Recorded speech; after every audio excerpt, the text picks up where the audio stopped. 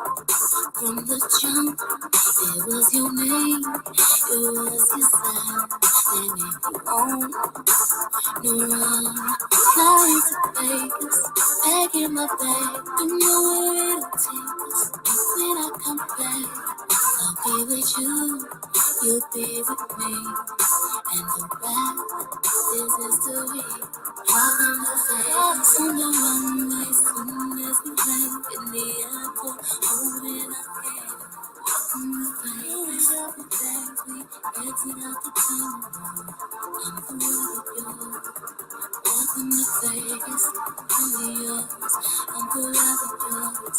I'm forever yours. Welcome to Vegas, I'm forever yours. I'm forever yours. I'm forever yours. Welcome to Vegas.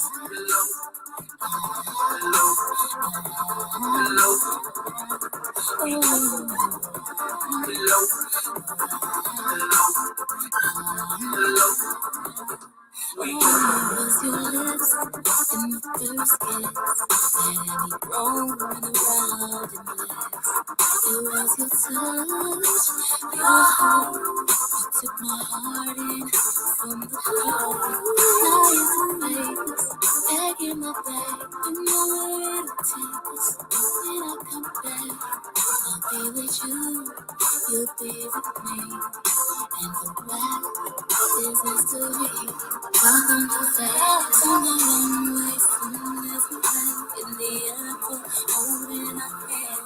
Welcome to Vegas, every day we exit out the tunnel. I'm forever yours. Welcome to Vegas, really yours. I'm forever yours. I'm forever yours. Welcome to Vegas, I'm forever yours. I'm forever yours. I'm forever yours. Welcome to Vegas.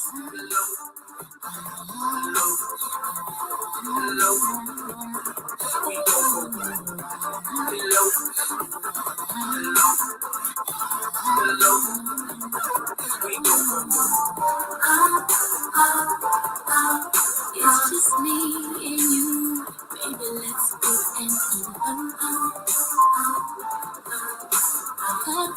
your love. I'm feeling that the whole world know. Oh, this will be a night to remember. We'll look back and remember.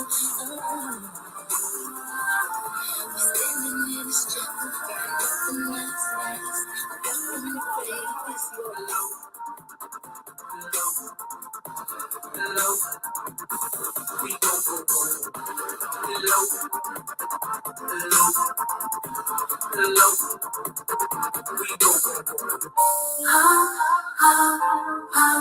It's just me and you.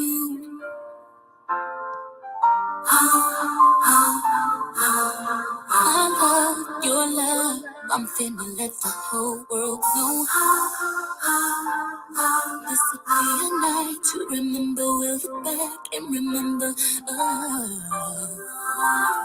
We're standing in this chapel and nothing else matters. Welcome to Vegas.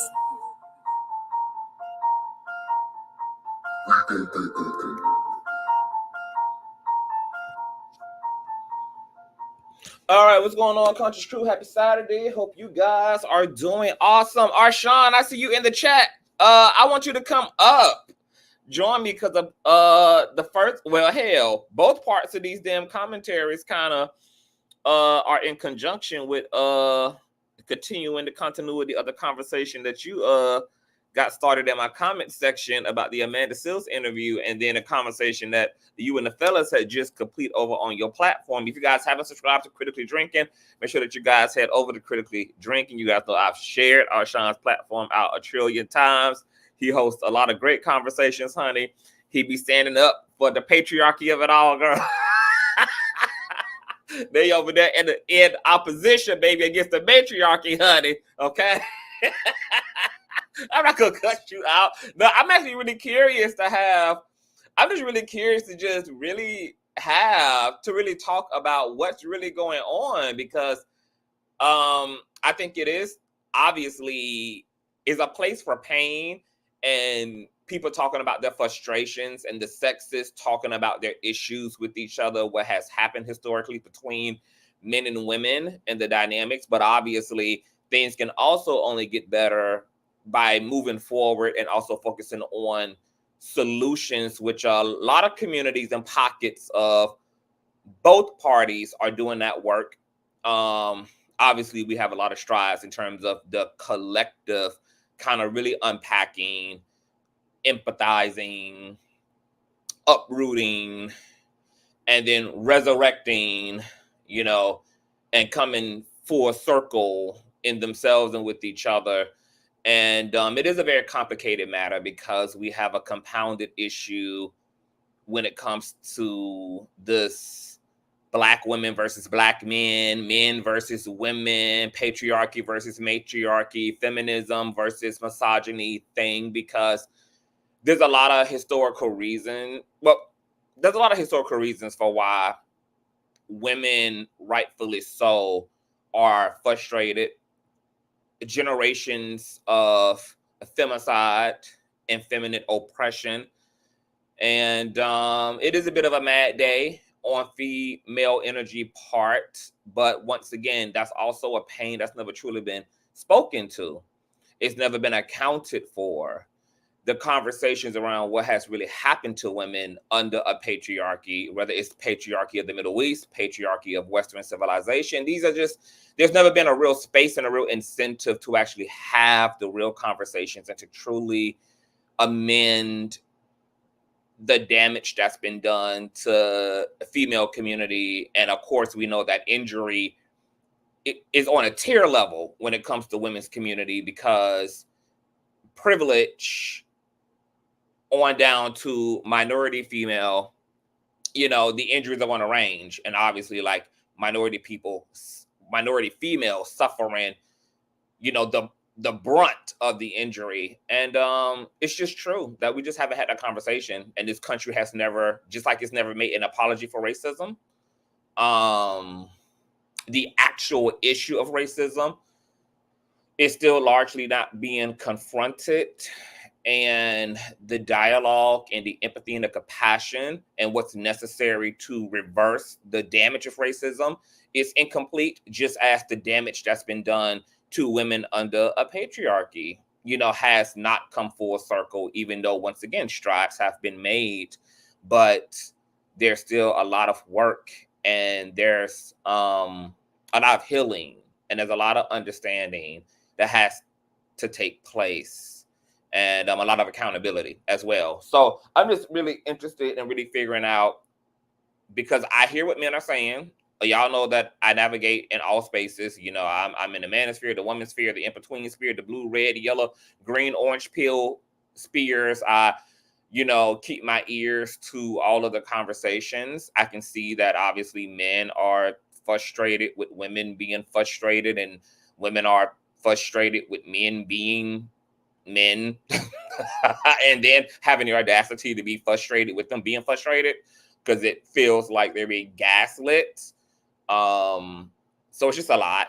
But I am curious to know, how do we really start to wrinkle out this, and how do we make space for pain and acknowledging that pain and being patient?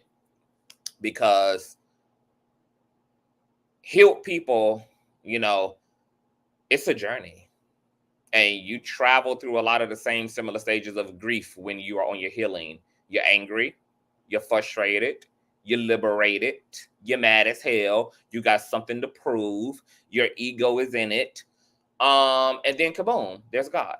You know, so healing also doesn't look very poetic a lot of times. It doesn't look, you know, it's not a romantic journey either, even though it's in the best interest and a person is headed in the right direction. But it doesn't mean that that direction is without the swinging and banging of it all. So I want to talk about Amanda Seales, Shannon, Sharpe, Patriarchy, all of that good jazz, Matriarchy. And before we do so, please thumbs up this video. If you're in the building, whether you are a Bush baby actively needs Scarreets, or you part of the replay gang, please thumbs up the video. This is super important because I've been kind of out of the algorithm for a while. So yes, let's get these thumbs up. It don't cost you nothing. It's free of charge. I want to drop the link. I want to talk to you guys collectively. Can I know the song? Yes, that is Christina Milian's Elope. Okay, so just type in on YouTube, Christina Milian, Elope. It's one of my favorite songs by her. I want to drop the link right now for our Sean, and then we will feed out the link as you know, as the conversation evolves. Also, shout out to all the new subbies. Please make sure that you guys are subscribing. If you're new here, we do it all here, girl. We talk about it all. Celebrity gossip. I mean, we get into all the things, other things. Make sure that you guys also are sharing the content out wherever you have digital community, whether that be your YouTube community wall, your MySpace, your Facebook, the dark side of Twitter, Tumblr, or your personal OF. I don't really give a damn where you lay the links. Let them whores know the real out live and in color. And with no further ado, let's go ahead and push on through Okra. I know a place where you can recharge your soul. Baby, that's Consciouztv. And in the midst of brokenness, he gon' see your asshole. Baby, that's Consciouztv. You gon' heal, you gon' laugh and catch a little shade. Ooh, girl. Y'all know he be slaying, y'all better stop playing. Come hear what he's saying. Ladies and gentlemen.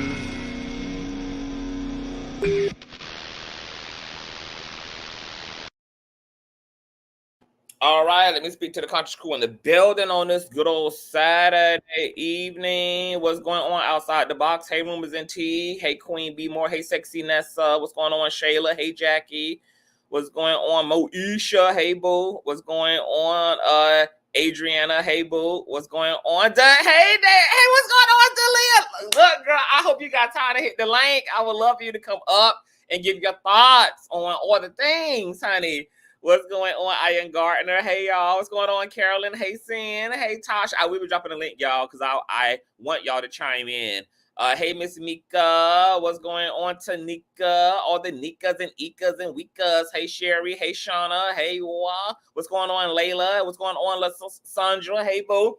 All right, so you guys know what we're here to talk about. So we're going to open up the conversation first with the Amanda Seales, Shannon Sharpe interview, and I have our very own Critically Drinking. Are you drunk as hell? Nah. I've been dry for about a couple weeks now. Good, honey. Yeah. Good and sober and lucid. Yes, sir. Before we get started, go ahead and let the folks know, like, you know, where they can find you at on all these social medias. Yeah, I'm not a big social media person, so I do stream on YouTube here and there. Again, it's a niche. It's a niche. It's kind of like an inside joke kind of platform. So people that kind of familiar with me. Sometimes we'll do some intellectual conversations. Sometimes we'll do some silly stuff. Sometimes we got the music bracket on Mondays and Fridays with one of your former moderators. So it's just a random stuff, but it's kind of like one of those, like a home away from home, small little group village. It's not everybody's vibe, and I respect it. But if you like to come and you like to talk and you're okay being challenged, then it's a good place for you. Because I'm not somebody that likes one voice. I like to have a band. Yes, you do. You like diversity, and it is a great space to be in, y'all. So please check out Critically Drinking on YouTube. Now, I know that you obviously also so did you see the entire interview, or did you only see like certain parts, certain clips, or did you watch I tried to do the whole thing. Mm-hmm. I made it 40 minutes. And then I went and watched a couple more clips because I was like, I can't do it. Like, now this is it's a disposition thing. Her disposition and my disposition, they don't work. So her verbosity, it gets to me. It's one of those things. So you found yourself pretty much completely gaslit and irritated and frustrated yourself. Absolutely, but I'm gonna tell you though, I don't like Shay Shay in the first place. I don't really enjoy his platform, but I wanted to give Amanda Seales a fair shot. Honestly, I only watched it because I was like, maybe I was too rushed to judgment. I saw her somewhere and everybody was like, "No, why does nobody like her? Why is everybody against her?" And I'm like, I don't even remember why I don't like her. So I was like, let me go and listen, because it had been like at least a year and a half since I had heard anything about her. I don't know anything about the Myron Rowe. A lot of dudes are mad about some Myron Rowe thing. Yeah. I don't have any context for that. Neither. So I was like, I saw her Insecure. Wasn't really the biggest fan of her role there. I've seen her on a few political things, and I'm like, I really don't like her commentary. And then it was like, I tapped out on Amanda Seales because I kept hearing so much about her. So I was like, oh, I'm going to give her a chance. 35 minutes in. It was so much conflict and confrontation.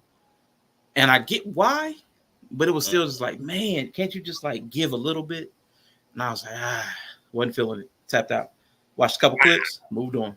Wow. So it only took 40 minutes of reading through that cart back. You realized why you didn't want to pull off the cart. Why you didn't want to pull off the lot. Yep. Wow. Okay. So you left a comment underneath the Amanda Seales, because you know I did a full-on commentary. I listened to all 3 hours now. Unlike you, I knew less about Amanda coming into the interview. I literally had never seen any of her work, any of her commentary, and I think I maybe only had watched a few minutes of her interview with Charlamagne on the Breakfast Club. And I didn't even see that entirely through. So I came in like a virgin. So I guess maybe that helped me to kind of like just kind of deal with it as it was, since I didn't have a lot of other, like preset data to kind of shape my perception going in. Now, like you too, I do not care for Shannon Sharpe. I thought he did his fair share of making things very complicated. And I guess I wanted to just kind of get the elephant out of the room first and talk about this diagnosis situation. We know that Amanda Seales profoundly alluded to getting a clinical and a professional autistic diagnosis, and then she had to clarify, I think the next day, on her social medias that she never got clinically diagnosed. However, she still stands 10 toes down on her diagnosis. And matter of fact, I have a little clippity clip for us to listen to from her Instagram, where she broke down a little bit more in terms of why she said what she said. Fact, baller alert, yet another Black space, because there is such a dedicated effort to degrade me and defame me. It is beyond my scope of comprehension. Wants to suggest that because my autism diagnosis did not come from a clinician, that it is not valid. What's not valid is people speaking on things that they don't know about. And my autism diagnosis is not for you all to discuss. It's not up for your debate. And anyone who is speaking on or trying to invalidate diagnosis that comes outside of a clinician is only revealing that they actually don't know anything about autism diagnosis or autism. So I just want to once again thank you all for the love.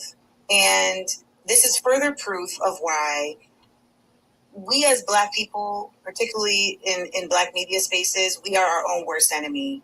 And I guess, again, it's just another day of being on the fringe and being in the margins.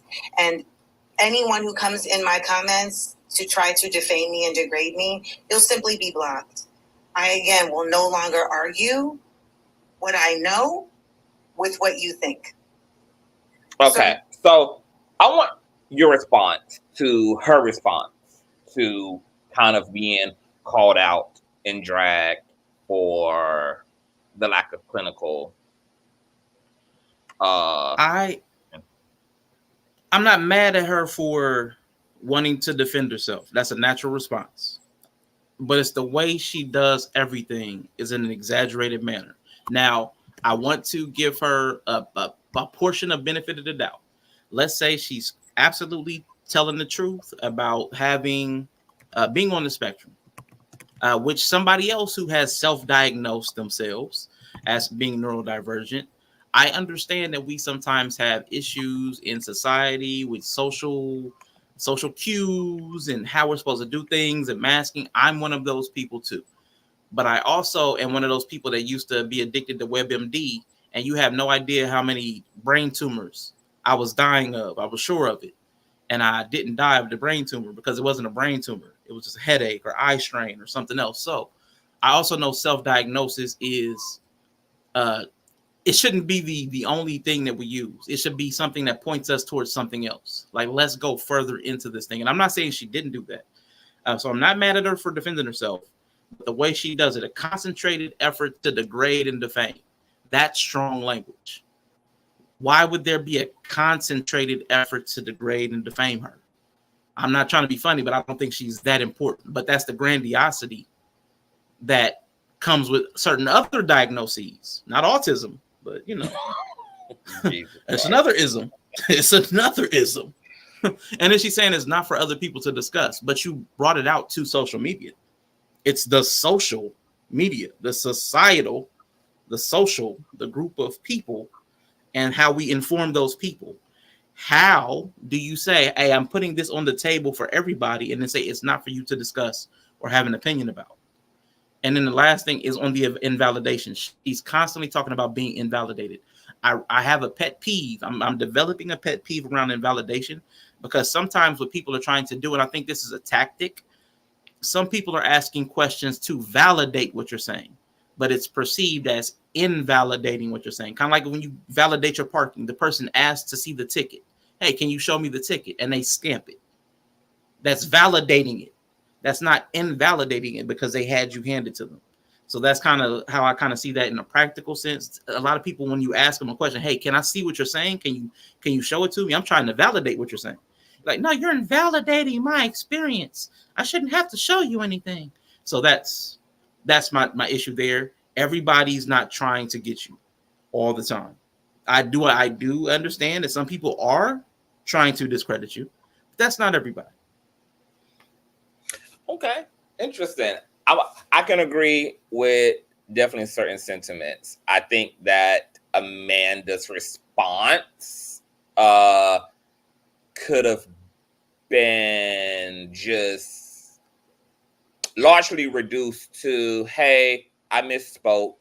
I did feel defensive as a result of feeling challenged throughout the conversation, and I misspoke in order to just cap the conversation. I have not had a clinical diagnosis, but I've referenced my symptoms to what doctors and experts have laid out all across Google and the internet as it relates to symptoms of autism. I believe that I am on the spectrum, and I fit all of the characteristics, or many of the classic and notable characteristics. And at some point, I probably will go in to get an official diagnosis, but I just wanted to clarify that because I did misspeak out of being defensive. And I think that could have been just fine. Yeah.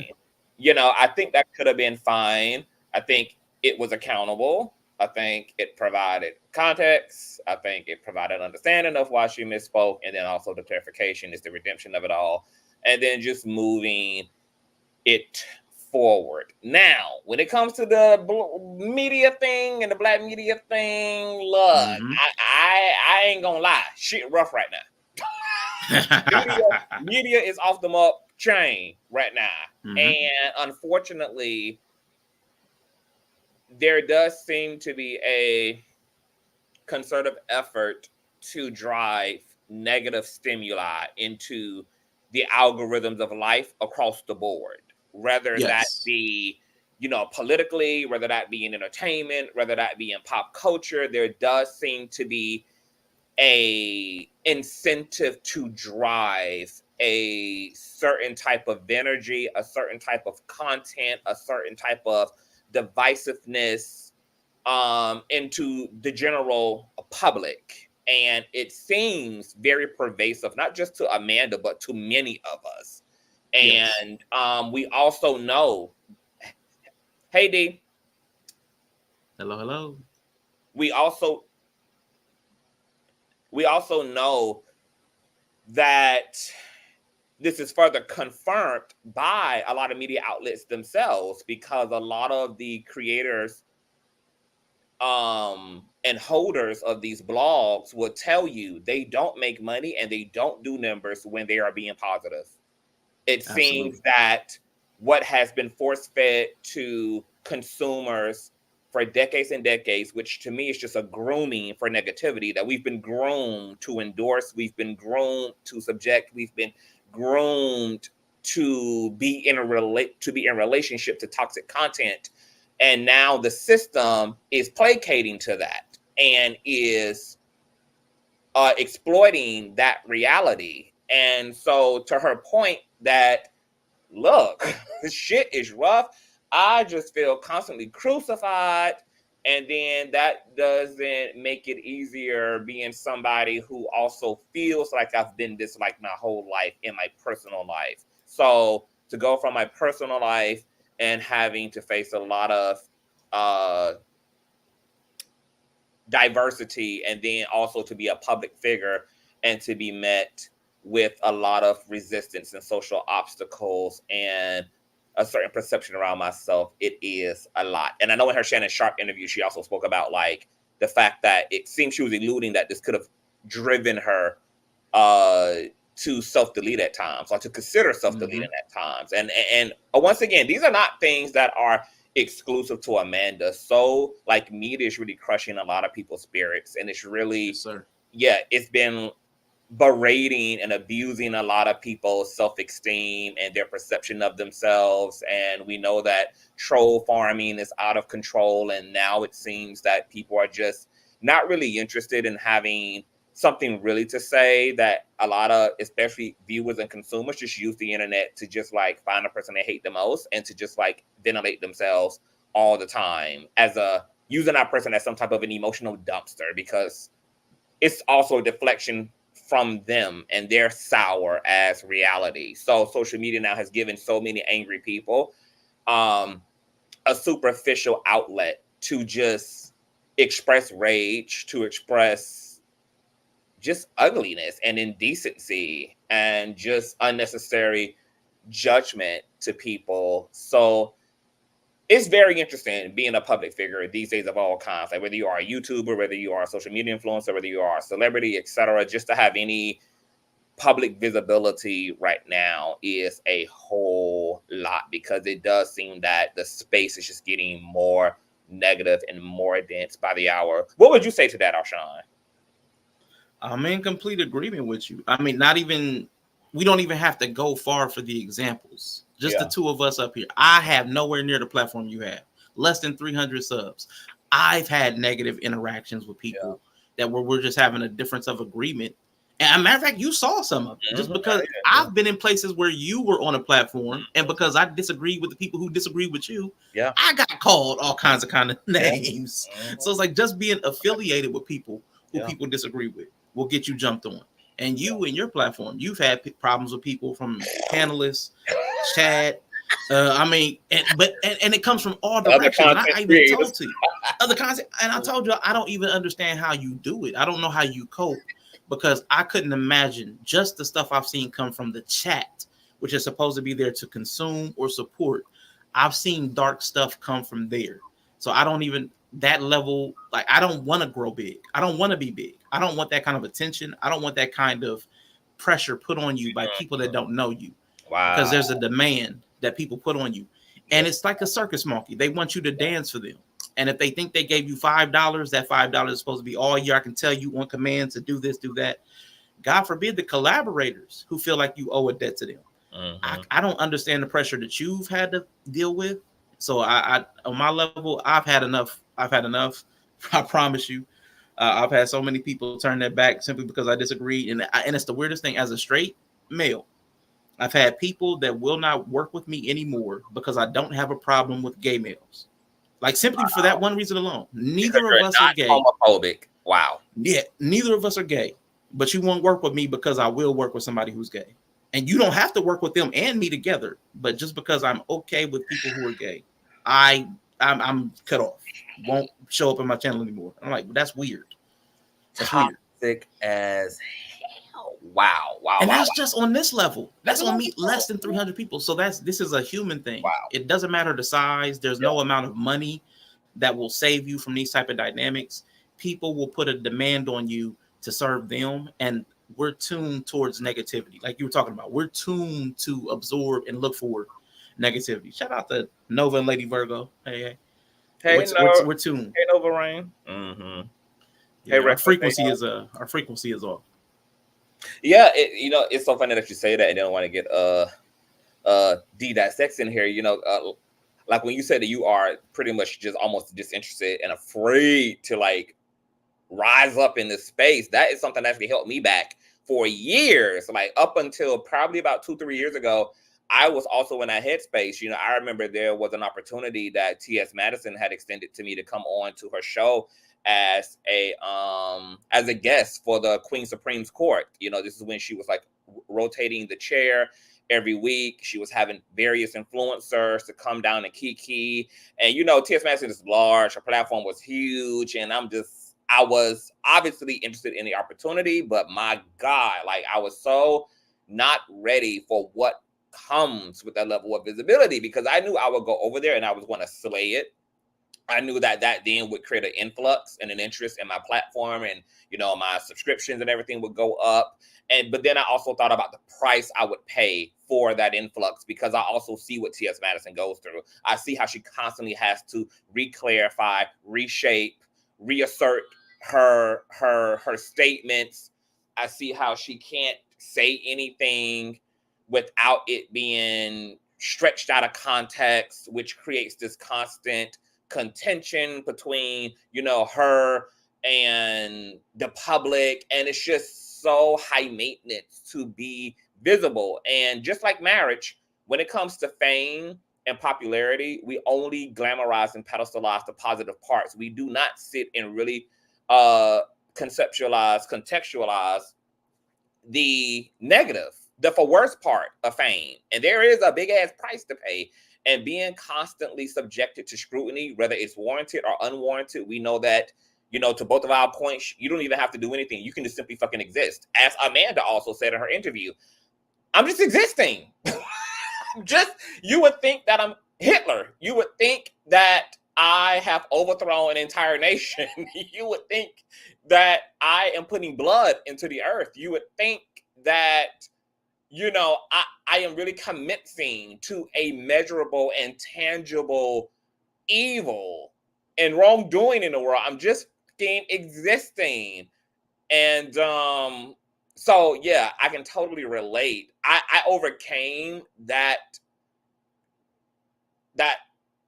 barrier for myself when I finally just realized that this was a part of my life purpose, to be in media, to be a public figure, that is an aspect of my calling, that's going to be a method in which the universe is going to allow me to express my gifts and my ideals, and to just present everything that it's given me to come into the world with. And I just actually started leaning in to the cross. The infamous scriptures say, pick up your cross. So I picked up my cross instead of running from it. And I'm so glad that I actually did, because now it's given me an extra layer of confidence and thickness to my skin that I would not have been able to achieve without being subjected to the superficiality of the public and the harsh judgments and conspiracies. And once I kind of became one with all of that, then I was able to really transcend it. And now it's something that doesn't bother me, especially when it's coming from people that I know don't know me, and people that I don't have relationship to, and people who don't have any validity and substance behind why they're drawing their conclusion. And I also understand that conclusion is also based upon observing all of us from afar. So whatever you are extracting is fine. You only have a limited view of a person. You may have only heard clips of me or Sean. You may have only seen us, carved out of a moment, or just latched on to something we feel or believe and turn a molehill into a mountain. All the things that just fucking happen when you are just moving about life, and just watching people in segments or whatever. So whatever, I'm clear about that. I'm mature enough to know not to be invested in that. I'm mature enough to know that it doesn't mean anything. And I when I look back at how could I have went through such a training exercise in any other capacity in my life, I don't really see anything else that could have prepared me to get to the level of self-knowing that I'm at if it wasn't for what social media offered to me as a rite of passage into a greater self-care and a greater self-understanding. So like I really kind of appreciate this iron that's kind of ironed out my iron. And I've preached that even to Cardi B, who used to be very reactive for a long time. She's doing a lot better. She's still out there beating hoes' ass digitally, but you know, she has gotten better with kind of choosing her battles and kind of holding her mule and just focusing on the positive. But you know, this is very new to a lot of us, and you know, like we are the first generation of social media, so none of us really know like what we're doing, and we're kind of like in this without reference. And so I kind of give grace and empathy to everybody who's creating in this space, because we're all kind of on this bike for the first time. So it's a lot to adjust to, but it can be adjusted to. I want to get D in here. Hi D, welcome to the platform, boo. Hey ZTV, how have you been? I have been awesome. How you been? I've been doing so good lately. Girl, I've been seeing you out to live your best life, honey. Out there at your fitness, out there in your little fun dresses and just spinning and twirling. I said, look at D, baby. Get it, honey. Get it. I'm happy to have you here. I'm glad you came up. I was not thinking you was going to be in the chat today. I don't know if you watched our show last night, but Arshawn and D, last night's show was incredible. Like we actually had neurodivergent individuals on the panel. Shout out to my perk and shout out to my girl Ellie. They really came and dropped some major insight and knowledge about what it means to be a neurodivergent, and it was so eye-opening. And the way they educated the viewers and myself, it was done in such a loving way. Like, you know, there wasn't any, you know, harsh judgments. They just spoke the truth and just spoke the reality and the science, and it was really incredible. So I really encourage anybody who missed that show, please go back and listen to that show. I'm going to be bringing them back. But we're in this Amanda Seales conversation right now. What do you think about the whole diagnosis situation with Amanda Seales, and then what do you think about her response to that? And what do you think about people dragging her? Do you think it even matters? Do you think she has a point that it's nobody's business? Don't question her about her situation, and she doesn't need a diagnosis clinically in order to know that she's autistic. Like, what are your thoughts about that? So unfortunately, I did not get to see the panel last night, but I definitely will replay. It sounds amazing, and I love these conversations. I don't know if the Conscious crew remembers, but I work in education, and when I first started, my first 3.5 years was working with special education children. So my whole scope of how to deal with individuals and specifically children was around their unique abilities and their individualized perspectives. So I have a pretty good understanding. And because of that, I don't necessarily have an issue with her self-diagnosis to an extent, because the autism spectrum is so broad that the signs and symptoms are varying so greatly that it's difficult to pinpoint, which is why almost anybody can fit one of the signs of autism. And so while I don't have an issue with her necessarily doing the self-diagnosis, I understand how it can be harmful, because we don't want to get to a place where everyone is giving themselves diagnoses and not really knowing how to go with that, because how are they going to function? There are certain times where you need to see a licensed professional, because it may require you to get some type of medication or some mental health intervention, and your self-diagnosis is not going to cut it. You're going to need to see someone, and someone with enough money to see a therapist and then a psychiatrist should be able to do those things. Maybe she's not in that stage of her journey, but I think if she's going to use this as a big point of her interview, which it kind of seemed like she did, I would have liked her to have gone through the process in depth more. So for that extent, I understand why there was a lot of negativity. I also can say that I see her fitting the spectrum somewhere on the more severe side, because she doesn't seem to understand not only social cues and norms, but interactions. She seems to not understand when she's wrong. Even as she's explaining the story, you would think that she could see how she came off-putting or why she received the reactions that she did. And she didn't get that. And she was so sure that she was right. And it seemed like a person that is not able to fully connect typically in society. So I could see her being on the spectrum. It was just a little irresponsible for her to have So do you have not any gone examples of further. that? Because I want to be honest, like I fine tooth comb through, and hey y'all, hey everybody in the chat. Matter of fact, let me get some of these comments. Lysandra says it's not harmful at all. She wouldn't be using up any resources. Cynthia says it would be a great idea to allow D to moderate the Neurodivergent podcast when you have it. That's a great idea. Arvale says we use diagnoses such as bipolar all the time. I feel like she has enough insight to make a statement like that. I actually Sean, if you can look in the back chat for me, I didn't want to ask you a certain question out loud. I didn't, but yeah. I mean, again, it's self-diagnosed. Okay. So yeah. Okay, great. But I am neurodivergent. Yeah. So your issue was her alluding to a clinical diagnosis when that wasn't the case. Yeah, the lie is the only thing I have a problem with, and not owning the lie. I know you said you and hello, Miss D the Sex. I really enjoyed your commentary a moment ago. That was a very beautiful said. But everything that she said when she went on the IG left, she put a post up, and I think you read a piece of it.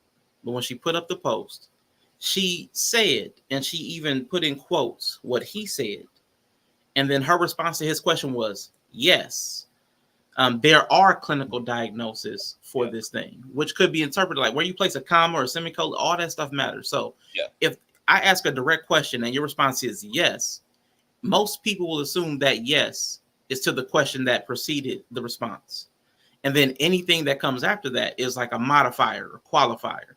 So then when she says there are actual clinical diagnoses for autism, I would assume she's like, well, obviously there are these things. This does happen. This is a real thing.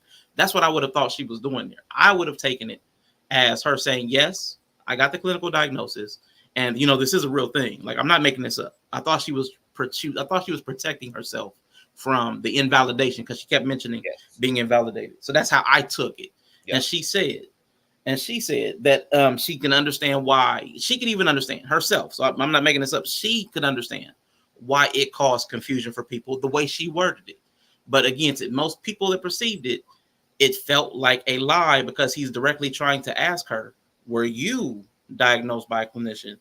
And she said yes in her response. But to her response was to a question she wanted to answer, not to the question that was asked. And that, to me, is deceptive. And let's be clear, she did a lot more than just say yes. She also further said not only yes, but just up till recent, I've been diagnosed. So she further alluded that a clinical diagnosis has come in the immediate timeline, that this is something that she's been diagnosed with finally. And then she went down a backstory of what led up to the revelation and what led up to the conclusion of the clinical diagnosis, which was how she grew up, her mom at some point looking into things and her fitting the description, and then her whole life feeling like, yes, I'm on the spectrum. So she did lean all the way into the lie. I'm not gonna lie. I love Amanda Seales now that I've seen her and witnessed her, and now that I understand the way that a spicy people are. I have a great appreciation, and I also have a great compassion for her. So I'm not going to defend her lying, but I will, as you just provided, there's an explanation for the lie, which was the gaslighting that so many people witnessed in this interview between her and Shannon Sharpe. Shannon Sharpe was very combative. Gaslighting. Yeah, because it was gaslighting birthed out of being combative, and the whole thing was even Shannon Sharpe had to remind himself, "Hey, this is your interview." So he even indirectly took responsibility for, like, this is not a debate. You didn't sign up to come here and to debate your life. This is your interview. This is your space, just like it was Monique's, just like it was Cat Williams, just like it was Steve Harvey's, just like it was everybody else's. I'm doing too much now. So let me just let this be about you. And that's what she was trying to explain to him before he came to that self-revelation that he was doing was, hey, I don't know why you are just like swinging. I don't know what this is. It's not really necessary. You don't know me. You weren't there. I'm the guest. I'm informing you about my life experience, about my experiences with racism growing up, my experiences with anti-Blackness growing up, my experiences being a neurospicy person. So what's really going on here? Is this a left and right wing debate, or am I here as a guest to unpack my life story and, to give us some clicking views? Which one is it? So when he also kind of like had the light bulb moment, I was like, okay, well, he just validated everything that she'd been calling out. So in fact, she was being gaslit. He was doing too much. He was being combative. So there it is. Like validation central. I was also going to say that that's how I explained her line. I don't justify it because I know a lot of people take explanations as exoneration. Explanations are not exonerations. They're just explanations. Thank you. Things. Yes, so my explanation of her line is that she just got overzealous like a lot of people do when you find yourself in a contentious situation and you start to experience battle fatigue because you just keep being met with opposition, and eventually you just need a win. You just need a trump. You just need a trump card. And so your ego goes for that trump card. Like, yes, I got kids. When you ain't got no damn kids. Or, yes, I'm married. When you ain't got no damn spouse. Like, or, like that ego gets to that extreme. And so, but I'm happy that she backtracked and she came back and she clarified, because I think that also needs to be spoken. Do you feel that needs to be spoken to too? Like, she came back. It ain't like we caught her in the lie. She the one clarified to us that she misspoke. And that she didn't. She really didn't have to clarify that, because she also is not in a legally binding contract with the public and didn't have to give up any of her medical records. So she could have literally lived with that narrative. She could have allowed that to live without anything. And anybody asking for paperwork would have been out of order. And nobody really would have. So she really could have allowed that to live if she was interested in actually being a liar. She did lie, but is she a liar? I'd have to catch her in more lies before I called her a liar myself.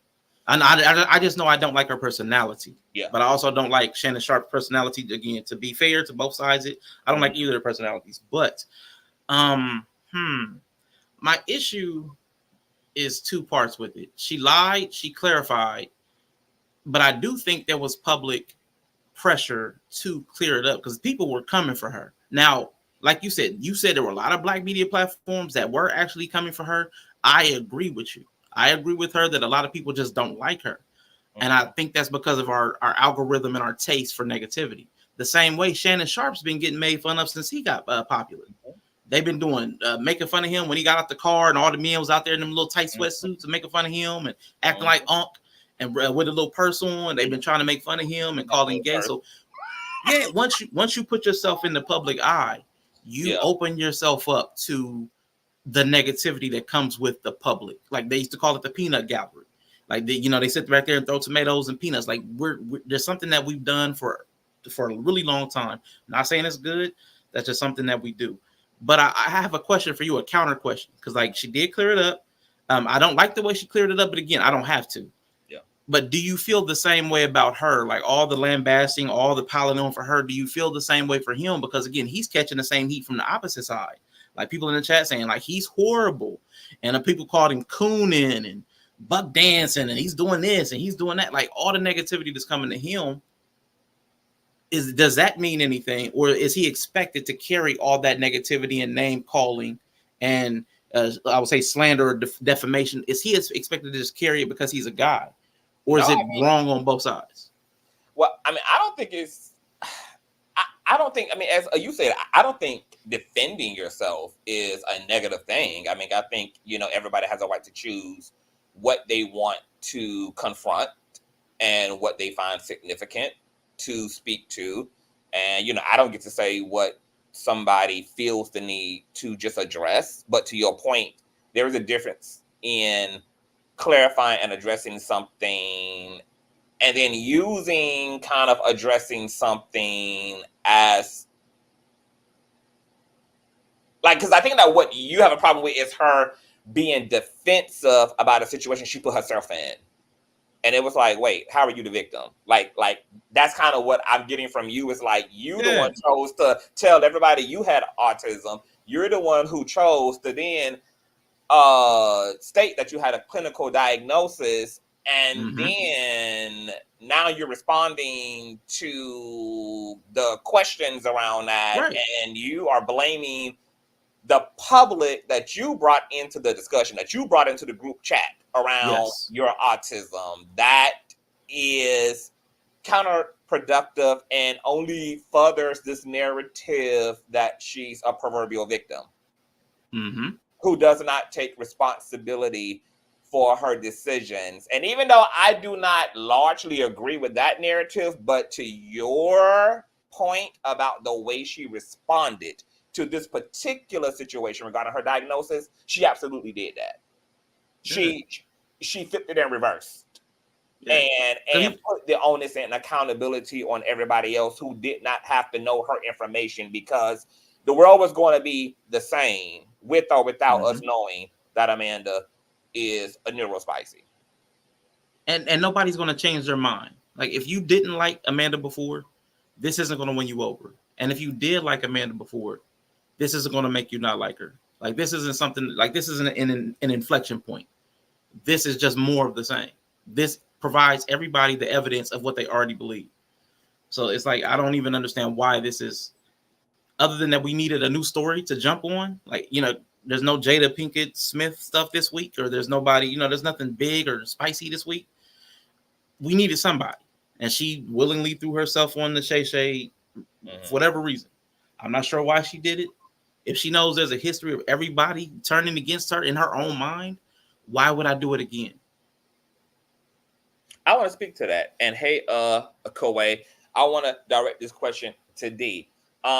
In this conversation around flipping and reversing and being the proverbial victim, what I learned from neurospicy people last night on the panel is that this is also kind of a part of the coping and defense mechanism of neurospicy people, because neurospicy people constantly have to deal with invalidation, rejection, outcasting, and then to cope, they sometimes try to adapt and mask and mirror and to assimilate in order to fit in and to receive the social equity that comes from being liked and being loved and being normalized.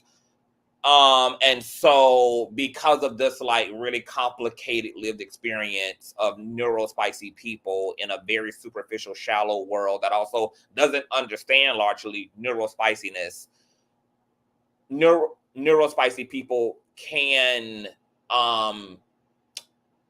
be on the defense because their whole life they've had to be. They've constantly had to be subjected to judging themselves as a result of the way they're treated by outsiders, and just navigating their life between trying to give the public what is expected of them. And so when Amanda was throughout the conversation with Shannon saying, I've been unprotected, I've been unprotected, a lot of the neurospicy people on the panel said, yes, that is like a big thing with neurospicy people. Like literally, we had a neurospicy individual, Ellie, who, you know, had a similar experience to like Amanda. Like I literally had friendships and was literally just like doing nothing. And then people would just be like, I don't like you. And just like cut the friendship off. Like people would just out of nowhere, just be like, bye. Like, this is it. Like, you're by yourself on the playground. And there was no objective, nothing. There was no external conflict. And so that led Ellie to ask me if she believes that like neurotypical people can energetically like just kind of pick up on the neurospiciness or something, because it just seems like neurospicy people are just attracting this, and it's creating the attitude that like, do neurotypical people know that we're neurospicy? Like, is it just like you can smell the blood, like it's like a shark smelling blood in the water? It's like y'all just know we're here, and then it just becomes this. And so I think there is something to be said about having a very complicated intersectional existence, and the way that can manifest in the way that we navigate community and family and workplace experience and just overall dominant society. D, what do you think about neurospicy people developing a defensive posture as a result of being treated like shit, and because they're not so-called common or normal, or because they are considered unusual, and the unkindness that they're met with, and to the plight of Amanda Seales, even in her clapback about a situation she put herself in, seemingly like kind of putting the blame on the general public rather than being able to take responsibility. Like, do you think that's a part of her neurospicy complexity, or do you think that's just the result of her emotional immaturity? The neurospicy is taking me out, but yeah, because I had asked last night, because you know, I was like, I don't like calling it a condition or an illness. So I said, like, what's a like upstream term that we can like use? And Ellie was like, well, amongst the community, we say neurospicy. And I was like, oh, I love this, neurospicy. So neurospicy, you know, it's been sent. But yes, to you. You got the well, like I said, it presents itself in many different ways. Sometimes it can be very difficult to tell when someone is on the spectrum. They can be standoffish, not communicate well. They can be nonverbal, or they can be like, you know, a Kanye, where they're very boisterous. They're the loudest ones in the room because they want everyone to know how much they know. So it's difficult to assess the way that they address the way they're treated. I think when you have someone like an Amanda who's very confident in her abilities and she wants to showcase them, she will have to do a lot of defending, because in her position in life as a Black woman, I guess she has her own struggles with her light-skinnedness in the community. She's going to have to constantly defend her position, because there will be a lot of people that are going to try to negate that. And then add on top of the fact that if she, you know, is dealing with the spectrum disorder, she has to battle internally as well in her mental capacity to like try to assess whether she's wrong or she's right, how she's handling it. So those types of people are gonna, you know, have to fight their whole life. And we're in a society that's just starting to understand mental health in the smallest of scopes. So we're not able to catch up. There are still people who use the R word. And I don't think a lot of people understand. We don't even use the R word in the mental health community or in schools because of the negative connotation that it received. And it was so bad that we used like intellectual disability. We use ID and other terms because there's so much negative connotation with having any disorder, because a lot of people don't understand what it means and how it manifests. So those people that are aware that they're different are going to constantly defend that this is a good different. And I think that's what Amanda tries to do. But I don't agree with calling her a liar. I think she specifically structured her response in a way that was not a lie. You could argue it was somewhat dishonest and a deflection, but she did not say that she was clinically assessed by a psychiatrist. And I just know from my own perspective, when like literally 2 years ago around this time, I was speaking to my therapist and she asked me if I'd ever been diagnosed with ADHD. And it had never crossed my mind. I never thought that was something I was dealing with. And she suggested that I look it up. And so I did. And a lot of things in my life started making sense. A lot of my mannerisms and the way that I don't finish projects and the way that I speak and the way that I my ideas formulate, it was all adding up. And so I went to see a psychiatrist, and after a session with him, the next session, he asked me if I'm interested in taking Strattera. And he said, if I really want to get Adderall, I would have to sit for a 2-hour test and do all this to be officially clinically diagnosed. And I didn't think it was something I needed medication for, but I did end up doing Strattera, but I never took the test for Adderall. So I'm not on paper medically diagnosed with ADHD, but my psychiatrist did recommend me ADHD medication. So if that's something that she went through, where she met with a therapist, met with a psychiatrist, everything, like the boxes were being checked, but she never took that next step to get it on paper, it's possible that she still could self-diagnose and just not legally be labeled, if that makes sense. Yeah. A lot of people are like, D, she lied, baby. I see the comments. I don't know. I'm in defense. And I'm not gonna lie, I don't, because I understand too. I don't want to do that to her, but I mean, I also have to be honest. She did lie. I mean, like I said, she said yes, and then she further said it's as of a recent diagnosis, and then explain how she self-diagnosed up until her recent expert diagnosis. It was a lie. She lied, but I understand why she lied, but she did lie. she did lie, and I don't think it was out. Like I said, I don't think it was out of intention. I think it was just as a result of being on the battlefield with somebody who seemed to be intent on disillusioning you. And may I say, I respect what she said, because when she did clear it up, she said, I felt like he was attacking my position, or however she worded it. Yeah. But she felt like you said, she was on the battlefield, it had been contentious, and she lied to not be evaluated. She was protecting her position. I can respect that reasoning. Like, there was reasoning behind what she did. So I respect that. But again, she put it on him, as opposed to say, well, this is why I chose to do that. It's like, so she moved the ownership over, well, because he was attacking me, I did that. But we as adults, and again, I'm setting aside the diagnosis of autism, as adults, we're expected to have ownership of our actions. She didn't have to choose to do that. That's a choice. And we have to earn our choices. But again, I can't say how her neurodiversity or spiciness affects her decision making, because it is how we perceive and interpret and react to the world. So I don't know how that is in her life. And people in the chat are making some great comments about, she's also had issues with her color. I think one of you also said it. So, I mean, having all of that and feeling racism, even whether, I know he pushed back on it, but if she felt like all that stuff in her childhood was racism, that shaped her perspective. That becomes her experience, because she interpreted it that way. So that informs how she's going to relate to everything else in the world that comes after it.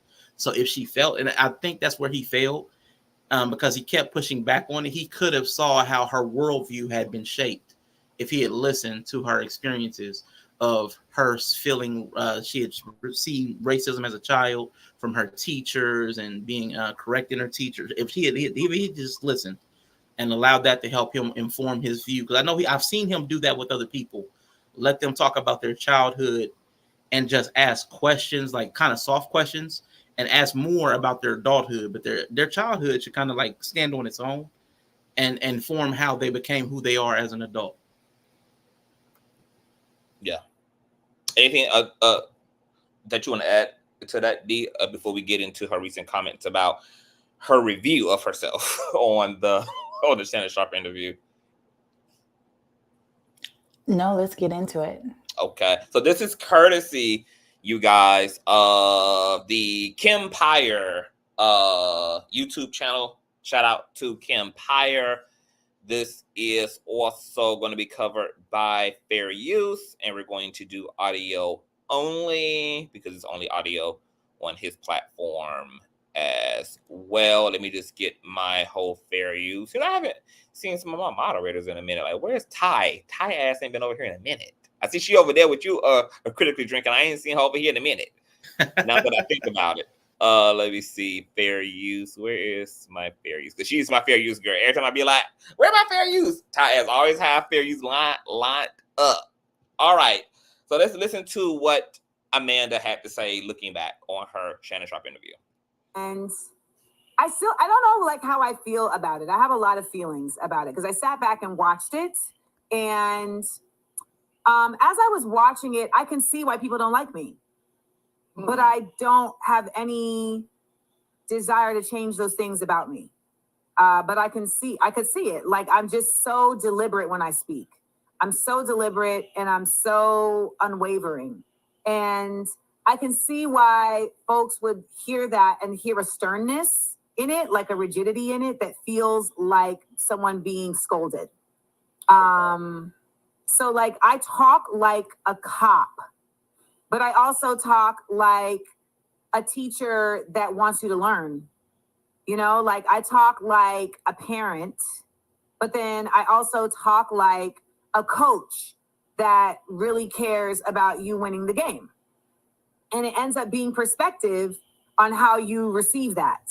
And, you know, while I was watching it, I had to do my own work to not let the negative thoughts that are always kind of just fluttering around in my head, waiting to get, you know, caught onto. I had to really let that go and lean into the uniqueness of like what I just described, like the different perspectives. Yeah. Because I think if all of us step back and watch ourselves, we will have critiques about ourselves. It's fascinating though, because majority of the people who would ever critique me, like they've never been interviewed and had to watch themselves, right? Or they've never that's a fact. That's a fact. They've never been in a situation where they had to be questioned and then now like go back. You know what I mean? Like oftentimes like people may be questioned even in an insular space, right? Like you're questioned by people that you know, but it's private. And I think that there's just such a different experience when it's happening public, and I'm fearless about it, but it doesn't change like my feelings about it. So it ends up feeling a bit conflicted. But nonetheless, I just want to thank anybody who felt like they got something positive out the interview and felt the need to share it with me. Look, I mean, all right. So 3 things here. She says she looked back on the interview and feels like she can definitely see why some people don't like her. And she believes it's because she speaks with a certain level of certainty and authority and confidence, and that can come off off-putting. Then she also said that what people who are judging her should also consider is the fact that they're not public figures. They don't have to worry about trying to carve out whole ideals they have about things in a 30-minute show or a 20-minute interview, or, like they're not subjected to that level of critique and criticism, because public figures are also not completely in control of the way they're perceived, because outlets also report on you and they take sound bites and clips, and they also help to, whether it's intentional or unintentional, to shape a narrative and a perception about you by people who already don't know you. So, it seemed like she's also just asking people to be compassionate in a way, or to just at least, consider some grace when it comes to public figures. Really try to at least really get to know and hear people out entirely, and maybe not even always listen to third parties about the first party, and actually deal with the first party. And then there also was her sending light and love to everybody who appreciated the interview or took something away from it. critically drinking, what do you think about her looking back and seeing some things in herself, and seemingly and doubling down on the fact that while I see it, I don't give a damn to change any of those things. Because the whole point in the interview, Amanda's metrics is, what is really the secondary criticism? Like, what truly am I really supposed to find your secondary criticism to be substantive? Like, if you can't tell me about the felonies I'm committing, if you cannot tell me what I've done to harm and hurt you, if you can't tell me about how I have hurt you, then am I supposed to really, as a person, be like, really give any credence to these shallow perceptions? Because I'm not gonna lie, D, I'm not gonna lie, cricket drinking. When Amanda was listing off some of the feedback she's gotten from like her college peers, and everything was just like, well, you're a know-it-all and you have an answer for everything, or you just think you're better than everybody or whatever. I was just like, okay, I can understand, because my whole thing here is, it also can be equally true that the observer is observing wrong, because you're observing through your own lens too. Like and maybe because I can relate to Amanda Seals, like how can I explain this without even sounding? See, it's gonna sound very Beyonce-ish, but I have had a Beyonce energy my whole life. I have had main character energy my whole life. Like, I ran all of my cliques growing up. I was just always kind of defaulted to as the person that the groups formed around. I was always kind of like that star girl amongst everybody. I was like always the ringleader, even when I wasn't asking, seeking, trying to. That's just, what it was giving. And whatever I was just naturally exuding, because I also was a fairly confident person who was very comfortable in my own skin, obviously, to live openly gay, openly queer, openly creative. I had no shame, and I was wearing to wear, all of my truths on my sleeves and make the world deal with it. I have also been in situations with less secure people and had them feel a way about my solidarity. And then there'd be this expectation that I should bring that down to size a little bit to accommodate their personal fractures. I've also been around insecure people that make you feel that you need to dim your light so that there's a sense of equality amongst everybody. I have been in romantic relationships where my partner has competed with me, even when I was in a competition, over power that doesn't even really exist and that we shouldn't be striving for. And so when I think about Amanda and what she's saying, I'm like, yeah, maybe she is an off-putting, nasty, arrogant, narcissistic son of a bitch. Maybe. But it also could be true that she's none of those things, and that the people around her are not introspective enough to realize that they are projecting their own insecurities onto somebody who seemingly does not have at least those insecurities. What are your thoughts about that, critically drinking? The dynamics of like what people feel about you and what you in fact actually are. Okay, there's a lot in there, but to that point, because I was actually thinking when she gave those descriptions, I think she gave a poor diagnosis. So she said she gave the reasons why she thinks people don't like her. And I was sitting here thinking, well, all those apply to CTV, and lots of people like CTV. But there are also lots of people that don't. Yeah. So I think this is a thing like I would use the zodiac as a way for people to visualize it, because most people here kind of at least some vaguely familiar about the zodiac. There's compatibility. Like some signs or some personality types are more compatible for whatever the reason. I think you used the language wrong earlier, but like the observer being wrong. I don't think there's a wrong observer. but there are people that just happen to be incompatible based on their traits, dispositions, personality, styles, their upbringing. I don't think there's anything wrong with men. That's why I'm never going to call her like, oh, she's a B, she's an idiot. I don't think any of that. I just know she's not for me. Like me and her personality type would never get along. And it might be because we're both know-it-alls, but she's just going to always hog the microphone. And that just wouldn't work for me. I like people that kind of pass the mic around. I mean, you've run into that with me. Like, I like it when the microphone gets passed. So I think there is main character energy, but some main characters are villains. And that's okay too. There's heroes and there's villains, and that's cool. I'm not saying she is a villain. She's somebody's villain, but she's also somebody's hero. And that's just the way life works. It's weird like that. And I think it's a both and. It's true. There are insecure people that are threatened by somebody else's security and their boldness because they're jealous of it or they wish they had it. They envy it. Sure. That absolutely does exist. Mm-hmm. But there's also overbearing people that put off even people that are secure, like because they don't recognize or respect boundaries. So there is no like right or wrong or only one way. I think all of these things exist in the same world. It's just which one it is sometimes hard to figure out because we don't know exactly where we are. There's no diagnosis for where you are on the personality trait characteristic scale. Like there's no metrics or no way to codify exactly where you stand on it. I know we try to use things like personality type. I'm an INTJ. I saw somebody put that in there. That works sometimes. Zodiac. Well, I'm a Leo, so I'm compatible with the Taurus. We try to use these things to help us gauge who's compatible with who, but it's all flawed.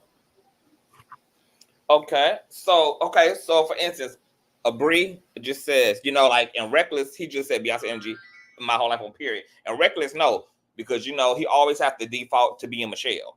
So with Bree said something interesting. Bree said, no, you're supposed to take feedback from your environment to inform your reality, especially if it's consistent or else you're delusional. And see, this is what's nuanced, right, about this, which is why I'm just like, we can't slap a broad stroke over the way we kind of unpack Amanda's lived experience socially, because with what Bree just said, if it's consistent, we also know as Black and brown people, right, that we are breaking away from a lot of generational trauma and erroneous ideology and philosophy, and we have been a part of systems that were supported by the overall community, that were reinforced by the culture. That was not right. This is literally what women are fighting against in a patriarchy. This is what queer people are fighting against in a patriarchy. This is what like even these conversations now around mental health and unpacking the stigma around mental health. Like, so we know that the majority does not make something true. The majority of people can support wrong shit. The collective can be wrong. A lot of us as Black and brown people know we come out of families that practice silencing trauma. Those of us who are on the healthy side and know that it's important to put vocabulary and to bring words to your feelings and to your experiences and to have an outlet for accountability and justice and affirmation, know that it's destructive actually to act like you don't see, feel, or experience the big ass elephant in the room. But just because it's the status quo of the community, of the family, does not mean that it's right. And so when I say that the observer can be wrong, like that's what I mean. Like we do live in a society, especially in the West, that's really hell-bent on not allowing people to be individuals. So we do unconsciously look for people to conform in order for us to approve and to extend our friendship, to extend our kindness, to extend our virtue, that they must first and foremost show up in a way that fits my worldview, that is acceptable according to my belief system. This is exactly why people are rejecting promiscuity in women, because it doesn't align with their perception and their ideology. This is exactly why people are justifying homophobia. This is why people are justifying racism. It's a belief. It's an ideology. It's a way of life. It's a philosophy. It's what we do where I'm from. It's it's family, it's the culture that has informed me. So I don't necessarily adhere to the fact that just because a bunch of people feel a way that it means any lick of truth. I mean, I'm sure Arshawn would agree that just because Christianity holds 3 billion damn believers doesn't make Jesus any more true. Just because 3 billion people are on board with him. You a tricky one. You know, so it's you like tricky. You see how I walked you into that? You sure did, because now I can't disagree now. Amanda, this how you do it, baby. This how you get Shannon Sharpe ass, honey. This how you get him to zip them damn lips. So, you know, I'm just making a point, though. I do, because, you know, even in my own talking points, I agree that it also can be true to, you know, to your point that she's overbearing. That very much can be true. She's overbearing. She is insensitive.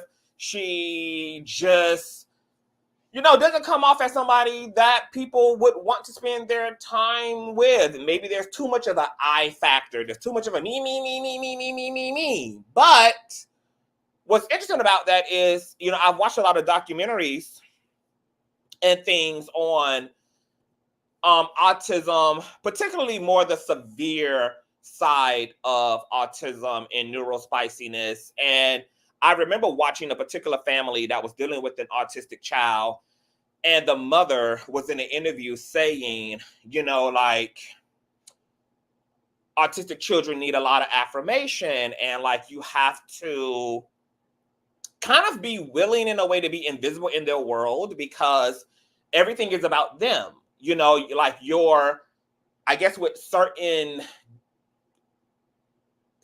I guess at certain expressions, certain severities, certain types of neurospiciness, it doesn't allow for there to be a me and you lens. It's just a me lens. And so she was speaking about how, like, you know, she's never going to expect her autistic child to like ask her how she's feeling or to like see her in that way, because the neurospiciness phenomenon has limited, you know, her child from being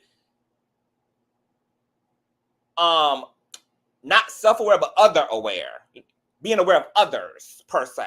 You know, like things will, for the most part, the way that, you know, her child's brain is structured, you know, her child will, for the most part, pretty much be preoccupied with self, that, you know, it'll be a self. And so with Amanda, you know, being a neurospicy, according to her self-diagnosis, and a lot of people who also, to Dee's point, who work with neurospicy people, like a lot of people who also are experiencing this can also see that she is a neurospicy. So this is not just a diagnosis of Amanda. A lot of people around her, a lot of people who are in this field, who have followed her career, also feel that they can see neurospicy traits in her. So more than likely, she is neurospicy. She just doesn't have the clinical diagnosis, but it's more than likely what it is. And with that being the case, then this may also be just where Amanda will be limited in. And this is why I asked the panel last night too, because my boo Andrew has said, you know, she believes that this is why it's good for neurospicy people to kind of come out and to let their community know that they're neurospicy, because it helps the community to also navigate the neurospicy person and to develop appropriate expectations out of neurospicy people. And to that point, I agree, because and now that the community knows that she's neurospicy, the question also is, what does that mean for us in our perception of Amanda, our dealing of Amanda, the way that, you know, what grace are we going to also offer her as someone who we know is dealing with neurological complexities that shape the way she navigates socially, the way she sees herself, her perceptions of conflict, her perceptions of just the world around her. I'm going to start with D, and then I'm going to get my boo Bree in here. What do you think about neurospicy, some neurospicy people, not, and to Amanda's point, she said in her interview, I don't read social cues well. That's something I struggle with. Like, and she also spoke about kind of, in a way, lacking empathy to situations that are like immediately in front of her. Like, she can really miss the mark there. She has like, she's farsighted, but not nearsighted. That makes sense. But what do you think about that, D? Right. I remember in the interview, she said something about not knowing she was in a fight until people started swinging. So that to me points that she's not able to engage with people and understand the way that she is being perceived. Like she has no real idea.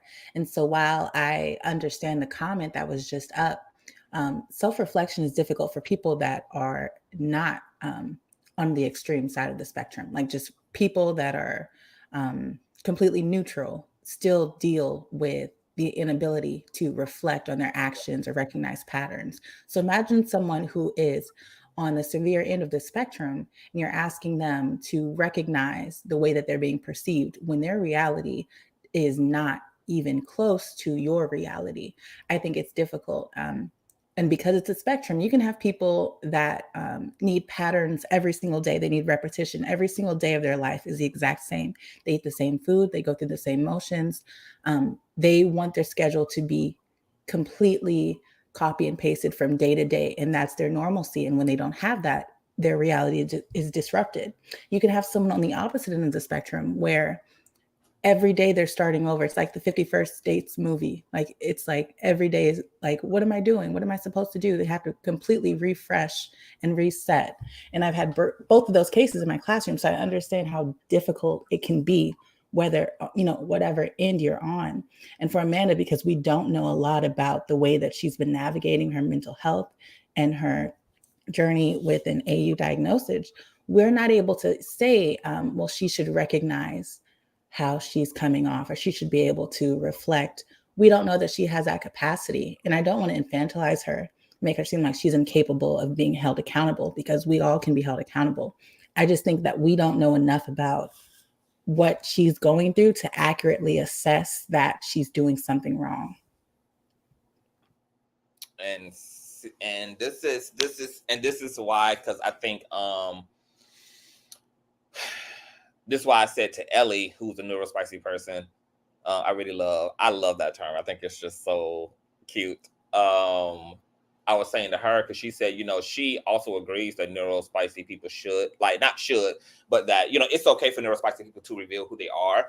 That can be helpful. It can also be harmful because people don't know how, people don't know how to deal with that. Some people will take advantage of you once you inform them of such, or people will start treating you like a child and micromanaging you because they just think that you are just incompetent, and treat you like some damsel in distress, or they just play off of what they think they can play off of and take advantage of you. But I guess in healthy situations, yes, in a safe world, it would be great for neurospicy people to come out, because I was telling her that the problem with, like, because we also put up some articles and stuff on autism and neurodivergency, and the articles was, also talking about like the masking and the simulating that neurodivergent people do in order to cope and to blend in and to have passing privilege. And then with that being the case, I said one of the side effects then for spicy people not vocalizing their spiciness to their community is that they're setting themselves up to be judged like a neurotypical person, which would be unfair to everything that Dee has just said, because neurospiciness is very complex and it doesn't look the same on every one neurospicy individual. And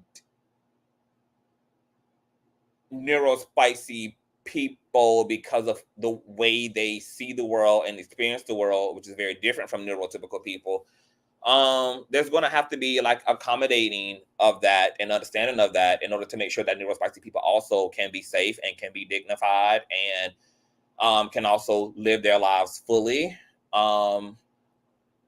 Because if not, if they continue to mask, and if we continue to not, if we don't educate ourselves as outsiders, we're going to make the mistake of mistreating neurospicy people. The onus also does come on us to be informed, so that we set the bar very differently, so that we have a different set of expectations based upon the uniqueness of an individual's neurospiciness. And my heart goes out to Amanda because she's Black. She's a Black woman in the Black community who still largely has not overcame the hump of therapy, mental health treatment. We're still slowly coming out of that dark cave and starting to have those conversations and to affirm therapy and affirm the scientific world, being a very religious and conservative faith-based people in this country. And because of that, there's still some shortcomings. And I can see from the comments all over social media that Amanda, despite the fact that she has said, I am neurodivergent, and there are people who also, once again, like Dee, who work with neurodivergent individuals, and there's other neurodivergent people who also see the neurodivergency in Amanda. Despite her saying that, she's still being crucified equally like a neurotypical person, which says a lot about us. I mean, I ain't doing that, but y'all doing that. I'm doing it. Yeah. So this just goes to show that there's a lot of work we need to do here, because once again, there's going to have to be a different bar set, just like we have a different bar for people who are blind, people who are deaf, people who are severely mentally impaired, and anybody else who has a severe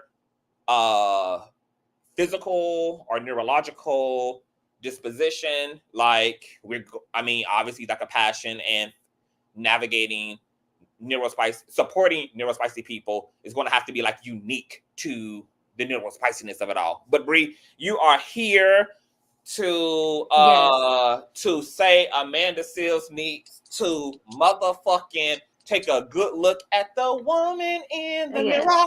Yes, God. Yeah. Get into it. Forgive me, I've been in a courtroom all week, so if I seem extra combative and argumentative, I apologize in advance. But I want to point out that Amanda Seales has shown that she does have the ability to see how she's perceived and interpreted that data and feedback from other people by her very own admission, that when she watched back the video, she could see how she was unlikable and why people don't like her, and how she speaks from a position of authority, and she understands how people may take that.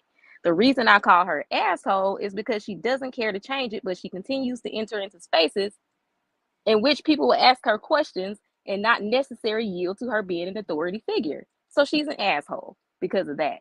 Not because she's neurospicy. My daughter's neurospicy. When that mask come off, sometimes the words just come out how they come out. The language just come out how it comes out. Mm-hmm. What we've sought, she's a teenager, what we sought to teach her is about masking. We don't want you masking all the time because you're special and you're neurospicy and you're still great and you're you. But there is a benefit to masking, and that's based on the outcome you want, right? She's not severely or anything like that. So you talk to her, you be like, she's neurodivergent. You will know that. She struggles with eye contact. It's very easy to tell she has something going on there, right? But at times she may want to make friends. She wants to make friends. She's a teenager. So I have had to teach her that that's great that you want to make friends, but you're also this way. So I'm okay. I love you either way. You don't have to mask for me. Okay. I accept you as you are, but understand, if you go outside and talk to people and they don't know that sorry, I don't know if my mic's going to go off, and they don't know you, they don't necessarily know that, that who you are, they still may interpret you a certain way. Now, that's up for you to decide if you want to mask or you don't, right? That's up for her to decide if she wants to do that. And you may decide you don't want a mask, right? But people are still going to call you an asshole. So that doesn't mean that you have to change, and that doesn't mean that you're wrong. But the designation of an asshole is based off the normal neurotypical person. So it's like a conversation that I had before with Candyman in the chat. We had this conversation on my stream. When I walk in the room, I don't feel like I have to speak to you, right? That's what she was saying. I said I'm kind of the same way. Like, I don't feel like I have to just say hey to you if I was already in the room, right? But some people are gonna say I'm an asshole for that. And like, I'm okay with that. I'm not gonna say I'm not an asshole. Like, I'm also not going to change it. So that's what I'm saying. You can't have it both ways. That's all my argument is. Like, you can't say, I can see how people see that I'm talking down, or like I'm abrasive, like I'm it's hard to talk to me, it's all this, and I'm not going to change it. And then but you're not an asshole. That's my whole thing. Like, people are going to interpret your behavior away. You don't necessarily have to change your behavior.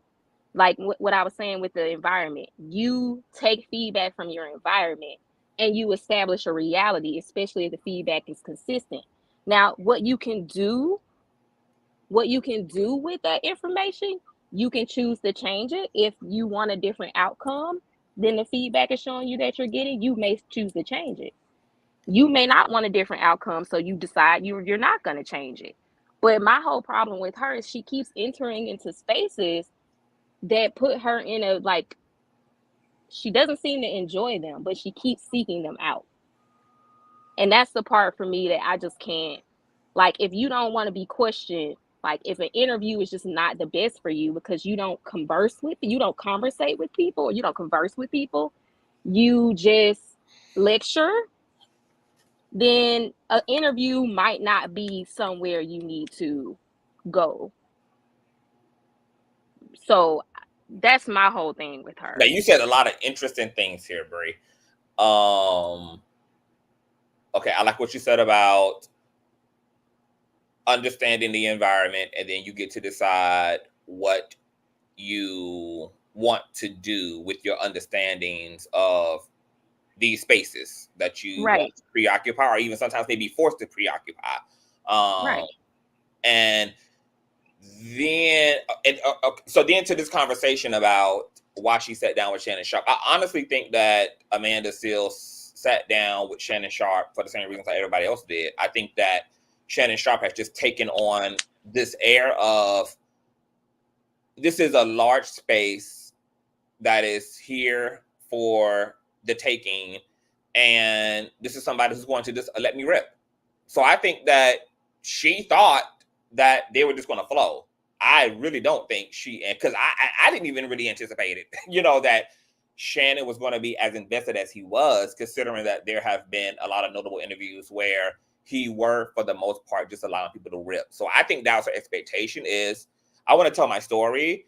I have confidence in being a neurodivergent, and I'm a Black woman who knows that I'm in a community that doesn't have a lot of awareness about neurodivergency, and I want to use this very large platform, which is why she opened up with this. I think this was the whole point of going on his platform. It was a great way to speak to a predominantly Black demographic about issues and medical diagnosis and diagnoses in general that should require awareness. And I think she used the rest of her interviewing time to speak about, like, the complexity and the way, in part, her divergency has shaped her life and her social life. And even for people saying that she didn't take accountability, Amanda said a lot of times in the interview, like, no, I'm aware that I can be stoic. I'm aware that I cannot read the room. I'm aware that I can say things without a filter. I'm aware that those things apparently have impact on people.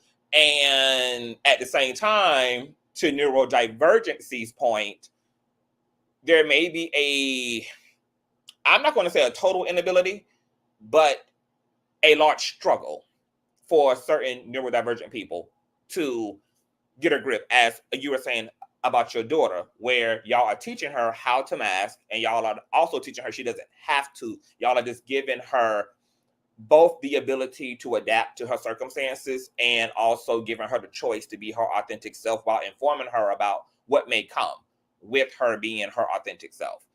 And with Amanda, I think Amanda feels, because, you know, like, she didn't have when you think about the situation she's in, it's like she doesn't really have the opportunity to really do anything. Because first, she's a public figure. So most people are experiencing her. She's not experiencing them. So people get to have all the say-so in the matter when you are a public figure. But then, like, situations, like I said, where neurodivergent people kind of don't have a choice to, like when you have to go to school, you have to go play outside.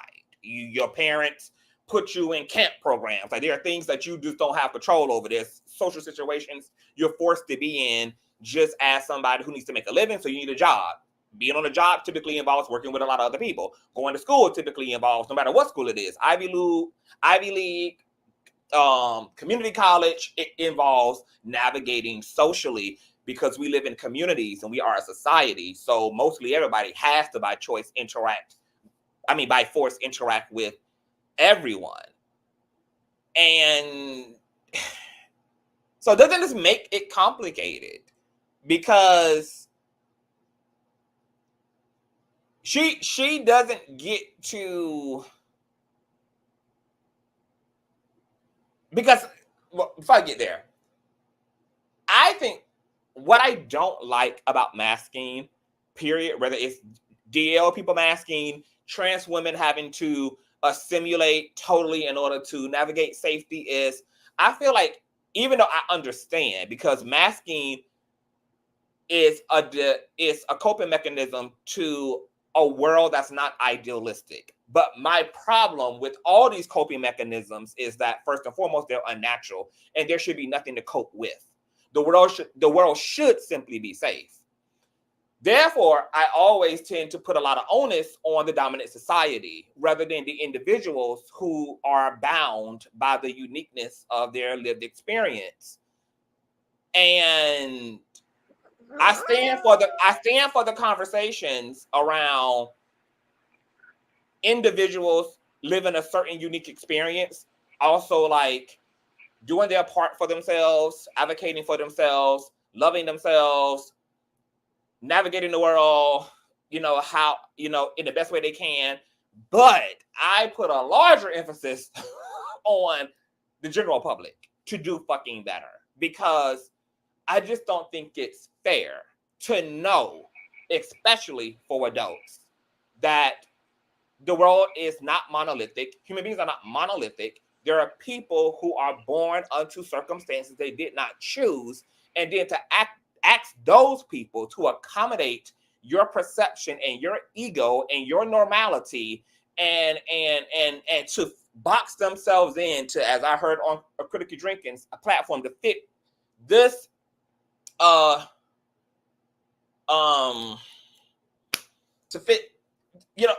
to conform, is really audacious, and it's abusive. And we're talking about Amanda Seales. Whoa. Yeah, we're talking about Amanda Seales being narcissistic.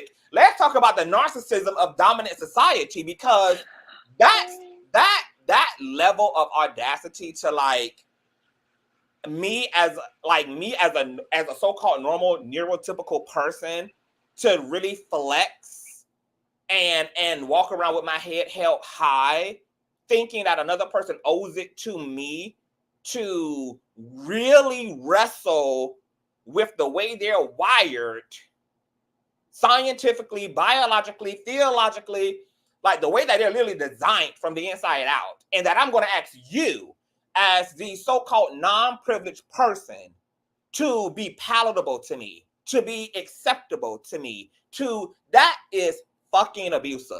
And it is so cold and so numb. I understand why we do it, because we live in a culture that has developed social norms and social cues. And social norms, right. Yeah, so we all inherited this shit. We all just going along to get along. But The issue with that is that we never challenge why we're doing that and what that's truly about. And in the underbelly of it, we've set up a very conditional society because everybody has to assimilate to these particular qualities in order to have access to things according to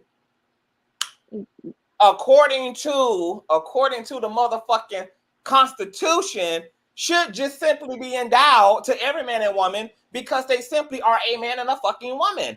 And so I just wish and desire us as a collective to transcend these conditional, privileged standards that come easy to those of us who so-called have blending and passing privileges, but don't come easy for those who are literally wired to almost rebel against these standards, and not by their own choice. And to already have to battle with something like that and to interact with normal human ego from people, but then for it to be doubled down and enforced intentionally is like wild as fuck. That's wild as fuck on dominant society's part. I'm gonna shut up. If what would be nice for, what would be useful understanding and showing grace and compassion for her neurospiciness, if I had an interview platform, one, I would not ever take an interview with Amanda Seales. That would be showing her, giving her the space to not have to feel like she's being attacked because she lacks an inability to catch social cues in real time, maybe, right?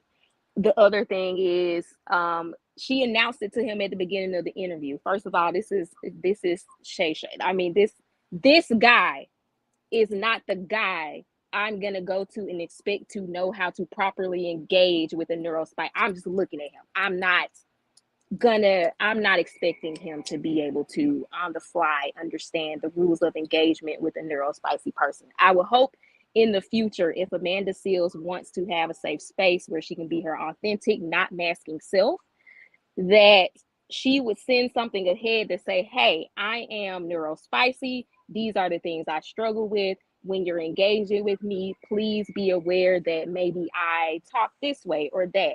I think that's completely fine. I think people are neurodivergent, right? And that's becoming more normal. But I think they have to own some of their reality. And I think it's perfectly fine, especially something like an interview where this is booked ahead of time and they know you're coming.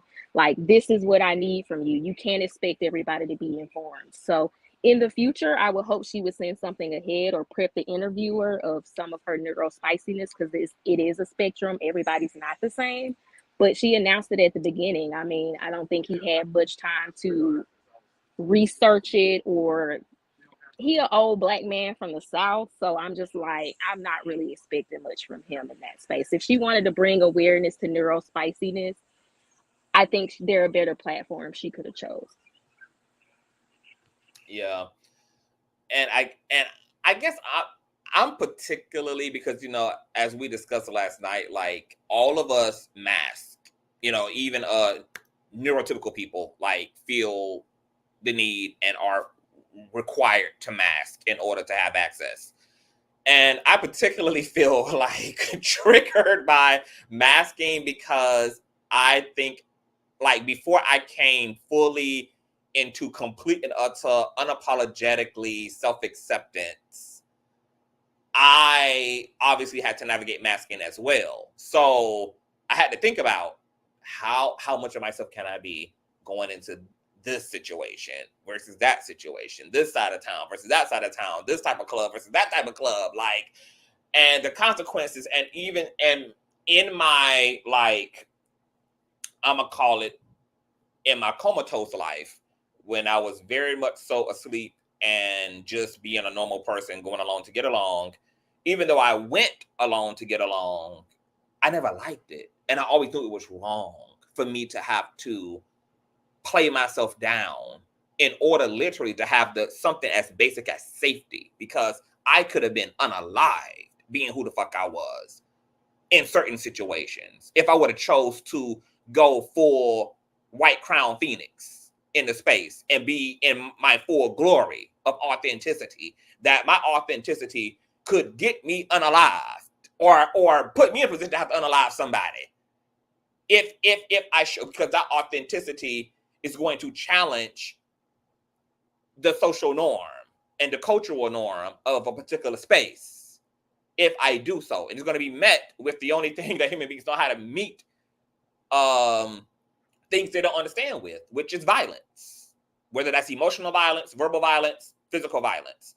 And so even though I did my fair share of masking and bobbing around, I fucking hated it. I fucking hated it. And I could feel like, to literally know that you have to mask almost kills your whole vibe, even going into the thing, because you know you're going into a thing not as your real self. Therefore, you also know that whatever good, whatever love, whatever adoration, whatever handshake, whatever hug, whatever acceptance you're going to receive is also being received by somebody who doesn't even exist, because you're not going in as you. And that is fucked up.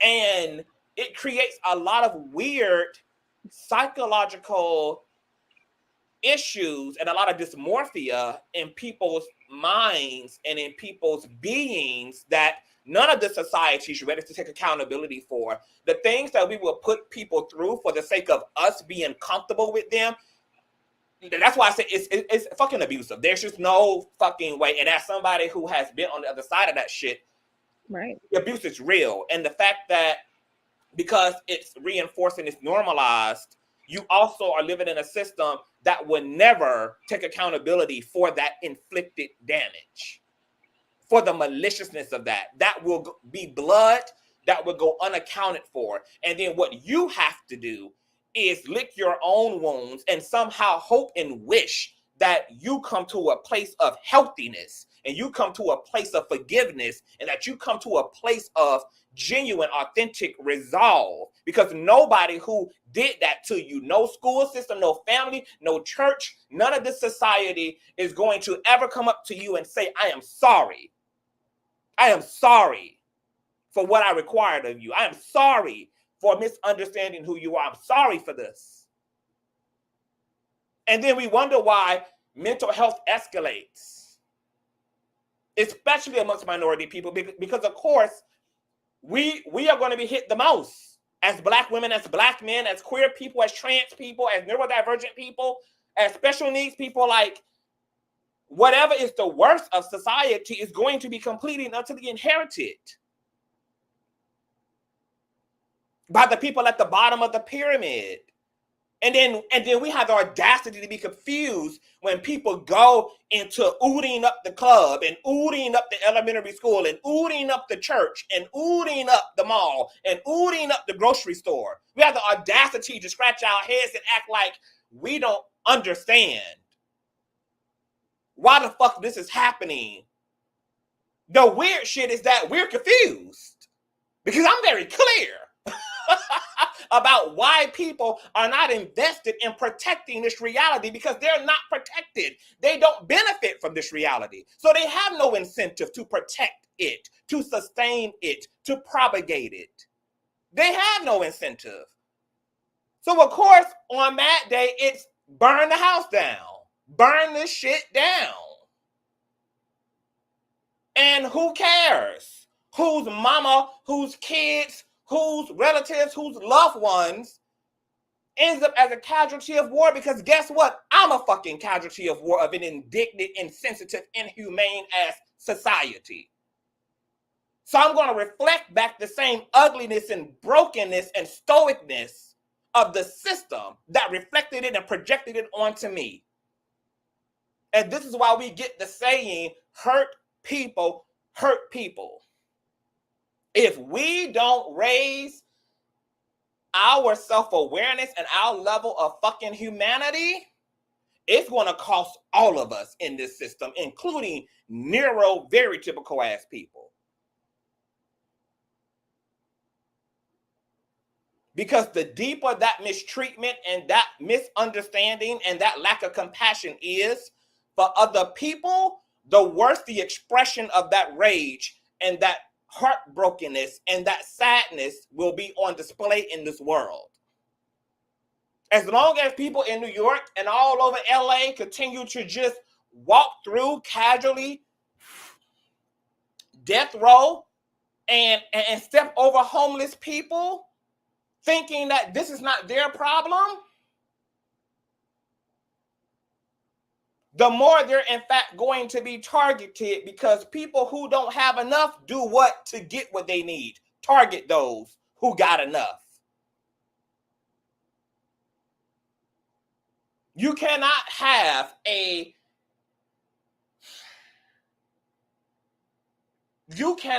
democracy and have a society in which people all work together and then individually separate yourself from the plight of other suffering human beings in that system,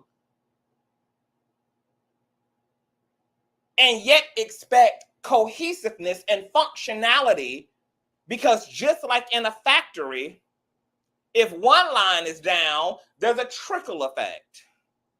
If the engine ain't working, it don't matter that the transmission is good.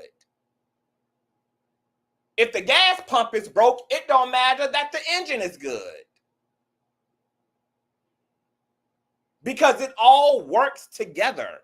And we're all in this together. It don't matter how delusional we are in thinking that our little wealth and our little money and our little high and flying ass life, that we are somehow removed from everybody else we can see outside of our windows. We're not. And these mass ootings prove that. These robberies prove that. The targeting of wealthy people in a society that's becoming more expensive to live in. Carjackings are up. Burglary is up. Fraud is up. We have never had more stores shutting down, Walmart shutting down in the droves because of thievery. Dollar Generals, Family Dollars, CVS's shutting down on thievery. And we still have the audacity to see the extreme side effects of not giving a fuck about how other people are impacted in the quality of life in which they are experiencing, to still go on perpetuating these profound senses of individuality, regardless of the fact that the shit is imploding like the submersible Titan at 1,500 fucking feet. The whole fucking matrix is collapsing. And we still thinking that, yeah, that ain't my problem. Yeah, go ahead, change, conform, fit the mold. Let's uphold the status quo. Ain't none of us been benefiting from the motherfucking status quo. Fuck the status quo. Neurodivergent people need the world to change for them the same way that black women need the motherfucking world to change for them. The same way that black men need the world to change for them. The same way that black queer people need to change for them. We got to do better. The strong, the wealthy, the privileged, the means is all of our issue. Anybody want to add to that before we get to the matriarchy conversation?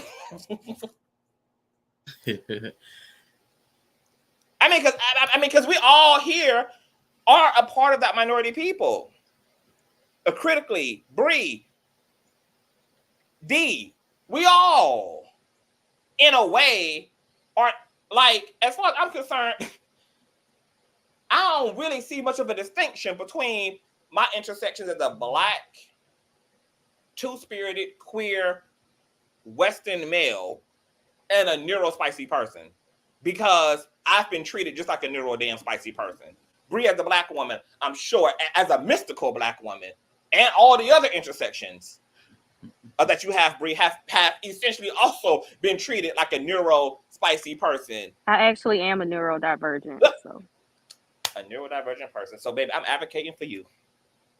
Well, that's why I have a neurodivergent daughter, and so that's why I what I'm teaching her is what I think is the most useful, not according to any rule. in myself. My mom was great. She had a degree in child psychology. She was amazing, but there's still some things I wish she would have helped me understand better about myself. And so that's why I say what I say about my daughter. About my daughter and still Amanda. Yeah, I'm sorry. I'm not letting off her. She's aware enough. She's a scholar. She's a scholar. So yeah, she gonna get them words. Yeah. Get them, bro. Get them. Okay, so my question before we move on to the patriarchy conversation, because there's a few things I wanted to touch on from Critically Drinking's conversation on his platform. Make sure that y'all subscribe. One more question. Does anybody here, what are y'all criticisms of, if y'all have any, of Shannon Sharpe in this moment? Like, what were y'all observations? The side, right. Shannon Sharpe, I'm from the South. He is such a Southern Black man above a certain age. And as a neurodivergent person, I just personally choose not to fuck with them if I don't want to be triggered and have a combative, defensive experience. They just are unable to, because of their programming and their generation. There's just certain things I just don't expect from people my mom's age. You know, they're just certain, they are not safe. I don't care what they say. I'm a safe person. You're not safe because you're a boomer. I just don't fuck with them. That's a choice I've made. Okay, I don't want to carve out that path with the boomers. Somebody else to be the revolutionary, to go fuck with the boomers. It's not gonna be me. I don't like how it makes me feel. I don't like how their framework is. I don't fuck with them. So Shannon Sharpe is exactly what I thought he would be. For me, it's a great reminder that we should not knock the arts as a degree, or those that choose to pursue careers that are, not attorney, doctor, lawyer, because just like with blogs, how they're not reflective of true journalism, a celebrity is not necessarily fit for being an interviewer. And we know that he has no formal training in this. He's just someone who says he likes to have conversations. But I think it means we need to put more respect on people that do this, that are educated and have done the work, because we don't get that with these. It's kind of like, the men and people with the podcast that they set up, and next thing you know, they're dating experts. These are not people that are trained in this field. They just want to entertain. And I think that's what we got from this. He wasn't interested in dissecting her or trying to understand her perspective or to have a conversation that was going to help move the community forward. It was entertainment for him. And he was just there kind of as a catalyst to start some mess, not to really get to the root of anything. Wow. But I think his views on his channel show that that's what people want to see. The fact that the Cat Williams thing has the most views of any interview on YouTube means that he's doing something right. So there's an audience that's tuning in. And that's exactly why I think she went. I think she thought that he was just gonna let her rock. Like, I think it was just really just his platform that appealed to, and I actually really appreciate her, because in a way, like, obviously, like, she's not a psychic, so she wouldn't have been able to really predict what was going to really happen. But her expectations were obviously shaped from however she perceived his platform, and I think she really thought she was just going to be able to get up there and rock, and she wanted to take advantage of being on a platform that had a very large Black demographic. And I actually appreciate her strategically thinking in that way to get the conversation going around a neurospiciness. And I think it was a good idea in theory. It played out how it played out, but nonetheless, I guess it ultimately still accomplished what it needed to accomplish, because we sitting here still talking about the interview and neurodivergency, which I really, really, really appreciate. So I'm going to consider her a martyr. Because yes, I'm going to trigger Critical Drinker and call Amanda Seales a modern day martyr, because she went in trying to do the right thing and strategically thinking that this large platform was a perfect space for her to talk about her intersection as a neurodivergent person, as a Black woman, to Black people.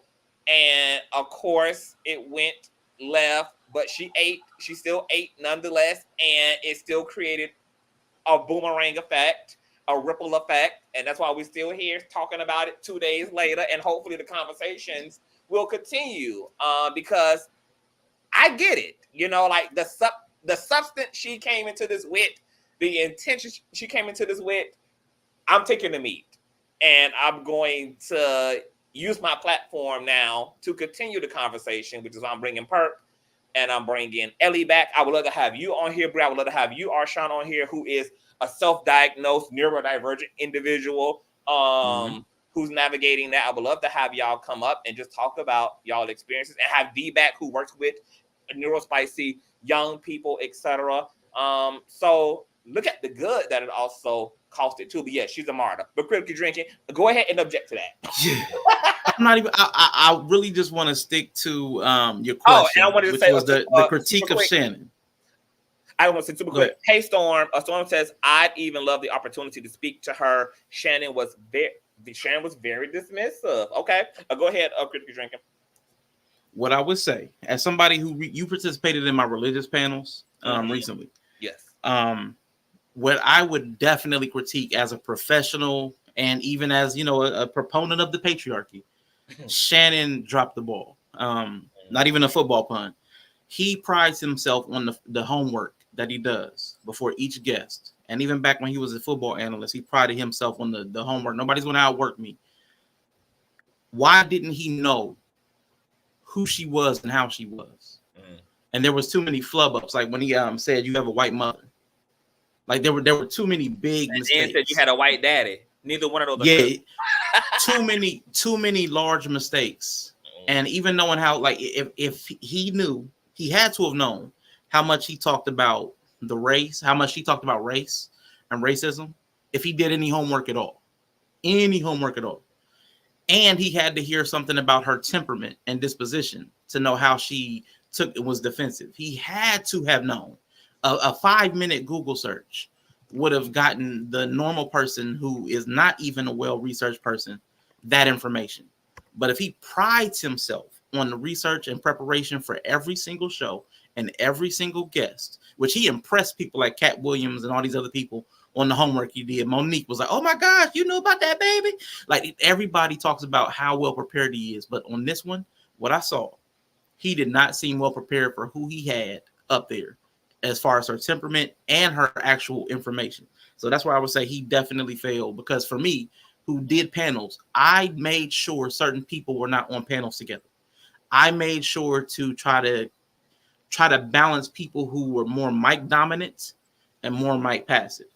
I put forethought into who was grouped together for effect and for cohesion. Like, that's the kind of thought and preparation you have to do if you're going to do something well. And I think he failed on that part, because even himself, there's ways he could have designed his pushback or challenges that would not have triggered her defensiveness, but that would have took forethought, as opposed to him just interjecting about that ain't got to be racism, do it, because that was him interjecting his feelings about race and like that kind of Charles Barkley-ification. That's not racial, but that's her perspective, and I think he failed on that part. If I'm going to critique him, that's where I would critique him. I think that's fair critique. I think that's fair. Anybody else before we transition? Martyr. Oh, he somebody said he Gen X, and they about terrible too. So I still stand by what I said. Shout out and much love to the digital martyr, Amanda Sales. Oh, okay. Oh my God. She's a nasty woman. I can't. I cannot. All right, so Arshawn had it going on. I did not catch the entire panel. I got notified super late, and when I came in over on the Critically Drinking platform, as always, y'all were making these women feel like they are the damn problem in this society and trying to really do reverse sexism, which is really not a thing. Just like all lives matter is not a thing. Okay. Just like Black people being racist is not a thing. Wow. However, Arshawn is really trying to make fetch happen. And I was curious to know, because I can see at this point in a lot of the male spaces in particular that men have grown seemingly frustrated with women being frustrated. And I know you were discussing toward the tail end of your live stream, Arshawn, like this idea of like, do women need men? And I'm going to assume that the collective of the panelists, including yourself, believe ultimately yes, right? That women do need men. Again, I want to couch this. Everybody needs everybody. Okay. Like women need men need men need women need women. We all are needed. We're all needed. But the specific issue I brought up was they said men are useless. Not that who need to, it was men are useless. And that language was, to me, is problematic. A blanket statement, men are useless. And it was applauded and cheered and yeah, they're useless. And even talking about each other's husband. My husband's useless. It was just that kind of language. That it's problematic. Okay. So expound upon, you know, I know you obviously can't speak for all of men, but you know you are right. But so like what do y'all hear when y'all hear this type of rhetoric? You know, I know that some of the panelists felt like what they hear is a bunch of female dummies, a bunch of ignorant buffoons, a bunch of contradictors, a bunch of weirdos. And I remember listening to one of my favorite panels over on the Grapevine, which has gone out of business. They don't do the Grapevine anymore. But I remember the same conversation came up on a panel discussion over there. And one of the women was saying to one of the men in response to him saying, you know, this type of language is like discouraging and it just triggers up a defense mechanism.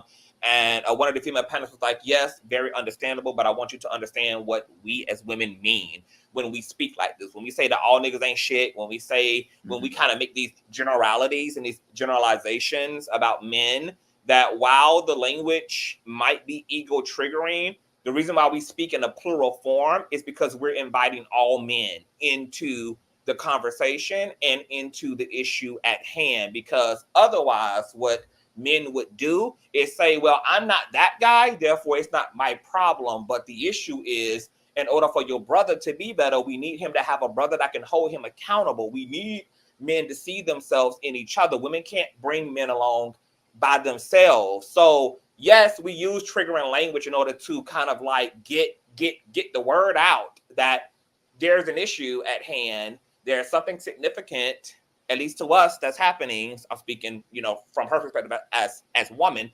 and don't get hung up on the superficiality per se of the language. Really. And she was also not saying that every single woman who talks this way is necessarily asking for a dialogue. That, you know, of course, there are superficial people who are just talking shit and just throwing shots at men community and have no interest in having a conversation, have no interest in a sit down and a dialogue and a back and forth and an even and compassionate loving exchange. We're clear about that. But generally, this type of rhetoric is like supposed to be in the spirit of just getting your attention and inviting men into a space to speak about the experiences that are very unique to women. But what does that sound like to you as a man when you know, in this space where everybody has a mic, including loads of women, and this is the way the conversations get framed around women's feelings around men, that men ain't shit, men are bad, men trifling. How do y'all translate it? Man, if I'm speaking for most men, I think a lot of it is the ego defense thing.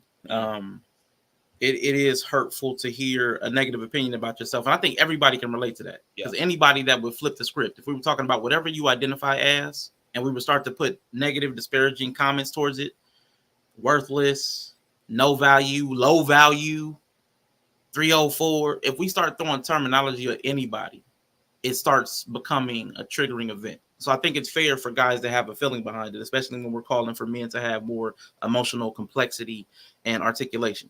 So I think that part is fair. Their response, I believe that's where I even started on the internet, anti-red pill. I thought they were stupid, a bunch of idiots. The way they responded to the negativity was with overwhelming negativity.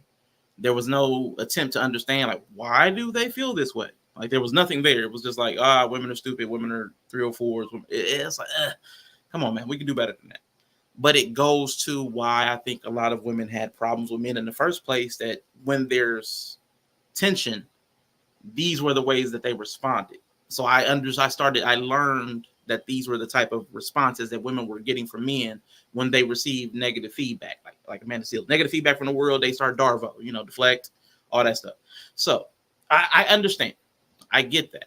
I respect the way men have harmed women. I respect why women feel the way they do towards men. I respect and believe in the First Amendment and people having the right to say, I've been harmed. Men are trash and generalizations. I'm okay with that to a point. My issue, like I spoke today, was like, that was The View. That's a mainstream platform. Like these YouTubes and the podcasts, even if they start to grow numbers, I honestly only had a minimal problem with like Cynthia G and talking about selective breeding. Minimal problem. I'm like, that's a little sketchy, but I respect her right to say it. But now mainstream, if we're mainstreaming anti-male rhetoric, well, now we have a problem. Because if we were to do the opposite, it'd be all kinds of hell to pay. All kinds. That's been done. Speak on it, D. An example? Well, if you look at a lot of the ads about women, what was it, in the 50s? About how they should be housewives, how they should look when they're housewives, how they should behave. A lot of propaganda promoted towards being stay-at-home moms and how important it is and things like that, about what women are good for. That was definitely something that was prominent in society. Well, yes, and I'm speaking more towards contemporary times. So that's right, I get what you're saying. It has been done before. And so now that there's an era where it's being flipped, I feel like that's just, the environment, the universe balancing. And I'm not even here trying to argue that. I'm only speaking for the experience that I've experienced in my lifetime. And I didn't experience the 50s. So what I'm experiencing now, because the internet didn't exist in the 50s either. Social media, where millions of people could be using the same app. None of that existed. And with the messaging that you're talking about. So the amplification effect is far greater than it ever has been. So these things have necessarily the case. Are you telling me that in the 50s? Go ahead. In the 50s, they had something that could get messaging out as fast and as far as the World Wide Web? No, but there were only a handful of media outlets. So if you wanted a different perspective, you had to just talk to somebody down the street. The same message was sent nationwide. So there wasn't a way that you can go to someone else's channel, hear this person talk, go to this channel, turn on the TV, watch The View, turn it off, go to BET. You couldn't do that. You had to listen to whatever was being spewed. So all women were getting the messages that you should be a stay-at-home mom. Don't join the workforce. Raise your kids. Now, just to clarify, so you're saying being a housewife is anti-woman messaging. That's what we're talking about. It's definitely anti-feminism. Which will be different than anti-woman. Yes. Okay. So we were talking about rhetoric that actually maligns the human. So saying a man is useless actually impacts the totality of manhood, regardless of his personal ideology. Now, if it's anti-feminism, it only harms the people who are within that. Now, I can understand that they still feel harmed. I'm not trying to invalidate the hurt that is done against feminism. But for all of womanhood, saying that this is wrong, women are wrong, they shouldn't be wearing this kind of outfit, that kind of messaging, I can understand. I could accept that because there are types of messaging that has been harmful to women. I would even say even now, as far as the anti-choice.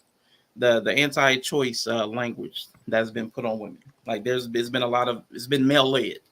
So that's something I could see. But as far as like the 50s and housewiving, which, you know, a lot of people still like traditional roles, that's hard for me to accept. But I respect your position. I want to add, I just want to insert this part too. I just wanted ahead. to respond to that super quick. And I think it's also, I think that messaging is also very anti-individualism, because it doesn't allow women to have a personal sense of autonomy and choice when the cultural standards are restricted and designed for all women to conform to. So when you create kind of that collective expectation, it also indirectly prompts the collective to resist anything that's outside of that. So when you have the conservative 50s and 40s, then you're going to have pushback against sexually liberated women. You're going to have pushback against women who like to present their bodies in unconventional ways and dress in unconventional ways and also have legacy in non-conventional ways. I mean, I remember just as far back as my parents' generation, my auntie spoke about how she had dreams of going into the military. That was, you know, a career that was dear to her heart, and she wanted to retire from that. But my grandfather talked her and bullied her out of going into the military because he considered that to be a masculine job, and that was an occupation for men. And now she's been a struggling Wendy's cashier for the rest of her life as a result of arranging her life around, once again, the expectations of the dominant class. So I think it's very dangerous, obviously not to the women who are truly making an informed choice to be a housewife. But I think what feminism desires is choice for women, choice. And those choices should be available, and those choices should also be met with the same sense of normality. So a sex worker should be seen as just as much of a legit woman with a legit means of income and with a harmless way to navigate life as the housewife. That it shouldn't be that only one women are standardized, pedestalized, and literally expected of that. And anything that goes against that means that you're demon infused. But go ahead, Dee. I was just going to say that even though there's not a equal level of dissemination of information between the two time periods, it was much more harmful, the messaging that women were received, than the messaging that men are being received, that are being the messaging that men are receiving today. Because at the time, this was a time where women were just getting permission to enter the workforce. So if they wanted to pursue a job, we already had these biased men in these positions that wanted to make sure that they couldn't get the job. They wanted to save it for a man. They wanted women to be home. So there was actually something that was severely harmful to women. Men being told they're useless doesn't stop them from dominating our political system, doesn't stop them from holding their CEO and presidential positions, doesn't stop them from running the country. So yes, your feelings can be hurt, and that's valid. But at the end of the day, it's much more harmful the way that women were marginalized than how men are being called names today. I want to say too, wasn't it super dangerous to have this as kind of the cultural narrative for women, because it also boxed women in to have an economic dependency upon men? Like, exactly how is a housewife to really survive once her husband decides to leave her and make a housewife out of another woman? I mean, these were the predicaments that a lot of women were in when their marriages did fold, because all of your dependency and strength is in your affiliation to a man who, to Dee's point, is in a society that allows him to have equal access to the workforce than women did. So there was like this big incentive and agenda to actually control women, not to just suggest, not to just influence, but to literally control the gender dynamic. I agree with to center it around men. I agree with that. And I think we are forgetting that it was such a romanticized view because, we made, us as women, we're feminine, we're dainty, and that was the view back then. But the question I posed myself, and I was talking to somebody, I think about a year or two ago, if we had to go back, if some of those that would now be grandmothers and great grandmothers, if they're still living, had to go back and ask them how they really felt looking through the lens of today about that time, I think we'd get a different reaction because that was the norm. But let's see who put that out there. Men, they were the advertisers, they were the ones that were controlling media, especially white men. This is what they wanted for their image, but that doesn't mean that they wasn't doing savage SHIT on the side. And a lot of those women sucked it up because that's all they felt, all they had. They were discouraged from, like you said, about your aunt wanting to go into the military, wanting to go into workforce. And if she had to, by means that the husband died or some kind of, or he walked away with a younger, better version of her, then she was relegated to female roles, secretary, nurse, whatever, teacher, those types of jobs.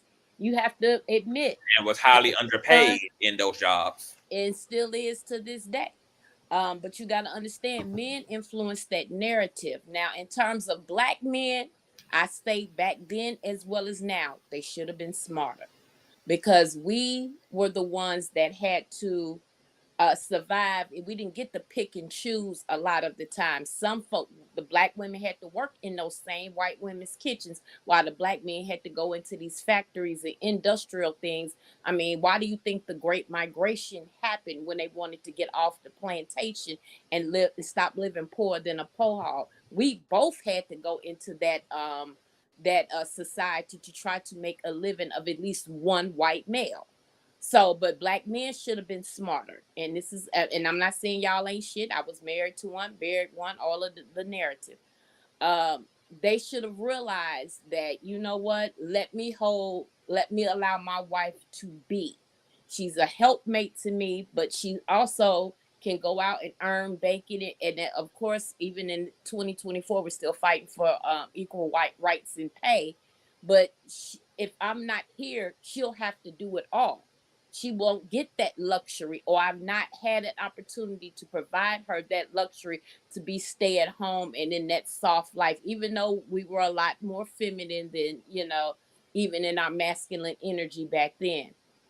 So, but black men, I'm asking for you all to be a little bit smarter. We were even more evolved and less respected in that space, and even till today. So a lot of us, single black women, we have to go it alone, not because we want to.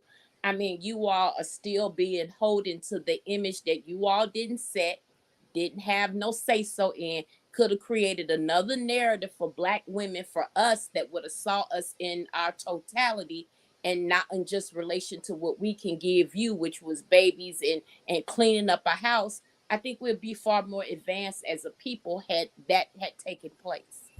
Okay, I want to let Critically Shrinking address some of this. Critically Shrinking as a token hetero man on the platform. What are your thoughts? I'm honestly not going to address too much of it because nothing anybody said is factually wrong. But it wasn't the question. The question was speaking to men's perception of the messaging that they're receiving. And I know it's almost impossible not to center things around ourselves. So we shifted back to, well, women had it harder and we've had it worse. I get that. Not even mad at. Almost expected. But as far as men and their experiences, and I know Miss D did say, you can have a feeling about it and I validate your feelings. But we didn't get the validation of continuing the conversation in the vein that it was. We immediately shifted to what was more important for the people speaking, and that wasn't the men. We moved back over to women and their plight. And again, I get it. From the 50s on, women have had, even before the 50s. I mean, y'all shouldn't have had to fight for the right to vote. Shouldn't have had to fight for the right to have credit cards in your name. Shouldn't have had to fight for any of that. Shouldn't have to fight for the right to not get sexually harassed at work. Shouldn't have to ask for those things.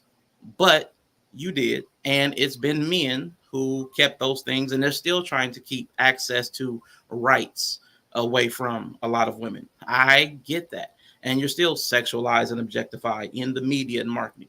Totally understand that.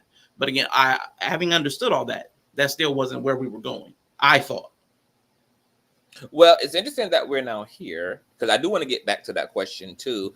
But I think I said I don't know if I said this over in your chat, Arshawn, but I was thinking, like, why does this always happen in the conversation? Because obviously there's something unconscious that women are communicating when we have to go into the historical context of this. But I do think it's relevant, that historical context, because I think it goes back to my earlier CTV Luther King speech about how the society really rolls over people, and we do that politically and economically and socially, etc. And there's no true incentive to correct the issues, and it's even worse because a lot of these issues and forward movements that have taken place by force, not even by like genuine design of empathy, not even by like, you know what, we're just wrong, we're going to correct this, but because we've had to be forced to actually wake up. People like the boycotting, the protesting, the rallying, the community organizing that women's community, queer community, Black people's community, minority people's community have had to do in order to get the system to respect them, and to equalize the resources and neutralize the threats. And what I feel when I hear different groups do this, because all groups are do it. Black men are go into the historical, Black women to do the historical, queer people do the historical, everybody does the historical. I think that what we're really talking about, honestly, is the fact that all of our subgroups, like, we've experienced narcissistic abuse in the system, and that is almost there's an unspoken PTSD that exists in the cellular memory of all people, of woman people, male people, queer people, trans people, etc., that we've been narcissistically abused in this system. And the problem with the way that the West corrects issue is that it corrects issues very mechanically and very materially, but oftentimes do not emphasize in correcting the spiritual, emotional, and mental damage that has been done, which is why when we talk about the Black experience, we talk about a slave mentality that has survived despite the fact that the body is no longer on the plantation. So with this trauma still existing throughout generations of womanhood, once again, it's clear to me that this system needs to do a little bit more than just raise the pay for women, simply give them rights to, like you said, own a credit card, economic rights, etc., all of that good stuff.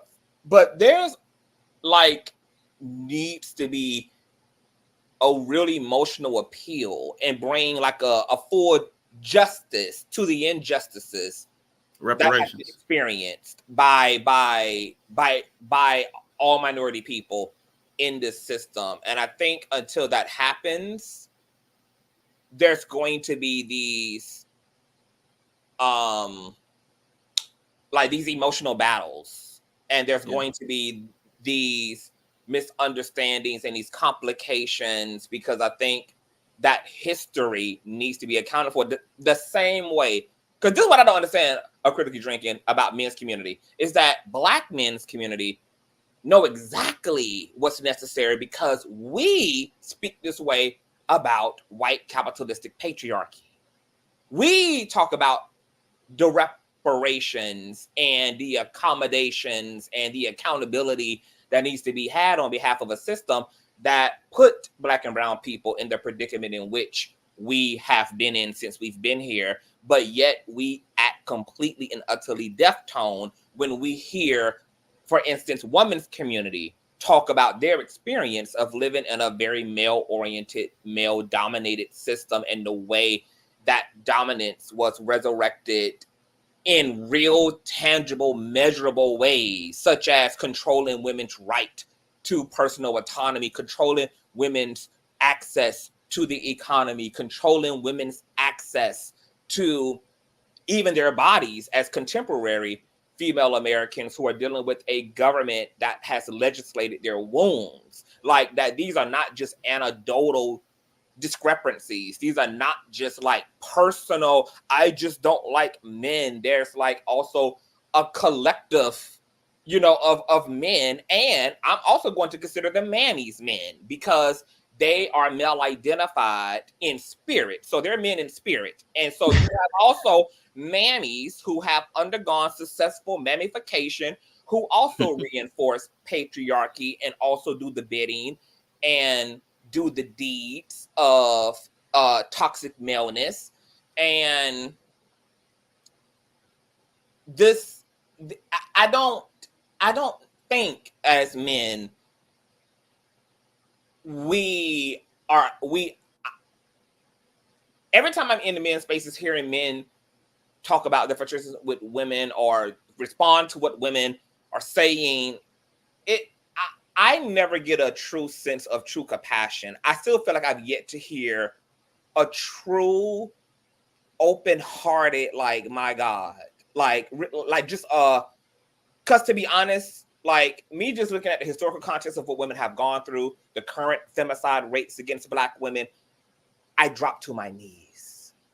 It brings me to my fucking knees when I think about the fact that, because it's possible, as you just said. I mean, we can't exist outside of ourselves, and I feel like men have not stepped completely away from themselves and really heard women and took women into their hearts, and just, at least if you can't listen to any raggedy female in front of you, at least open up the history books and just see what has objectively been done to generations of women, and how even contemporary women are fighting against the temptation to fall back into toxic mammification.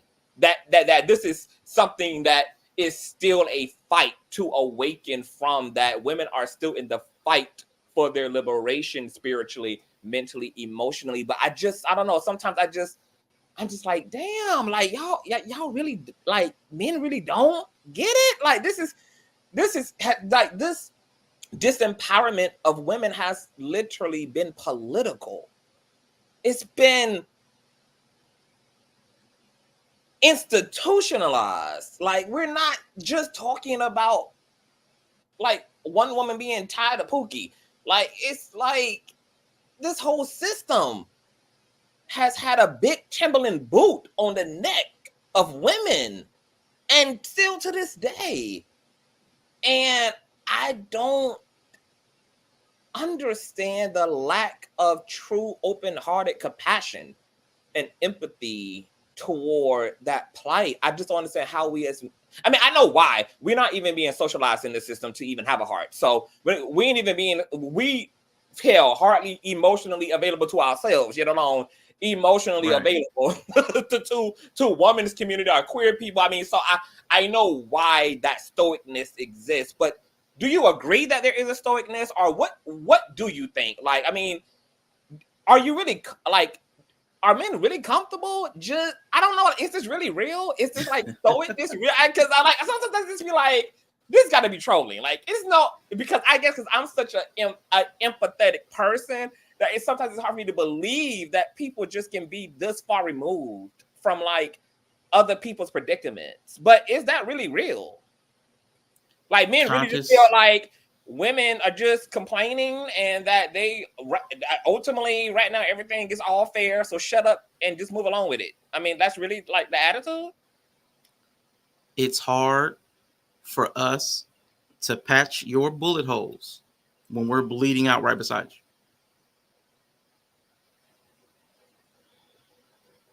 So how are we going to attend to your needs if we feel like we're about to die? I'm sure everybody here knows about survival mode. It's a very common phrase. Everybody talks about it. If you're fighting for your emotional survival, and as a man, we'll also say they don't have emotional articulation and intelligence. If you don't even have a way to ask for the help you need to survive emotionally, what would that look like? If you needed to eat but couldn't ask for food, what would that mean?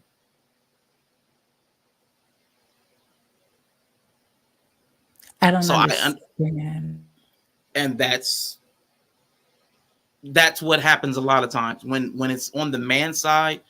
I've gotten this so many times, and this is not to attack anybody. When it's the man, when it's the person, the human is a man, nobody understands very basic needs, the basic needs of humans. But when it's flipped, everything that you're asking for are the same things that we need. We're all in need together. That's all I'm saying. We're all in need together. And I'm thinking anybody that speaks English can understand that. We're all hungry. And you're saying, wait, listen, why haven't you fed me? Because I'm starving too. That's all I'm saying. And that's the part that I don't understand, because Black women have had to carry the burden since the inception of the Black American community. We've been starving and still had to feed our family, still had to feed our children, still had to mother and feed other people's kids. And so it wasn't literal food. I'm sorry to interrupt you. It wasn't literal food, but please continue. Oh, of course. I get it. But that's literally the plight of Black women, that we've been carrying things on our backs while we're also marginalized, while we're also stereotyped, while we're also discriminated against. We have the double jeopardy of being a woman and being Black in society. So we have to deal with both of those issues. And we've had to take care of ourselves and take care of others. And so when it's asked, why can't Black men do the same? You're saying that you can't do it because you're hurting, but we've had to do it. And we didn't get to make an excuse about it. Do you believe as women that you might have the tools for nurturing and compassion from the feminine principles, energetic exchange, and all that good stuff about femininity, about nurturing, healing, the divine woman, the divine mother, all that good stuff? Do you think that this culture might instill values of those things that you said women have been able to do? Do you believe that it's possible that women have a greater capacity put in them through nurture or nature than men have, especially when it is the common accepted understanding about men that we are not emotionally in tune, we're emotionally suppressed, and we're emotionally inarticulate? Alexithymic is one of the words that gets thrown at men. Is it possible that we don't have the same capacity? So although you have been asked and have completed the task, is it possible you have the tools that men did not? You're looking at your completely built up wall while you had a hammer and nails, and this man emotionally is sitting there with sandpaper, and you're wondering why his wall is still on the floor, just in planks of wood. Is that even possible? I think if you were speaking to an European or some other woman, possibly, but Black women have a unique plight in which their femininity was tied to their masculinity. We did not have an opportunity in our history to just be dainty, feminine women that were soft, and all we had to do was nurture and care. We also had to be strong. I don't know how many pictures and stories we have of Black women carrying babies while they're working in the fields. So it's not that we're just innately nurturers. We were forced into a position to raise our kids, raise white kids, raise whatever kids were put in our hands. And that didn't happen because we're just naturally like that. It was a need, it was required, and we met the requirement. And I have a problem sympathizing with men making excuses as to why they didn't meet the requirements. Well, listen, I hear everything you're saying. And if you have no sympathy for it because of what women have historically been able to do, there's nothing I can do to move that needle. But I think we all look at the men, we all listen to what they say, and excuses, reasons, I can't sway anybody on that. Like the Amanda Seales thing. Everybody believes what they already believe. but I do know that men have a really difficult time understanding their own emotions, articulating their own emotions. And if everybody says, if you can't love yourself, how can you love anybody else? So if you can't understand and articulate and discuss and unpack your own emotions, asking men to be able to do that for other people, that sounds pretty crazy. But I do understand if women have been able to do it and men haven't been able to do it, I'm fully willing, 100% willing to say that men are just completely deficient in the basic skills of nurturing, healing, and compassion. I have a question for you, Arshawn. Yeah. Do you believe that? Like, do you believe women have a inherent access to feminine energy that men don't? I'm not even trying to be funny. I hear it over here all the time, Conscious. Mm-hmm. I hear that over here on this channel all the time. You hear It's what? That language is very common about the feminine energies, the divine feminine, the healing. I'm an empath. I'm a dark empath. I hear that language all the time coming from feminine spaces. I never hear that language coming from men, from cis hetero men.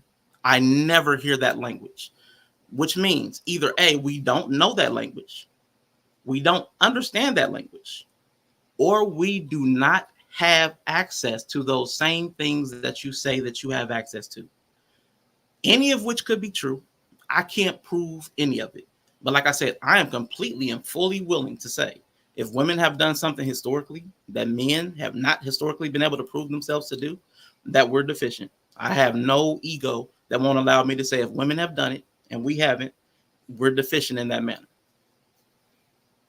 You know what's so funny is that y'all clearly do to this channel like what y'all do to the Bible as well, which is cherry pick. Because even Deborah says, I agree, I hear it over here too. But if y'all were really hearing, y'all always hear me say that I think the differences emotionally between the sexes have more to do with socialization and nurture than it does to any inherent quality. I'm not also negating that there may be preset qualities put into people who predominantly have estrogen and put into people who predominantly have testosterone, because we also know that estrogen and testosterone have varying qualities that shape our behaviors. But because the society also goes out of its way to actually socialize people, to actually indoctrinate people, to actually create social constructs, then we also can't ignore the fact that we're literally training people to be a certain way as well, regardless of what the preconditions are that people come into this world with, the preconditions that male and females and all persons come into this world with. So May I ask a question? Yes. Okay. So when I said it could be nature and nurture, it was pushed back and said, no, women have been able to do it. Men should be too. And I acquiesce. I'm like, hey, listen, men are deficient. And then when I say men are deficient, it's like, no, we're not going to accept that either. It's the nurturing. So the fault has to lie somewhere. Now, at first I said it was the system, the nurturing and the nurturing, the systems that we involve ourselves in, the one that we did not control, nature, and then nurture, the sociological element. Now, when I said that, it was met with a no, because women were able to do it. So I'm like, okay, then I'll take it. It's on us. It's our hardware. We're messed up. We failed. And then it's like, no, now we're going back to the system. So now we've come into a circle, and I just need to know where we're going. So I didn't push back against, but what I will say to that is because of my personal frame of thought, I think that these differences are more of a socialization issue, because here's the thing that I get hung up on when it comes to the nature argument versus the nurture argument is that what freaking sense would it make for the consciousness of the universe, who is arguably in balance with itself and striving to be in balance, and created ecosystems to be self-sustaining, would then create naturally men and women to be naturally oppositional toward each other, for that to be literally by design, but yet are also built to procreate together and to obviously share spaces and a planet and an environment and resources amongst one another. There is an inconsistency with the nature argument that these feminine qualities are only inherently available to the female, and these masculine energies and states of consciousness are only inherently available to the male, because it leaves no room for the actual union of male and femaleness. It leaves no middle space. It literally just will create an infinite gap. But because we also know that gap does not exist, because men and women come together and live together and marry and make love and have families and work together and share communities together and get along just fine together. So clearly, we have to lend the conversation more to the nurturer than the nature, because of the reality of the fact that the sexes are also playing along just fine together. So men and women do have the capacity to tap into the traits and the qualities necessary in order to hear each other, to love each other, to take care of each other, to support each other. That's just real life true for male and females in the world. And can I say something real quick? Yes. And then I'll step aside because we ain't got a couple people we ain't heard from in a minute. My bad. Last thing, I hear why I might have misspoken. I never intended to convey only that men only do this, women only do that. That was never my intent. I believe the full range and spectrum is available to everybody, but it's imparted differently. And I'll use like biology to illustrate the point. Like men and women both have testosterone, but it's not in equal measure. Men and women both have estrogen, but it's not in equal measure. So when I was talking about healing and empathy and nurturing, we both have access to it. I'm just saying naturally, it's not in equal measure naturally. And the systems of nurturing then pitch those even further or closer, depending on are you in a collective society or an individual society? We all have different value sets depending upon where we're from. So I believe both nature and nurture play a part. And I'm not saying there's nobody on this planet that has shut off access from the masculine or the feminine. They're both present biologically and psychologically. So I just want to clarify that, and I'll step aside. And I want to insert this into that because I understand like the reality of both the nature predisposition and the nurture dynamic, but nurture in this case, I'm going to say, has more power, because what we know also is that most people are a product of what? Their actual environment. They're a product of their parenting. They're a product of the communities in which they come from. That we see largely nature is playing kind of a backdrop role, but ultimately what's really leading the charge is the nurture. And this is why we can meet like men in this society and then call them soft. And then they talk about how they were raised around a bunch of women to justify their so-called softness. Because once again, this is that nurture dynamic. These are qualities that can be instilled in anybody. It just has to be nurtured in people. All people have empathy. Empathy is also not really measured by testosterone or estrogen. It's something that can be shaped through the actual care of the human being and the quality of care that is being prioritized in their life, that leads them also to being a healthy, loving, grounded individual. Like the reason why therapy can largely change almost anybody who genuinely wants it is because we can be deprogrammed and reprogrammed. We can actually reshape our minds. This is why redemption exists in this society. This is why all so-called saints have a sinner's past and vice versa. People can change, and people change every day. Men and women alike change. They decolonize themselves. They decentralize themselves. Like, we rip our software and these downloads away all the time and allow for new information and new awarenesses and epiphanies to flood into our consciousness to inform the way in which we want to live today, regardless of whatever nature is at work in that estrogen or testosterone, etc., that we have largely a creative right to our lives, which allows us to make conscious decisions to be whoever the fuck we want to be and to show up how we want to regardless. So, to your point though, because we live in an artificial simulation that's been led by a low vibrational masculine attitude, men do have the predisposition of our testosterone. However, we do also, to your point, we don't have those tools because we're not being socialized to have those tools. And I think that's the part where women are asked, I think it's important for that to be stated, because we can't allow, to Dee's point, for there to be any excuses.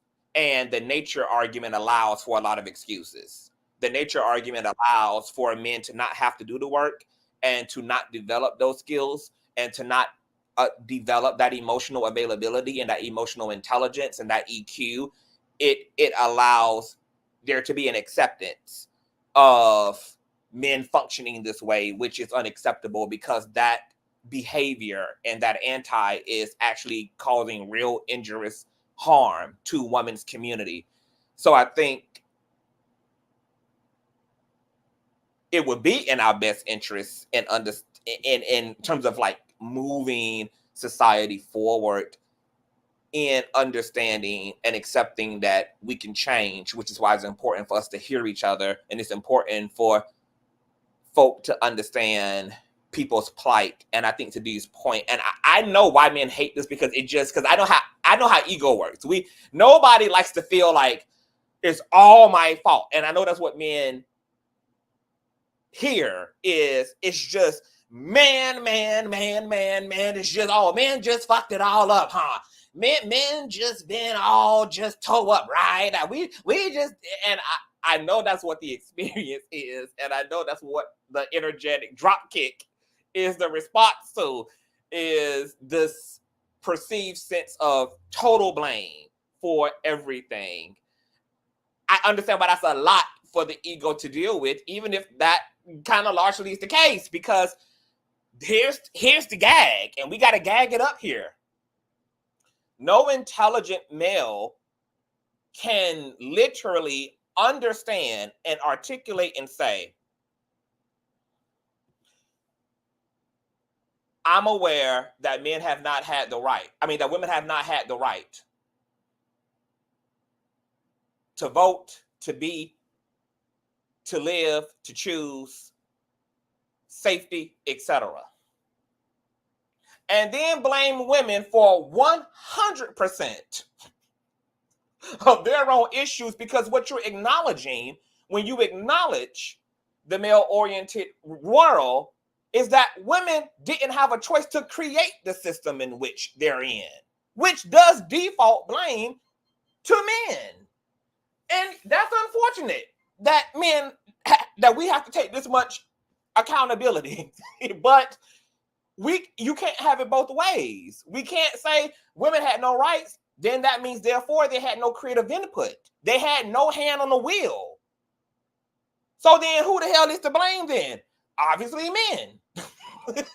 And the only way for that to not be the case is if women would have had the same equal footing this whole time and we still ended up here. Then the battlefield would be even. But since we know that not to be the case factually and actually and historically, men have to take all of this into consideration when they're thinking about now trying to understand female plight and what needs to happen for women to establish herself and be in herself, and then the way that then needs to shape those dynamics going forward between the sexes. So if women didn't have rights, women didn't have any of that, and women couldn't vote, and women couldn't be presidents, and women couldn't work, and women couldn't, and women couldn't, and women coming, and women couldn't, and women coming, and women coming, and women coming, did it mean that men did? It means that men did it. Men created it. White men and black men alike. And black men only followed because they had no other model to follow. And to your point, we didn't have any other example of what the world was supposed to look like other than what white capitalistic patriarchy created. So we just black-faced white patriarchy. That's Conscious. I'm sorry. You know, I'm playing double dutch and trying to figure out the social media thing. This is the resident therapist. Hey, boo. Thank you for this conversation because you add such value with where you're willing to go. And I was sitting here and I just wrote down, you said unapologetically, who to blame? And I was sitting here saying, because I've heard you identify, if I'm not mistaken, as an androgynous identifying person. Does that sound familiar to you? Say that one more time, boo. Yeah. So your presentation and with the words that you're using unapologetically, like that also comes with some privilege because you posed a question that I didn't take rhetorical at all. You really are preaching, but you have that privilege as we talk about patriarchy. So I am what one would say a cisgendered woman. I was born female and I identify as female. Identification is whatever a person says. That's where respect and honor comes in. You are very in touch with your feminine and your masculine energy.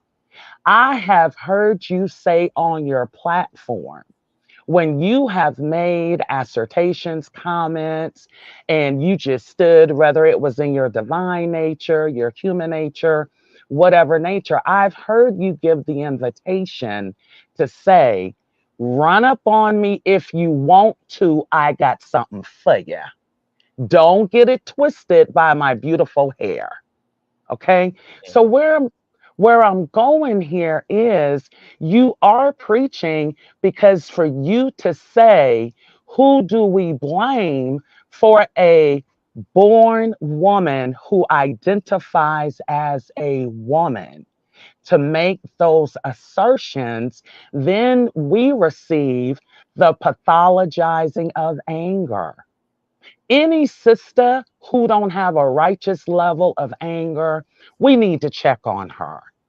Because just systemically, the way we've been treated, whether it's been in our community of color or outside of our community, it is straight up larceny.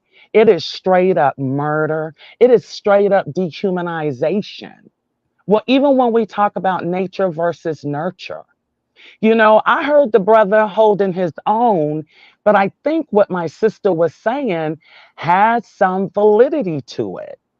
But also with that, I don't like the idea of getting into man against women, not when we're talking about Black people, because not only do we have patriarchy, we've all been programmed systemically that taught us, even in our Constitution, as a Black bodied person, They claim that we're not even fully human. So for me, it's important that we do have these conversations of awareness. Like it or not, we all have a role.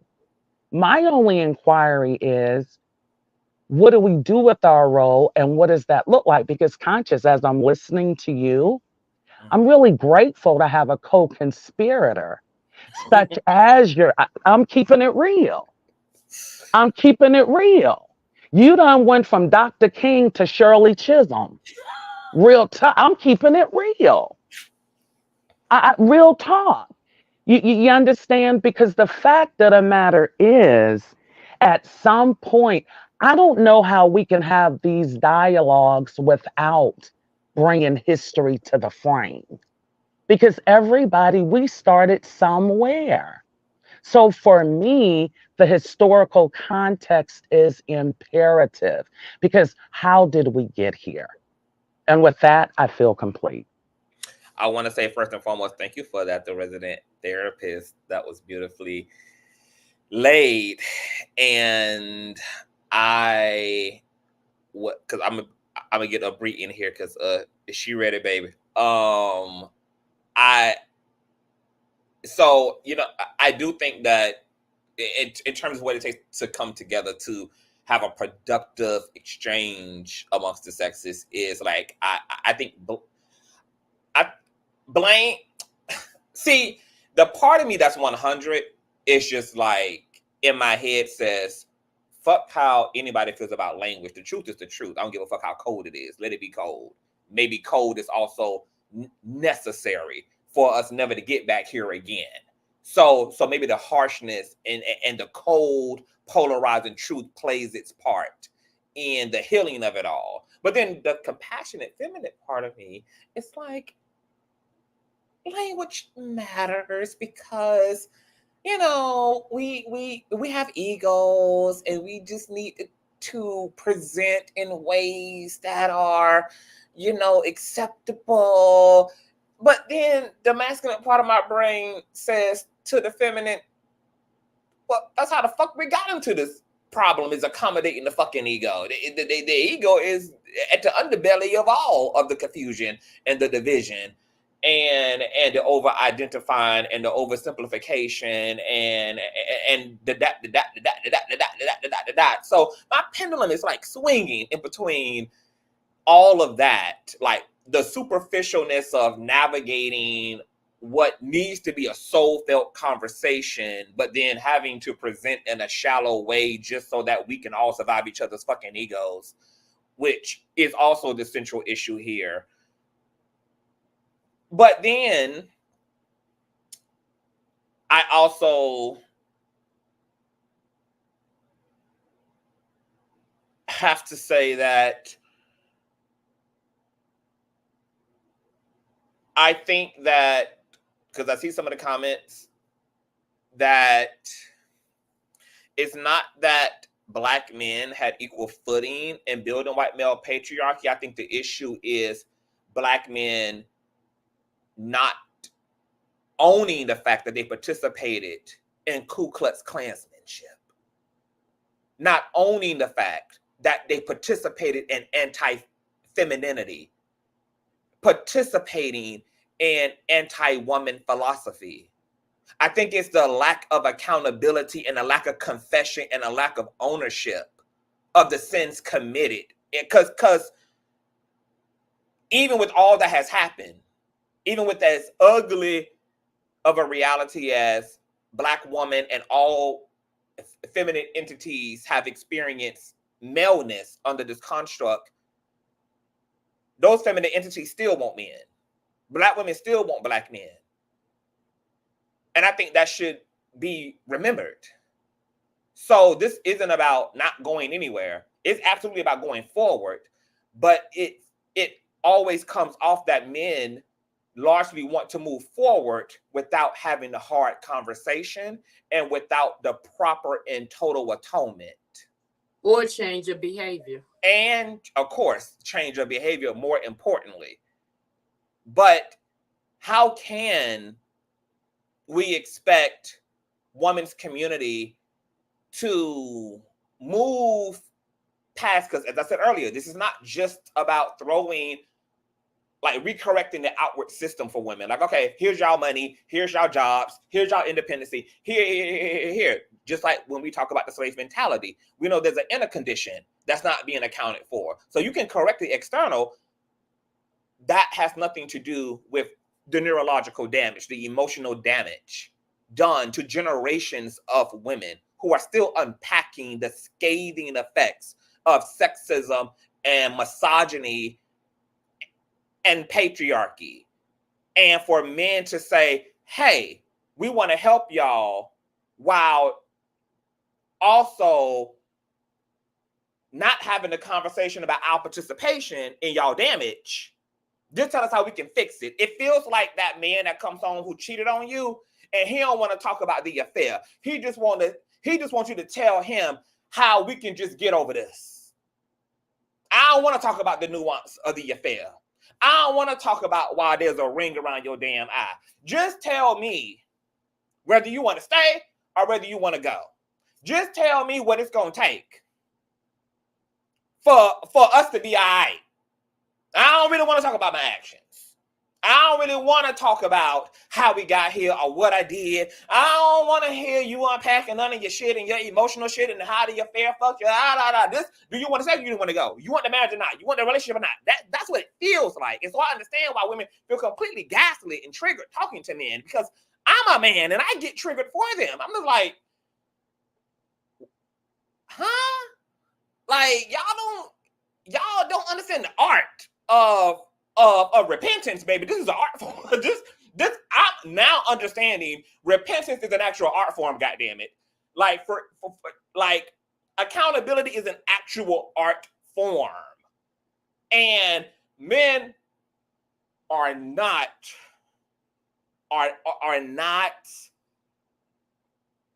they're definitely not mastering the art of compassion.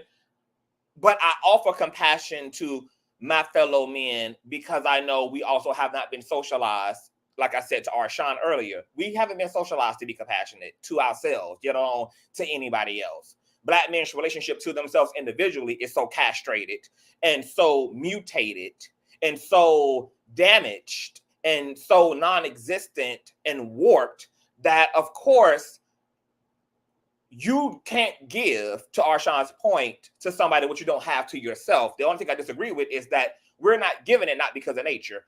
We're not giving it because of nurture and because of the way the system has exploited the way that it's socialized and divided the sexes and genders amongst each other.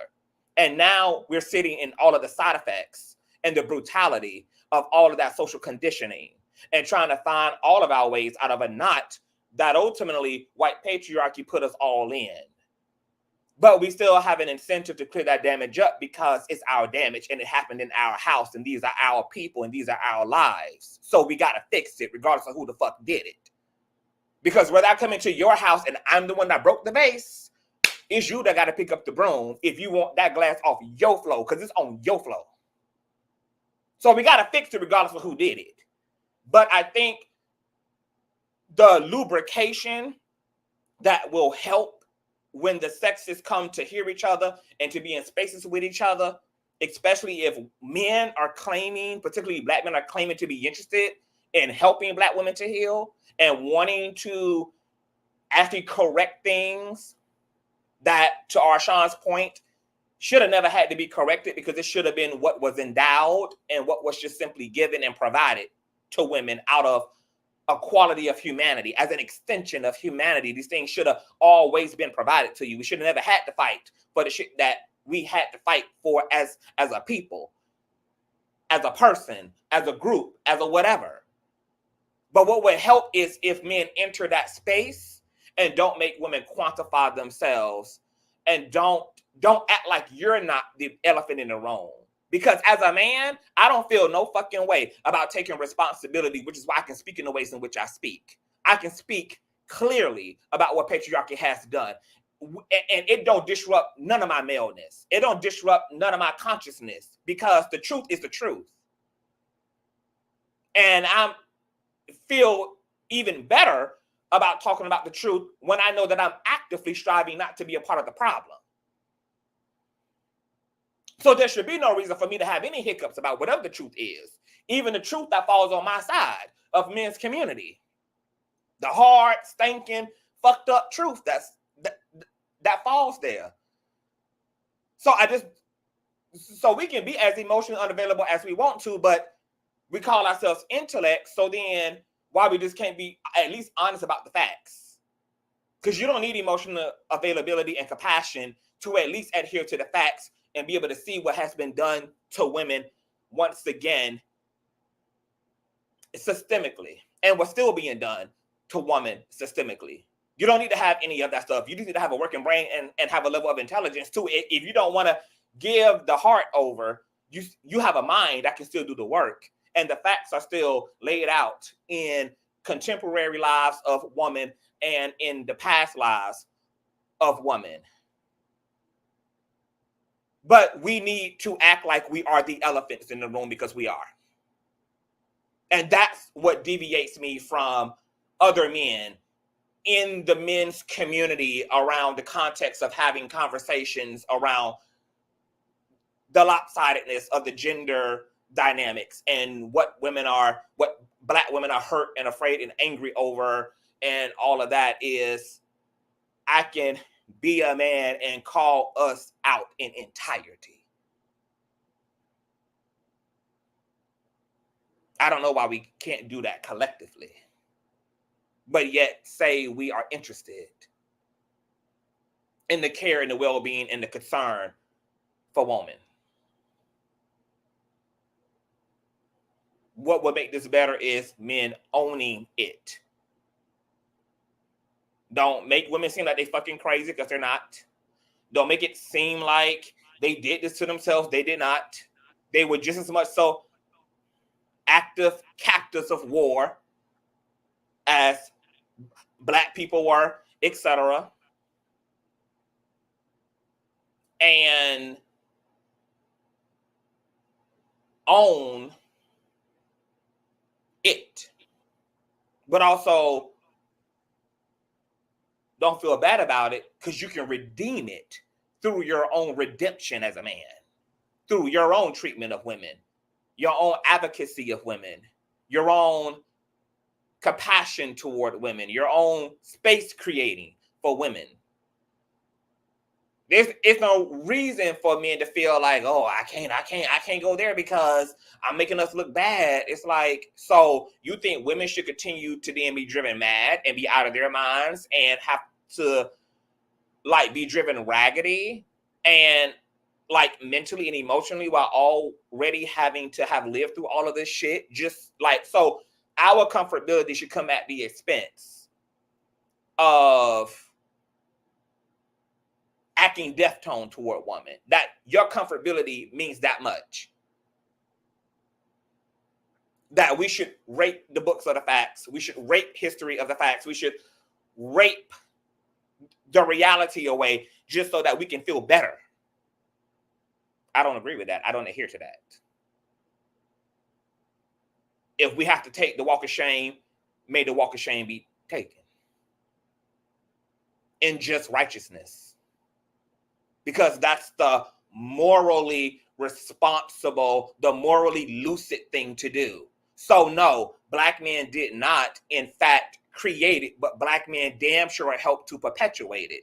Black men damn sure continued on in the copying and pasting of what white patriarchy did. And Black women and Black men not acknowledging that is the problem. It's the not acknowledging it is the issue. Because we did it. All we did was want to be the white man and to be able to do it as a Black man. And that came at the expense of our sisters. And not being able to say that is insensitive and cruel. And it's unaccountable. And it's weak in the shadow. Black men not wanting to have nothing to do with what has happened to Black women. It's weird. considering that you got whole manospheres of men who still want to hold on to the power that black women are complaining about being eclipsed over them. You can still see to this day black men interested in power, not equality. You can still see to this day black men interested in slaves, not collaborators.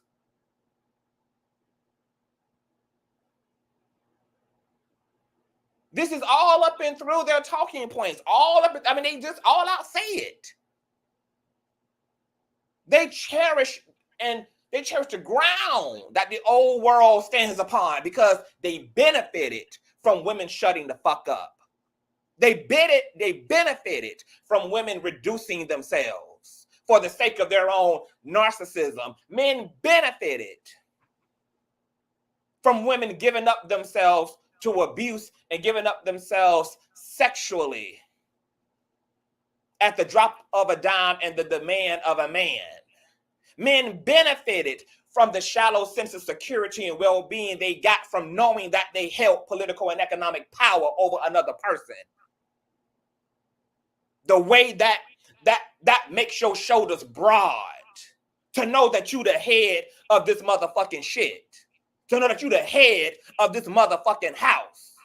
To know that your woman can't speak back. She can't contest. She has been reduced to being an artificial intelligence in your presence. Yeah, I know men. I know exactly why niggas love and worship the ground the old world walked on. Because it was the only world in which they had a little semblance of white male privilege. It was the closest thing they had to being like their male white counterparts. Those were the glory days. And a little bit of it, niggas better go ahead and mourn it because those days are damn sure over. Anybody else can jump in here and get to talking. Conscious, thank you for that the soliloquy, because it's very true, and that's what I was trying to say. I'm not as articulate in that as you are, because words are your thing. But I think when they want to assuage us with all of the guilt of it's our fault or because we are into nigga this, nigga that, niggas ain't shit conversation, they don't see their part in how it came about. Number one, why didn't you all fight enough to stay in the homes when the legislation had come down in the 50s and 60s to give us more money to make us those welfare moms and subjugate us to be single mothers? Because we were family until that shit took place. I mean, let's start there. Where were the great? Because I know somebody said in the chat, some of these men weren't raised by grandfathers. Let me bust your bubble a little bit, baby girl. Some of them grandfathers weren't honorable men either, including mine on both sides. And I loved them. It was okay that I loved them. But I'm with you, Conscious. I had to call out the hypocrisy that now breeds second and third generation of the same type of men in the architect that we're sitting here discussing. You know, we women have had to be strong, including myself, because the men are just not showing up for us in the way we need them to. And if we tell them we're being bossy or we're nagging or we're this or we're that, we are not your born enemy. And I need for them to understand that I love black men. I think you all are the best creation God could have ever made. All shapes, all sizes. There's something inherently sexy about all of it. But it's your behaviors that are making us, you know, like, hey, we've said it, we've shouted it, we've shut up, it's not too many other languages or ways that we can tell you, and you're just not listening. It's a level of cognitive dissonance with it. And I think that that's what's being missed. And I'm not putting all men in that punch bowl, because there's still some of them, even out of that bunch, that are great fathers. They're just not great mates to the black woman at this time. My prayer is that changes. But there's going to have to be some honest work to be done.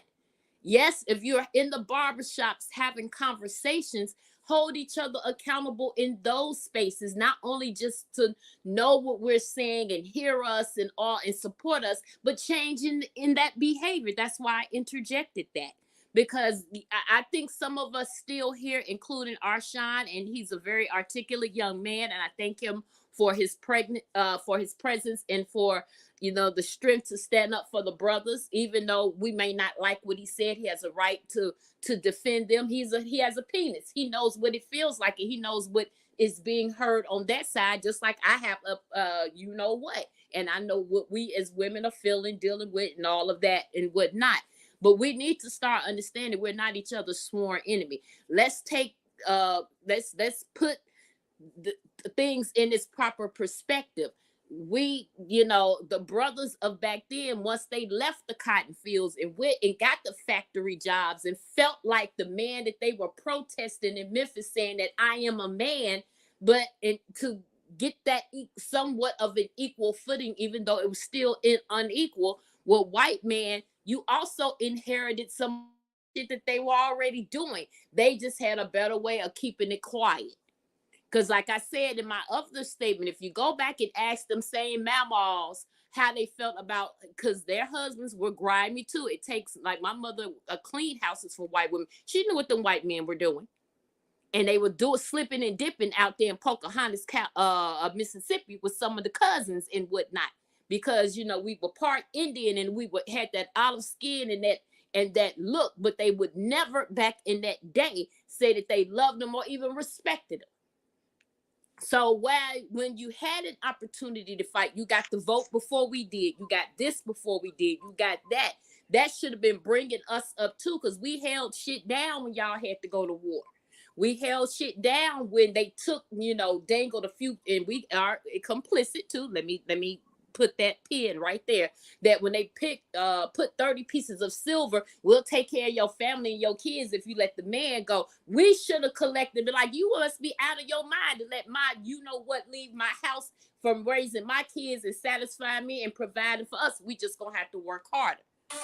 Like I said, there's enough blame out there that we now, in decades of it, we got to start coming up with some solutions. But we got to tell the truth historically, because everything seems, because we were made single mothers. A lot of us are in that vein, because when they gave us the 30 pieces of silver, you said nothing, you walked out. But you were looking at it in a vein of, well, at least it's taking care of my family, doing what I can't do.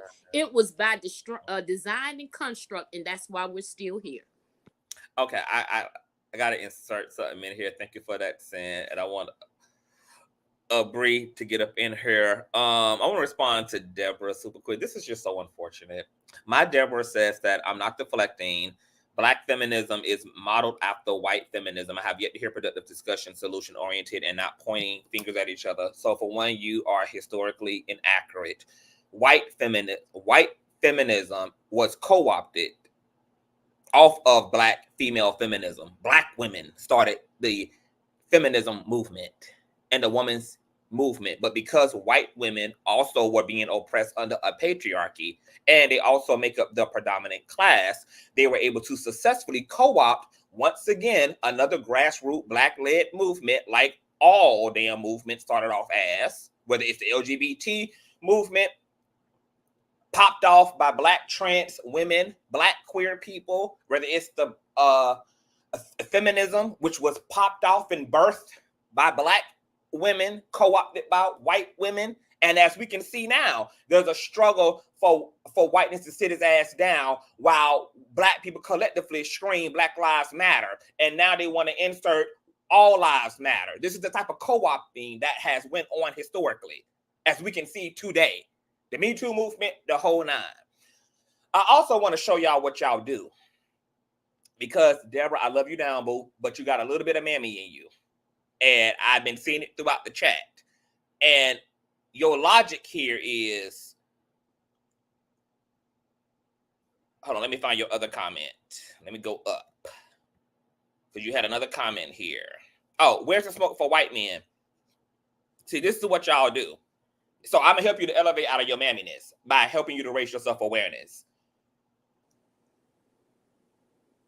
this is so far from productive, because what y'all essentially do when y'all try to derail a conversation where accountability needs to be had by blame shifting because you're uncomfortable with the penalty, the punishment, the boundary, the accountability that's being had upon said group, person, or thing. And that's equivalent to your child running home with papers from his school that he's been expelled for smoking weed in the bathroom. But because he was smoking weed in the bathroom with his friends, you focus on his friends being the problem rather than his ability to be coerced and to be reduced to a follower. So regardless of what the fuck white men have done, black men participated. And black men don't get to be absolved of accountability simply because they didn't create the fuck shit in which they also participated in. That's almost also equivalent like saying, well, yeah, I participated in the gang raping of another woman, but she was already being raped by other people. I didn't rape her first. She was already being raped. She was already there laid out. That's somebody else's production and doing. This is what y'all literally do. This is how y'all literally topple over these very special moments that need to be had. Because as a woman, boo, I think it's a shame that you don't see in this conversation that we're fighting for you. While you hell bent on defending a class of people who literally, Arshawn just articulated as not even having the ability to emotionally relate or give a damn about your existence. And your smoke is for the people that totally see your ass. Your smoke is for the people who got clear vision about your presence and your proposition in the world. While Arshawn literally just articulated that it's possible that the reason why the men you sitting here defending haven't defended you or generations of women who look and built like you is because they ain't got it to do it with. And you got more empathy for that than you do the victims of that stoicness and that emotionally unavailability and that lack of humanity.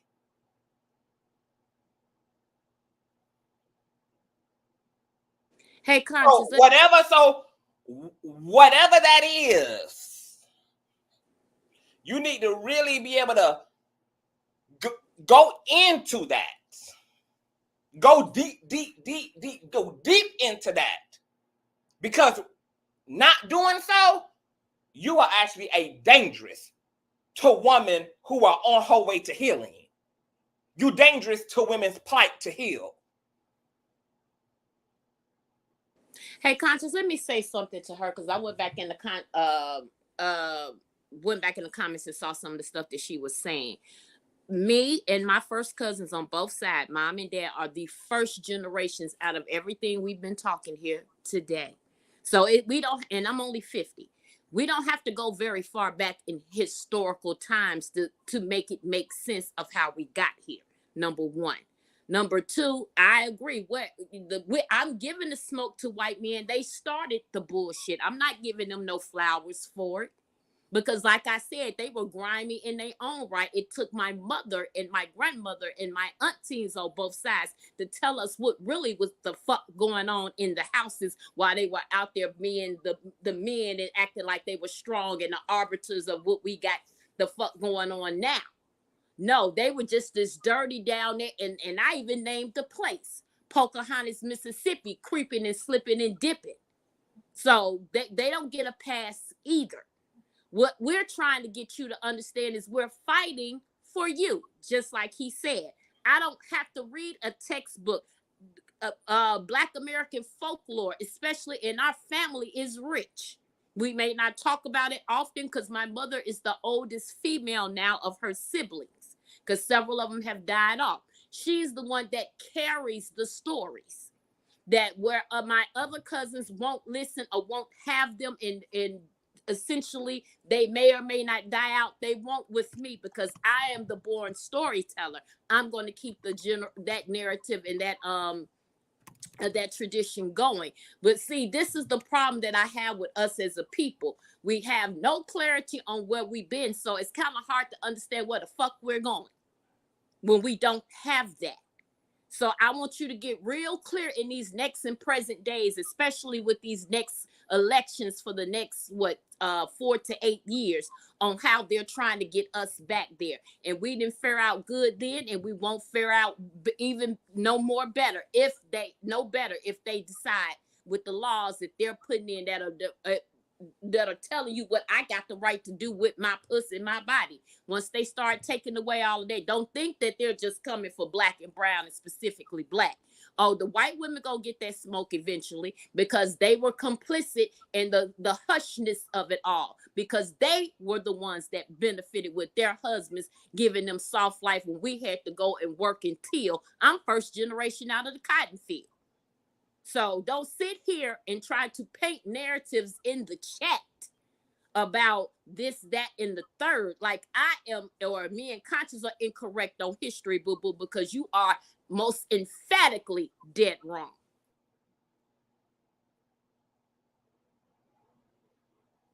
I'm too triggered to talk, so y'all can continue to. I got too much.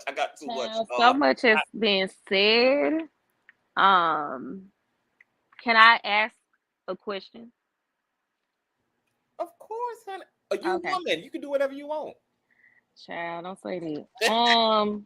So what I'm hearing is, because we got on this because we were talking about when we started to talk about the men, the women come back in, the whataboutism, as Rashawn would call it. And we started to, what I'm hearing, have a conversation about the hurt that has been unreconciled, which makes it hard to move forward in that conversation. And so what I was picking up was from what you were saying was kind of like, you want to hear, I'm trying to get an idea of in succinct way of like how it would need to be said. Like, black men need to apologize they need to renounce patriarchy. They need to apologize for the participation in white male patriarchy, or a lesser version of it, and for submitting to the dominance of white men, right? They're submitting to that power structure and replicating it in their own homes. So is that I know it was a lot said, but you were saying how like you can't blame women because women had no rights for a time, right? So they could not do anything. Like you were saying, men got to vote first and everything like that. Are those 3 points kind of what you're saying? Like, men need to renounce the patriarchy, apologize for their role in it. Yes. And submitting to the power structure, disempowering themselves so that they were not able to protect their women. Is that what I'm understanding? Yes. And then from there, what would it look like moving forward? Like, let's say a man was tapped in enough to say that, right? Hear me laugh. What would be next? Because they're still alexithymic. They're very alexithymic. I mean, this is the thing. So I feel like it takes a lot of compassion to see that. So I don't know if I believe an alexithymic person could get there without a lot of work. But what would be next then? I think that what would come naturally if Black men started with accountability and started with confession, as our scriptures say, that all sin start as self-awareness, which is represented through confession, represented through ownership of our behavior, of our thinking, of our being. And I think what would happen if Black men collectively led from the energy of, because see, it's how you frame this in your being that helps to set you up as a man when you are amongst women about women issues. because once you now are clear about your historical role in the very things that have hurt and put Black women in the situations that they're in, this, for one, makes you an excellent listener. This allows you to truly advocate from the bottom up. This allows you to also develop the passion to hold your other unconscious Black male your unconscious Black male peers accountable. So this helps you, for one, in your own energy, in your own posture when you're before women's community. And it helps you to be a part of the solution and a part of the emotional support necessary to support women in the predicament that men have put themselves in, and that Black men assisted white men in putting Black women in. And then I think if Black men hold that posture, which, of course, we're talking realistically, right? So we're not talking about, oh, this panel here today is now going to change the way tomorrow looks.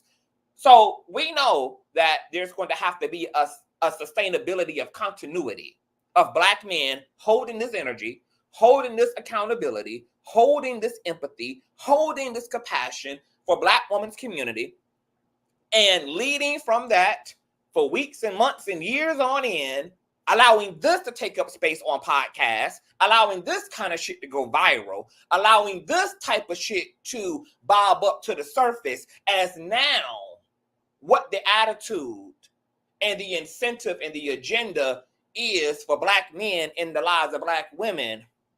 What would then happen, I'm going to assume, as Black women start to hear the narrative of men change, and they start to actually literally experience energetically, intellectually, and physically this emotional support, this historically accurate posture, as they actually see that Black men get it, like, oh, these niggas get it. God damn it, it's time to start sucking their dicks again. These niggas get it, as Black woman sees Black men getting it and getting it and getting it and getting it. Because as I said earlier, take claim, take notice, bear witness. I say to you all that even as mad as fuck as Black women are, and yes, there are portions of Black women and sectors of Black women who are divesting, who are moving the fuck around, who getting the fuck out of the way, who just choosing abstinence and lesbianism and all the other alternatives to fucking with niggas. But largely, Black women still want to be with Black men, which means that Black women are completely open to the redemption and to the resurrected version of the life, death, and been made new again version of Black men. Because Black women only doing all these other alternative cartwheels as a result of the resistance Black men are putting up. So as Black men change their language, as Black men open their hearts, as Black men take accountability for what we've participated in, and woman continues to bear witness to that, getting it that to the point of what the resident therapist says. Once Black women can start hearing almost every damn man sound like me, like, you know what, this sounds like a damn Black woman talking. I forgot this nigga was a man. This nigga done damn near Bluetooth into my damn shoes, into my bloody red bottoms. When you become that accountable, that your victims can't even distinguish themselves from you, because that's how clear in accountability you are. And that's the posture Black men hold themselves to. I fully believe that alone starts to reverse the pose again. That's the redemption that I hear Black women calling for unconsciously, desiring unconsciously. Black women are also mad. So, all women are not completely articulate about what's the fire behind the things they say. What are they unconsciously communicating? But that's what it is, redemption. And Black men have the wherewithal and the bandwidth to do that by just putting down their egos and open up their hearts to what has happened to people outside of themselves, putting down that narcissism and understanding that You are oppressed as a black man, but black women are more oppressed than you. Which is why they were the last to get everything. That's also historically factual. So we can't even be unfair in the conversation to act like both black men, both, no, no, damn, both. Black men had more privileges than black women did. That's why Arshawn, a heteronormative, heterosexual black man, even had to tally up the score about all things that black women had to wait for that black men already had.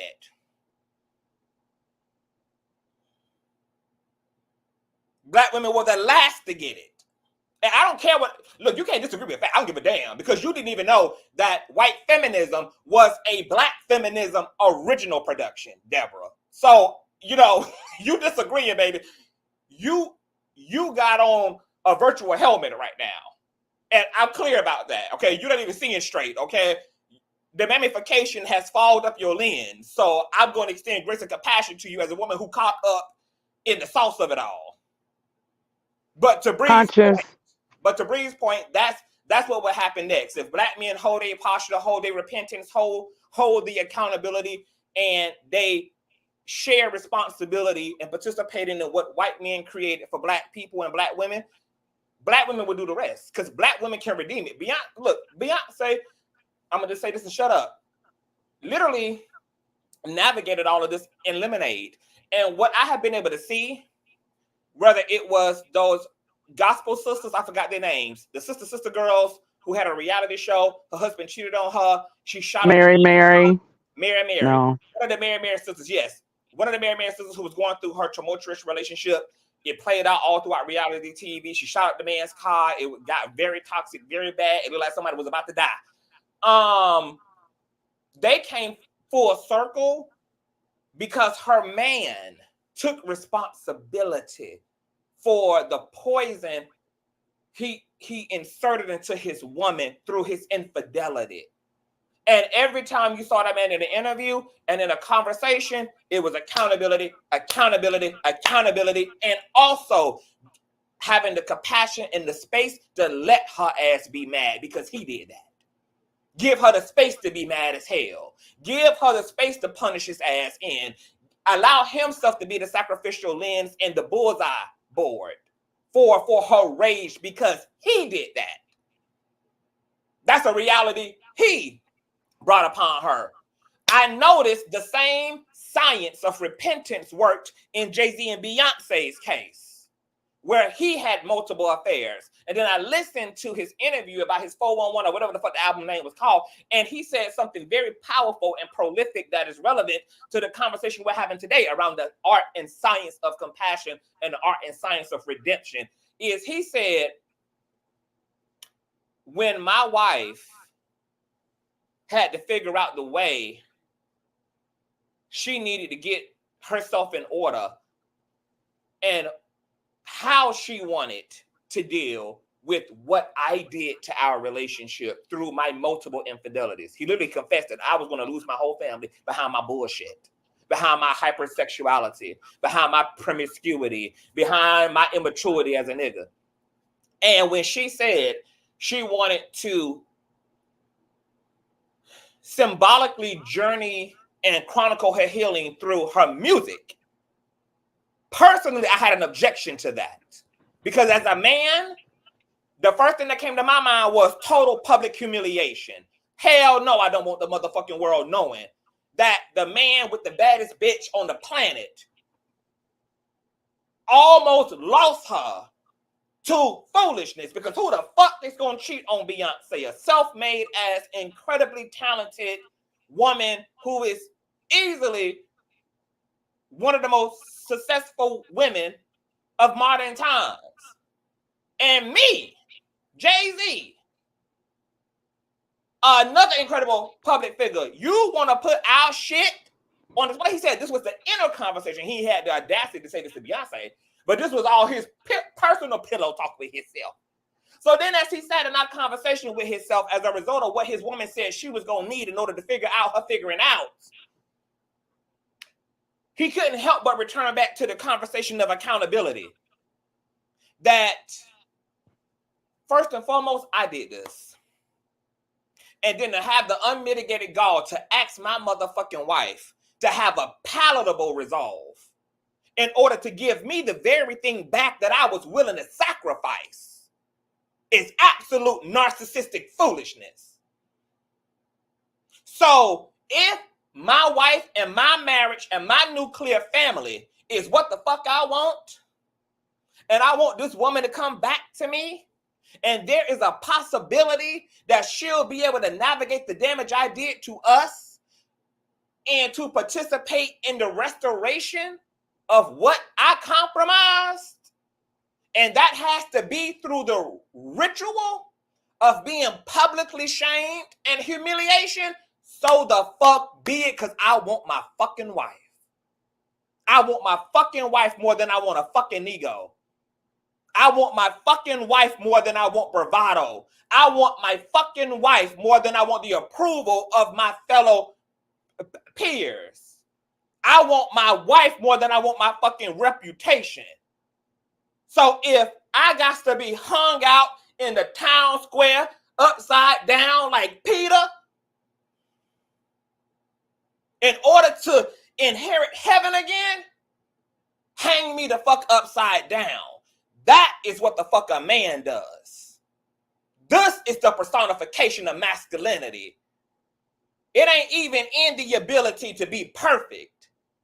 It's also about the masterfulness in getting the fuck up and getting the fuck back up well.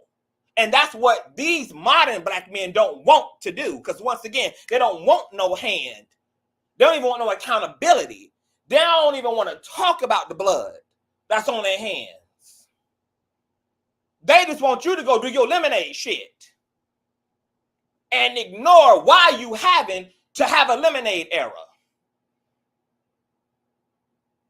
They want women to speak, be, heal in a way that is acceptable to their ego, that is ego-inducing to them.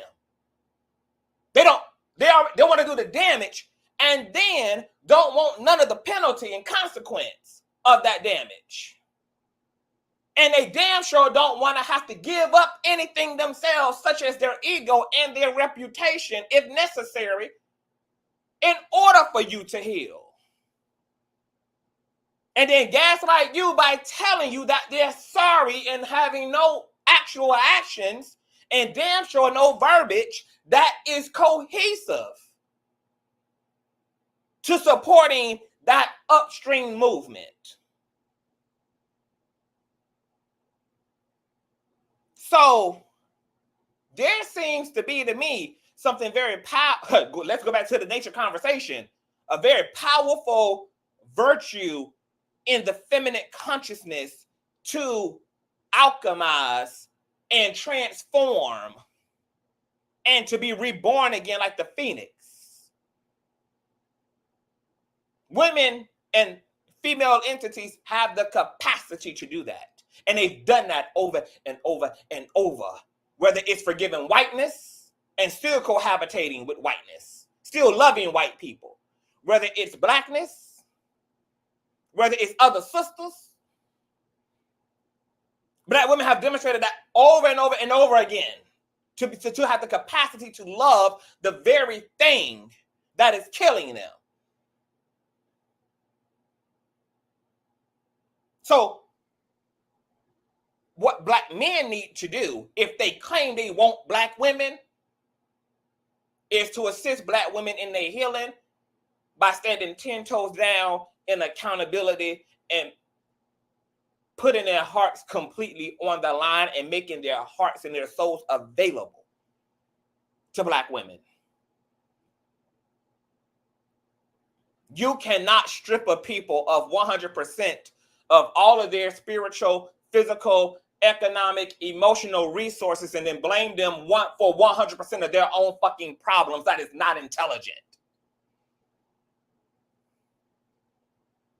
But that is exactly what whiteness has done to blackness. And then black men have the audacity to do that to black women as it relates to the chaos and the confusion and the destruction and the heartbreak of it all between them.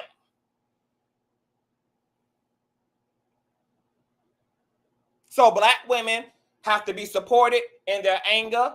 So what? Let black women talk shit. So what? Let them say niggas ain't shit, because niggas ain't been shit. So what? So what? So what? That's all a part of the grieving and the healing process. All black men got to do is toe the line. Toe the line. Be right there. Why you talking shit? Mm-hmm. Mm-hmm. Yep. Mm-hmm. Mm-hmm. Because if black men mean what the fuck they say, that a black woman is everything, then bitch, you better let her temporarily scold your ass in order for everything to return back to your ass, because you are the one ultimately winning. The win is ultimately yours. Black men are the ones who got everything to gain, considering all that's actually been done.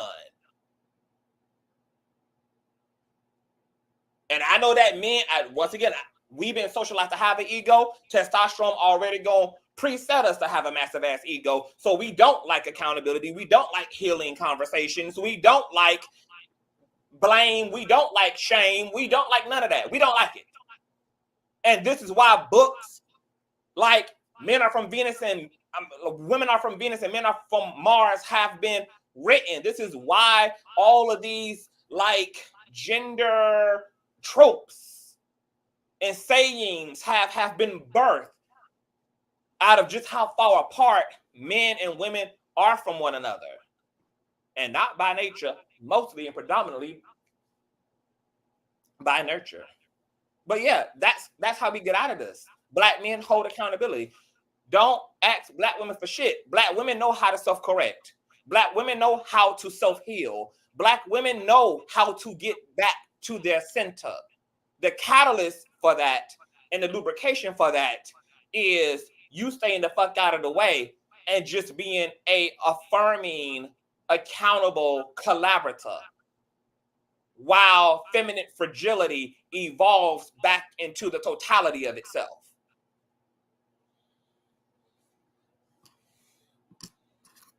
Conscious. I have full fucking faith in black women, because I have no reason to believe that black women won't, because black women still are. The only fucking reason we have any sense of consistency as a black community is because of black women remaining in place as widows, remaining in place as abandoned and left behind, remaining in place despite the trauma and the drama of it all. If it wasn't for most of our mothers, most black men would not have even had the quality of life they've had and been able to eventually become successful CEOs. It ain't these black fathers getting the credit. These single parent households have been mainly made up of black women who even by themselves, under their own fucked up condition, are still producing successful black women and black men. So we have no reason to not believe in the virtue of black women. We have no reason to believe that black women will not see the accountability, will not see the repentance, will not see the active effort going into making things right and not ultimately honor that. And even if they don't, this is still what accountability looks like for men. Because accountability is also not reward based. But the great hope is that it will also restore.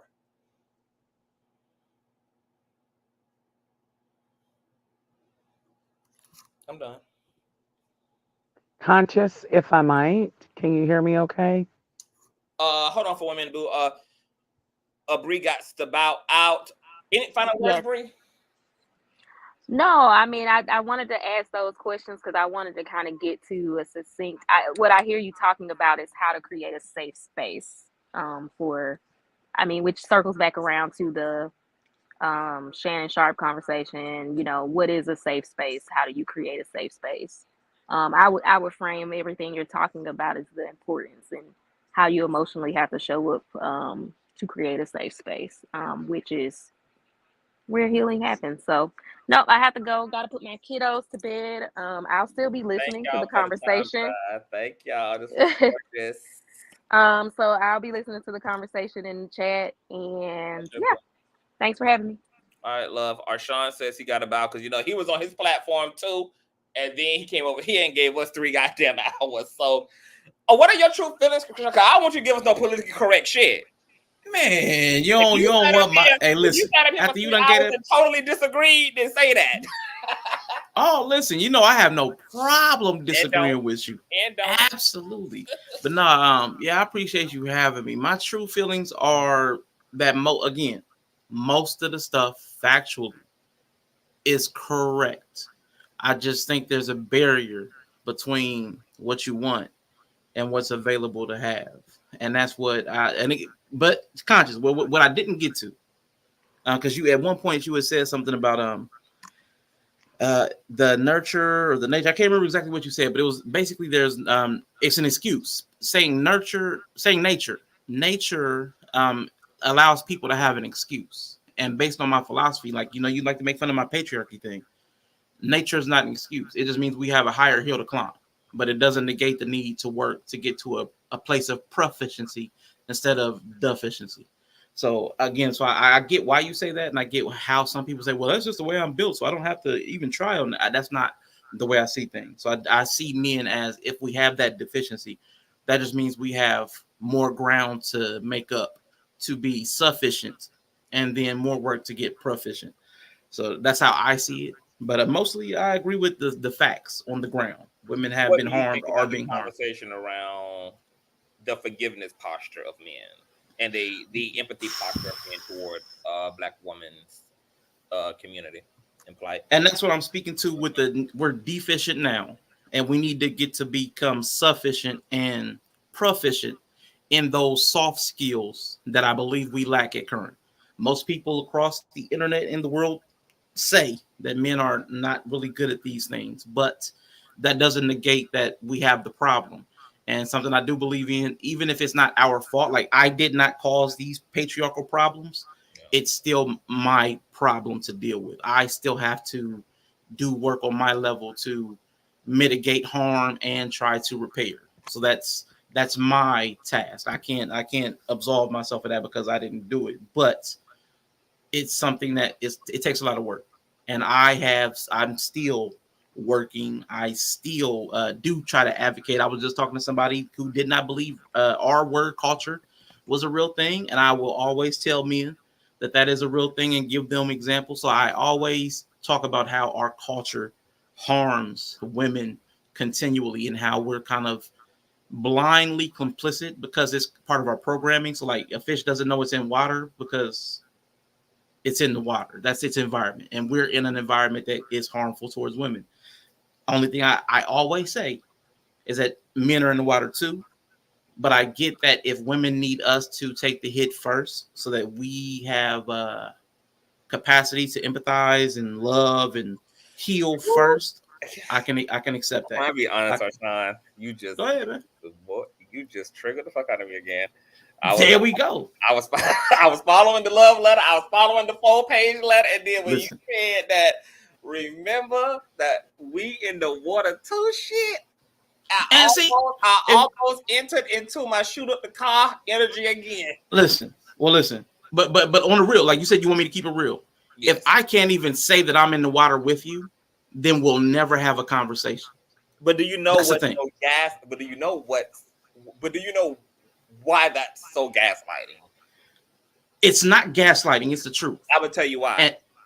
Because to your point, if Black women literally had to default to dependency upon men because this current system did not always humanize them up until recent times, did it mean that Black women were already in the water and remain in the water even when Black men were able to have a sense of humanity by borrowing white patriarchy as a way to create their own realities? So Black women, since you're saying that Black women never caught that break, they still in the water. Black men have had their dips in and out of the pond because Black patriarchy allowed men to have a sense of autonomy and a sense of power, a sense of agency, a sense of independency, a sense of authority. Women remained in the water the whole time. And the fact that we can say, the fact that women getting their right to vote is only what, 40 fucking years old, 50 fucking years old, it's embarrassing. That women's body hasn't even fully come out of the water yet. They've been in the water. So what I'm just saying, that this is like why like it will probably seem like women will nuck and buck against everything a man says, because somehow, in order to soothe ourselves as men, we do still, even with all that we learn and know, we still reduce the shit to we both equally on the cross. No, baby, you got to take a break. Man, never say equal. You got to come down. I get why you hear that. I had to stay scorched in the sun. Like, that's the plight of women and the men conversation. Like, and once again, if men don't like, I think it's that history. If when men get clear, then I think that this will clear men, even even trying to equalize it, because the history just won't allow you to equalize it. It just won't even do that once you just get exposed to all this shit. It's like you really see Black women still at the bottom of that totem pole, and they've been there. Ask your question. Now, I got your audience. I got your platform. I have your understanding of your philosophy. I understand that part of it. So let me ask you this. If comparing me to the men you know from the space that I come from, Manosphere, Red Pill, if that's the average guy,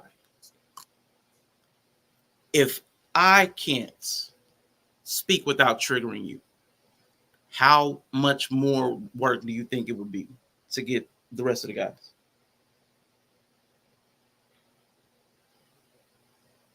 Like you said, it's gonna take a lot more work, but work nonetheless. All right. So what I'm saying is, but like this is why, but we get a head start with working on men like you, who I have to commend. Like you actually get it. You do come to listen. Yes, you have your own perspective and attitude and your own etc., but you show up and you do listen and you ask questions, and what you agree with, and what you don't, but but because you continue to like make that effort to keep coming into the conversations about things like this, like, I appreciate that, because once again, I'm realistic to know that we not gonna all, like, it's not gonna all unfold, and we all not gonna just end up on the same page overnight. But the fact that we're showing up and there's a trying and there's an effort and there's a willingness to hear each other and to challenge each other, like, I appreciate that effort being made. And those other men, yes, they are like they're the epitome of just the old system in its fullness.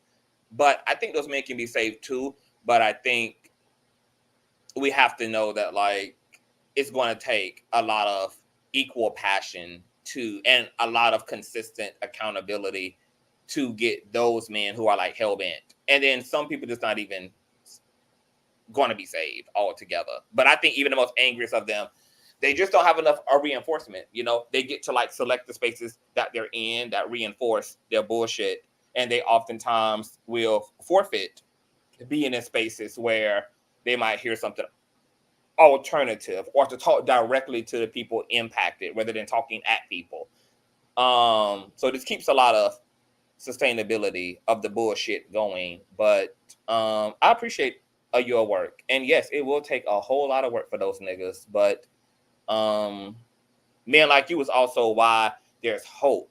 Like, when I look at you, even yellow and everything, like, it gives me hope. And I'm just like, okay, like, I mean, I can work with this. Like, I can work with this. I'm fine with this. Like, whoever want to work with it can work with it. And we all can be on our journey of understanding each other and supporting each other. And I think the biggest thing, would you agree, Arshawn, that Black women, because, you know, sometimes I feel like Black men talk about like Black women as if Black women still ain't holding them down, when Black women still largely holding men down. Like, do you agree that Black women like are still fighting for Black men? They're still procreating with Black men. They're still hoping for Black men. They're still trying with Black men, despite like that. It's Quit trying to set me up before I go, Conscious. Listen, there's a great deal Don't of answer Black women. Mm-hmm. There's a great deal of Black women who will always support Black men, no matter what the cost, even if it's to their detriment. I know that, and I think a lot of men have taken advantage of that. That's unfair. That's poor character on a lot of our parts. Mm-hmm. So I definitely understand and agree with what you're saying. Yes, we have done that. Oh. We have seen y'all suffer and struggle and support, and then done something else as soon as we were okay. So I know we've done a lot of harm in that regard. That's why we don't have a lot of trust in us, because again we've shown a lot of poor character. I can admit that. Okay. But I'll say to the ones that still believe that way, and I know that Arshawn, you are not one of them. They don't really understand the fact that if we stop holding them down, what that landscape is going to look like. Now, that will be to their detriment. Yeah, definitely.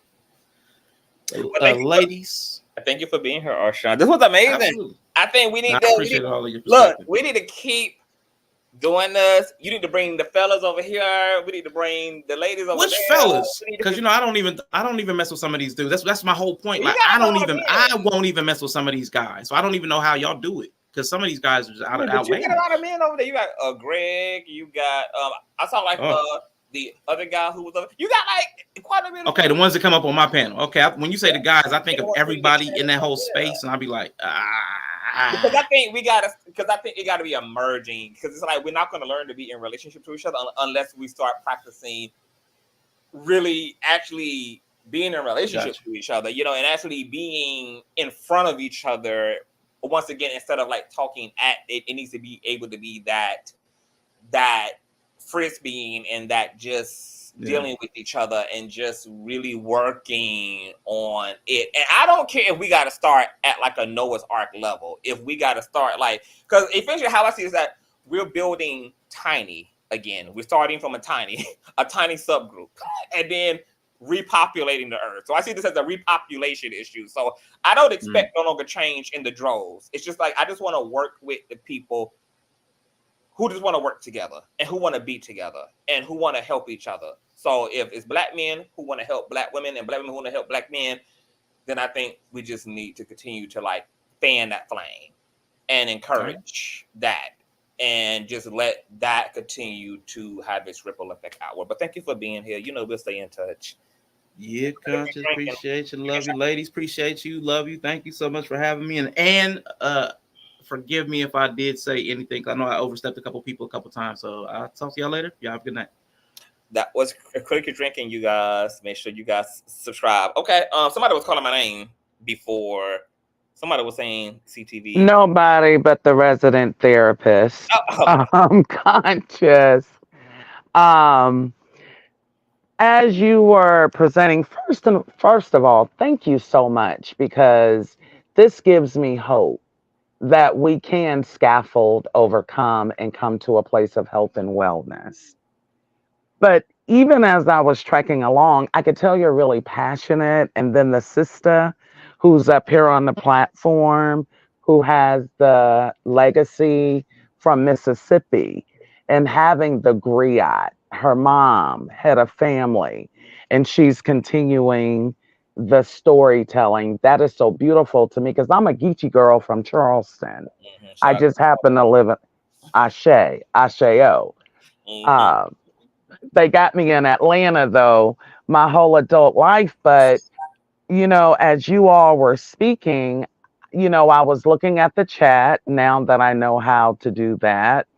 And I noticed that, you know, even this conversation and this time together has great intention, but I think the impact went to a different direction, that it appeared to be a rupture in the midst of the chat, when you use the word mammy, and you all were sharing about that because of some of the comments. And a beautiful woman asked you, Conscious, you know, she was asking about the how. Because I think in these dialogues, we are able to identify the what is the issue. But I think sometimes the challenge becomes with transitioning into the how, because I really believe that people do better when they know better. And I think this dialogue is just beautiful in bringing the awareness.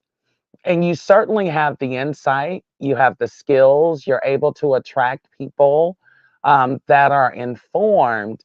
And I guess for me, in holding space, like I find that to be worthwhile, right? Because this work is scary, right?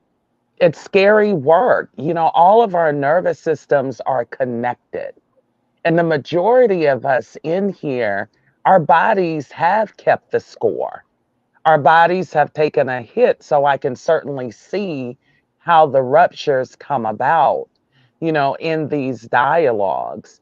But I'm willing, excuse me, I'm available. Is that your I'm professional way, therapist, of telling me I probably could have utilized a different verb than mammy? Well, not at all, Conscious. I think you've engaged with me before when Yes, well, let me tell you something. because If it's I'm okay. gonna, That's what you're saying. but check this out. If I'm gonna give a call of action to accountability Hmm. as an accountable person, when I notice something that created a rupture, I'm okay with taking the risk to bringing it to attention, because we're stronger together than we are apart. I think that's what whiteness and white supremacy has done for us. And on this journey of healing, which is a continuum, there's no way to get to healing without going through sadness, grief, and anger, period. That's a part of it. So, no, no, no. I'm not going to make any suggestions to you because you're wise and you're gifted. But if we want to go with what you just said, it makes me curious. Conscious, was there a different way you could have addressed whatever that was? Just following Can I tell you up my with psychology? whatever, because you said it. Yes. I And wasn't even going there, but go ahead. because this is why. Okay, so like, because you know, I'm a, I am a very passionate person. This is where me and Amanda Seals have a lot in common. Is when I see a glitch in the matrix, Mm-hmm. a rare moment that barely gets to happen as is, and then there is a glitch in the matrix, I unapologetically go to closing that hole up by any means necessary in the roof. I go Got to it. go You pull out your sword and you start slicing. get it I'm out with of you. that. I purge that hole out. You know, I singe it. I put heat to it. But so I have caught myself climbing the emotional scale. I'm like, okay, CTV, don't call people mammy. Call what they're saying mammy. Call what they're doing mammy. Call their consciousness mammy. Like refer to the behavior as mammification. Refer to the posture as mammification. Mm-hmm. Is that a help, or is that still like? Is that still is that still edgy? Because Well, sometimes resident therapists, I also mhm. feel like some see my personal philosophy. I have dealt with difficult people, or like when people are struggling with something, I find the equivalent of the opposite. So like if a person has a polarizing disposition, I will then like have a polarizing righteousness and respond. Like I will pack the principle of polarization behind it. And it'll still be an intelligent unpacking and a very intelligent response. And I'll let you know what qualifies you as a pappy or a mammy or an Uncle Rufus or a tap dancer or a shoe shiner, etc. But I also know, because this is what I struggled with yesterday when I was unpacking Amanda Seales. And I was like, well, I know that on one hand, it's like, I feel like we do need to get over our egos. It's like, so what somebody calls you what you are. Is the significance what you were called, or is the real significance that you are that? And what are you really going to choose to take away when you're met with the brick? Is it the brick, or is the why you got a brick? Why is there a brick at all? Like I'll be wanting people to just like focus on the right shit. And sometimes I feel like polarizing language gets that done. And I just be wanting to interrupt that process, because I have seen, just like a lot of parents, trying to play that like educated role and, quiet voice, and that gentle parenting, that gentle teaching style works on gentle people. But some people have a very crisp and crisp learning style. And so I tend to take a very crisp teaching style sometimes, depending on just who I'm teaching. Resident therapist, but you can tell me all about that. Well, now listen. I come with grace and I come with respect. Yes. But I want to offer you this, okay? When we're dealing, especially in community, with our people, one of the things that I'm very mindful of is the systems that I'm working with. To me, trauma disorganizes our system internally. Okay. If you can imagine a Jenga, when you're playing Jenga and you build the blocks and sometimes it gets a little shaky and it tilts a little bit. And if you pull the block, if you remove it a particular way, the whole structure can fall. And so for me, being a person of attunement, much like yourself, I have a particular noticing which makes me accountable, because I noticed in the chat, we began to have great rupturing, right? And so with that, you are a male-bodied person. Even biblically, women have received their identity from men, even in a biblical context. And I think this has a lot to do with the dissension between Black men and Black women, because what I hear Black women continue to say is, stand up, help me feel safer. Okay, we done ended up in the midst of this whiteness, this discrimination, this racism. But I can't hold it all by myself. I need your muscle. I need your presence.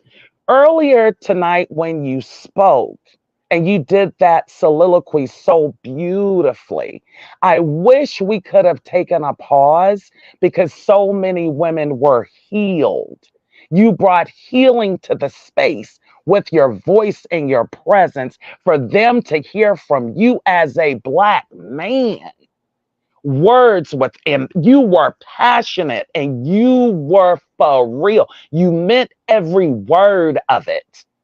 And it was healing, because in that, one of the things required in our community, I believe, with my small bit of knowledge, is for Black women to feel seen and held and understood, even when she's not clear.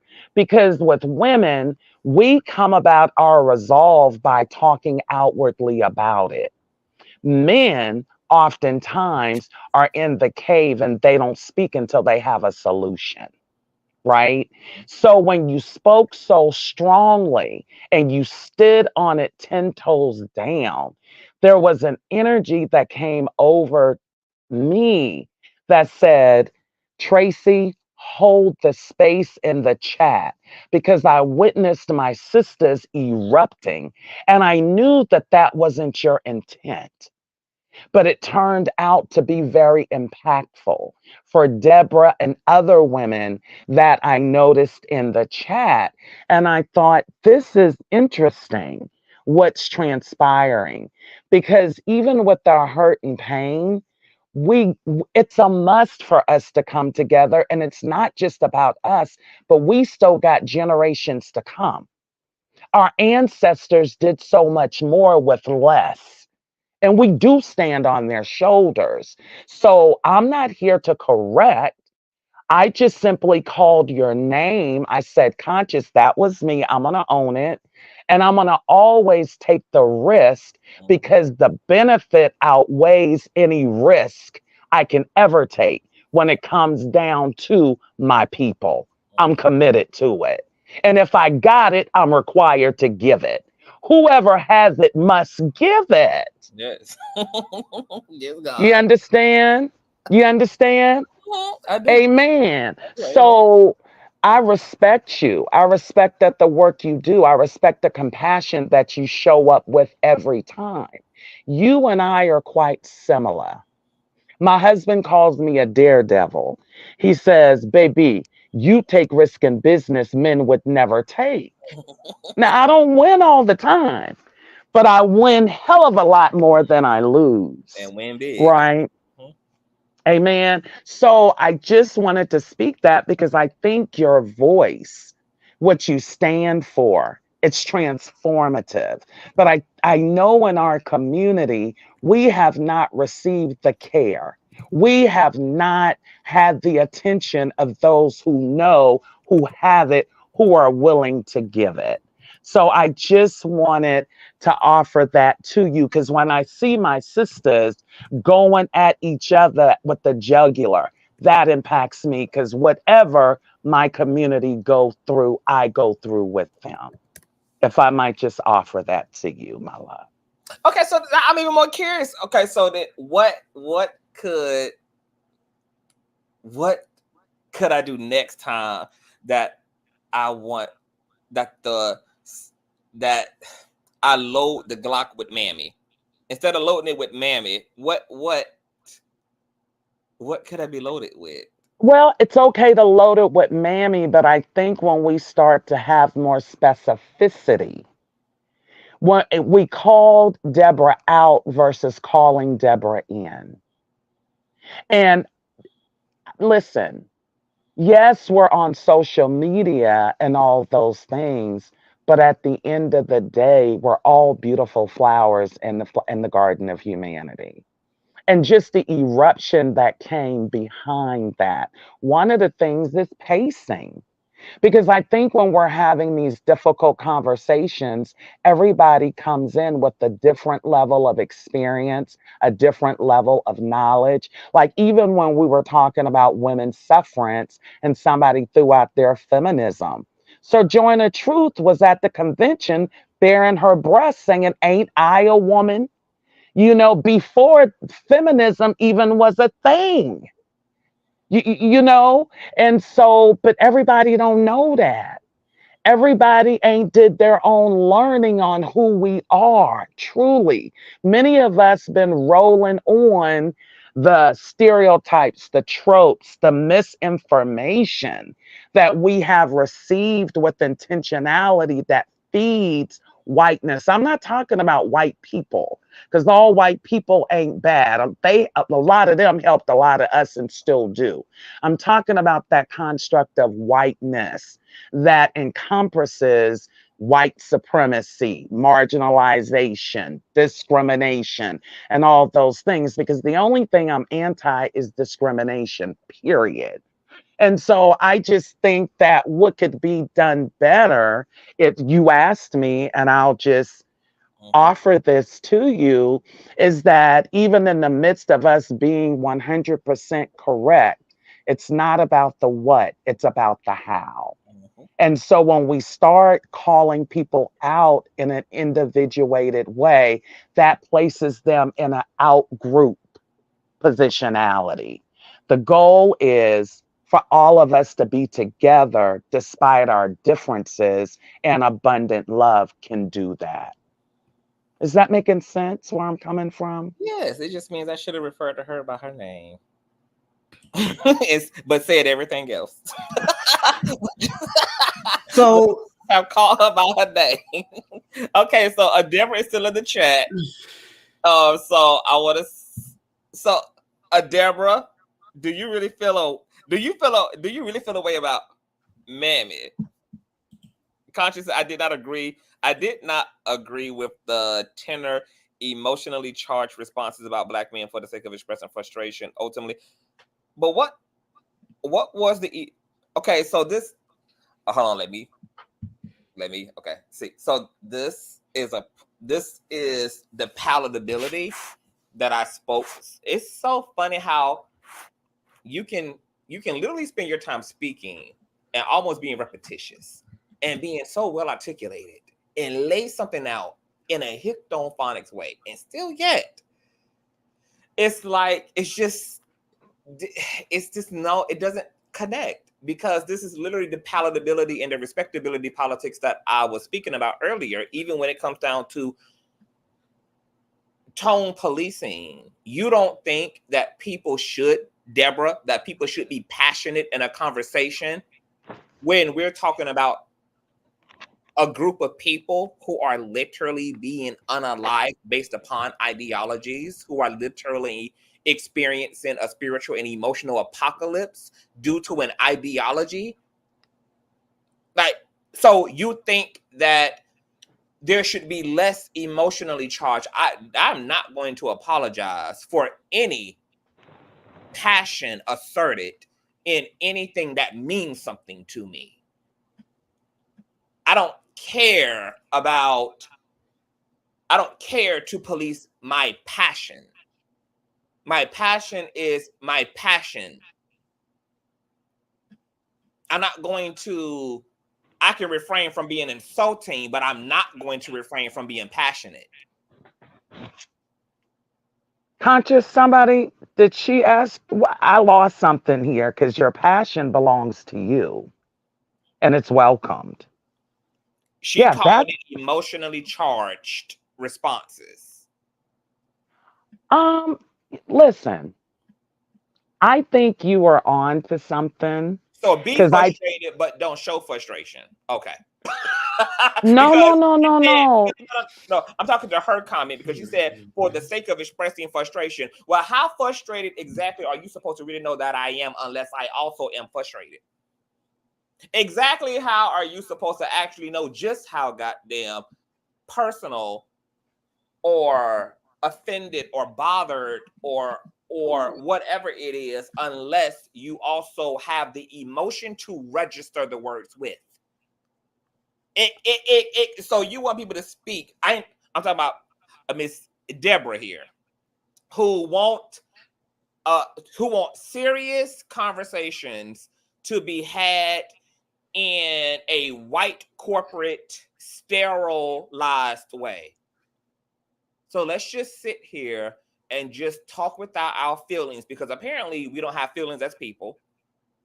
And these plights are not birthed out of feelings and experiences that bring about feelings. Let's just sit here and be AI and just use our words only, as if there's not an emotional reality to the way we live. Do you know that almost every social program, from hospitals to nonprofits to food shelters, are birthed out of passion? Absolutely. Almost every incentive to save a life and to do good in a community is driven by feelings and emotions. And then to not literally, this is the problem I have with Deborah, is that you had a whole heterosexual, heteronormative man literally say, y'all in this position with them because they don't care. But yet you're encouraging me to be without passion. This is the type of upside down brain. Is that bad for me to say upside down brain? Well, if that's how you feel, but let me show you something. Okay. If you look at 50 people, you're not ever going to get all 50. It's okay to take a hit with 2 or 3 because some stuff just becomes unreasonable. But let me tell you one of the reasons I'm drawn to you, Conscious, right? Baby, you going somewhere. This is just a part of your journey. I'm giving you what my mentor so graciously gave to me. I see it, I feel it, I know it. You understand? And so, because you have the gifting that you do, one of the things that you're going to come to the awareness of is not the what, but the how and the when. You understand? Because know that you're working and engaging with traumatized people. Right. And I know you don't want to re traumatize folk. You understand? You're a healer.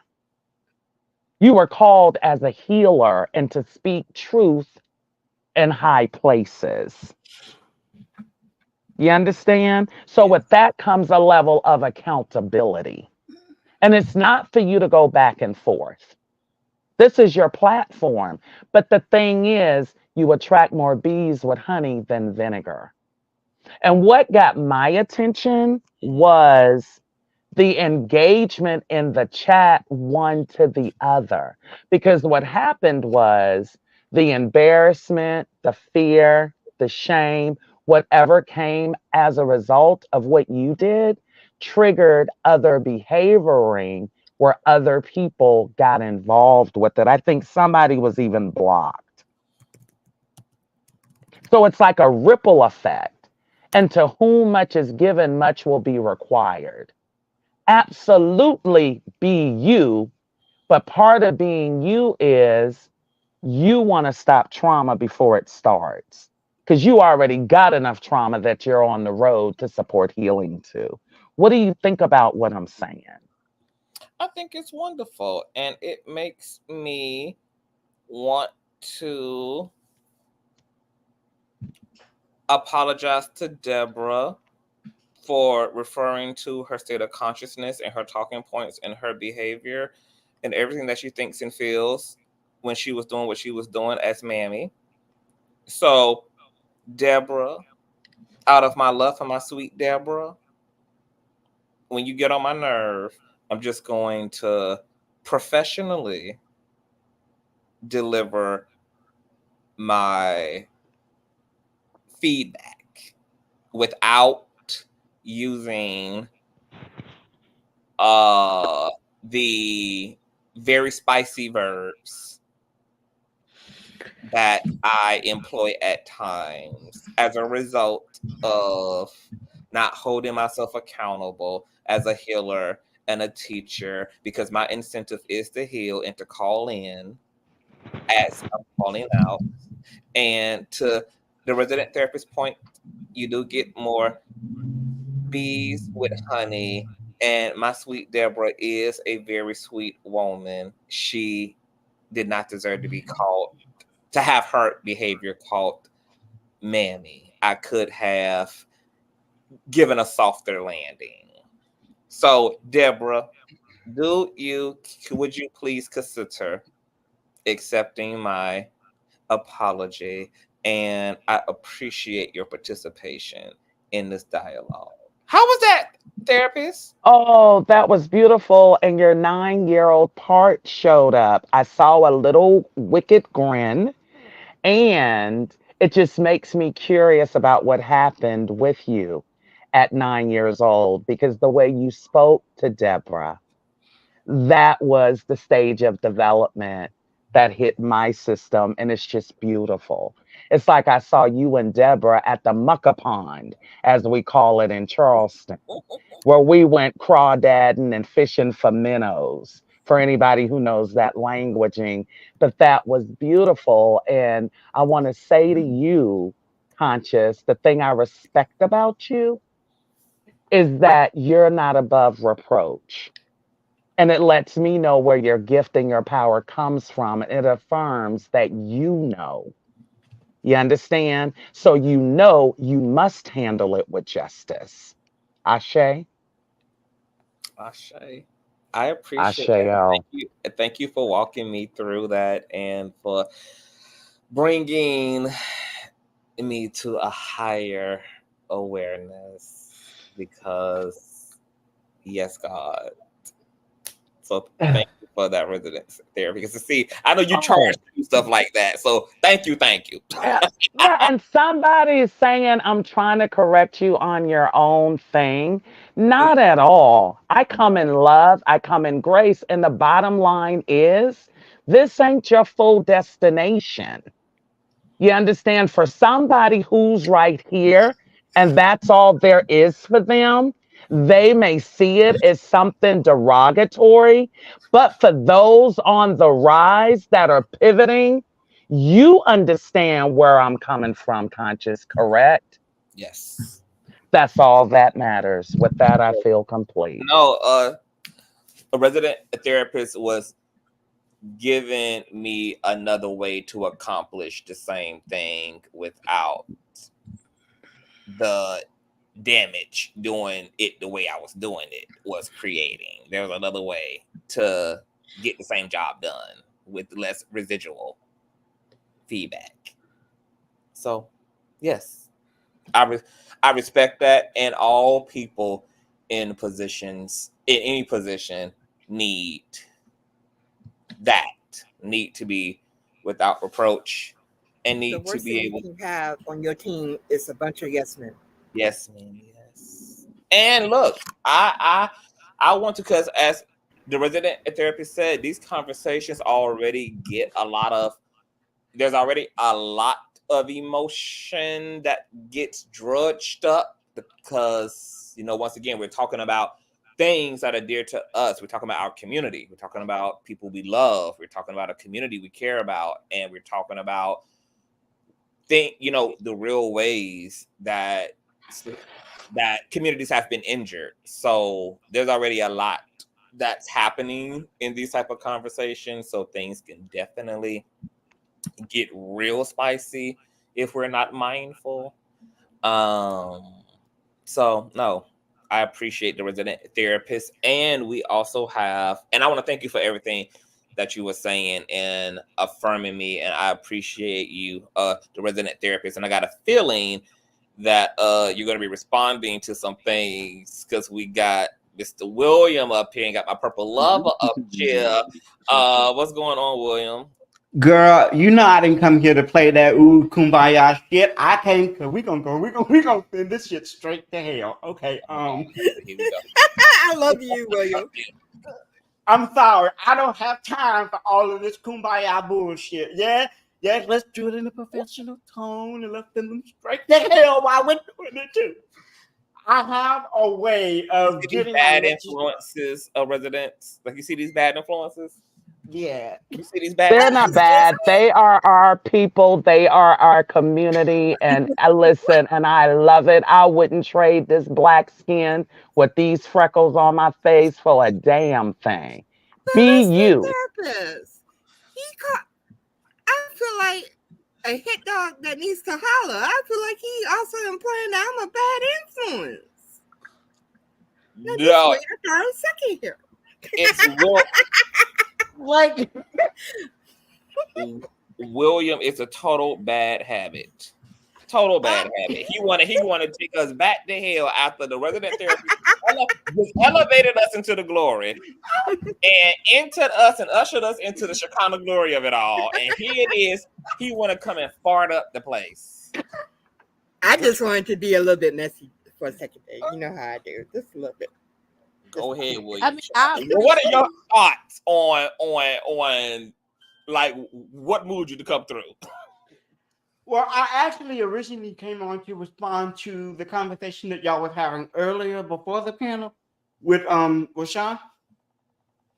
And the thing that I take issue with is not so much when it comes to Amanda Thiel and her. I'm not being invited to all of these different events in the black spaces in Hollywood and . the thing that I take issue with when it comes to her experiences, she doesn't want people challenging her on the stories that she tells. And for me, that creates more questions than it does answer. Because the one thing that I've noticed about Amanda Seales in her interview with Shannon Sharpe was she was very combative. She would not let Shannon speak on or even ask her certain questions that he felt would clarify certain things. And one of the things that I took away from that was her story about the racist teacher, and Shannon kind of had to jump in and say, well, you were a child. You couldn't correcting a teacher. I don't think any adult would take kindly to you correcting somebody, especially in that way. For me, and then she went on with the story about her and Issa Rae and the publicist. So I'm just wondering, where does accountability come in for Amanda Seales?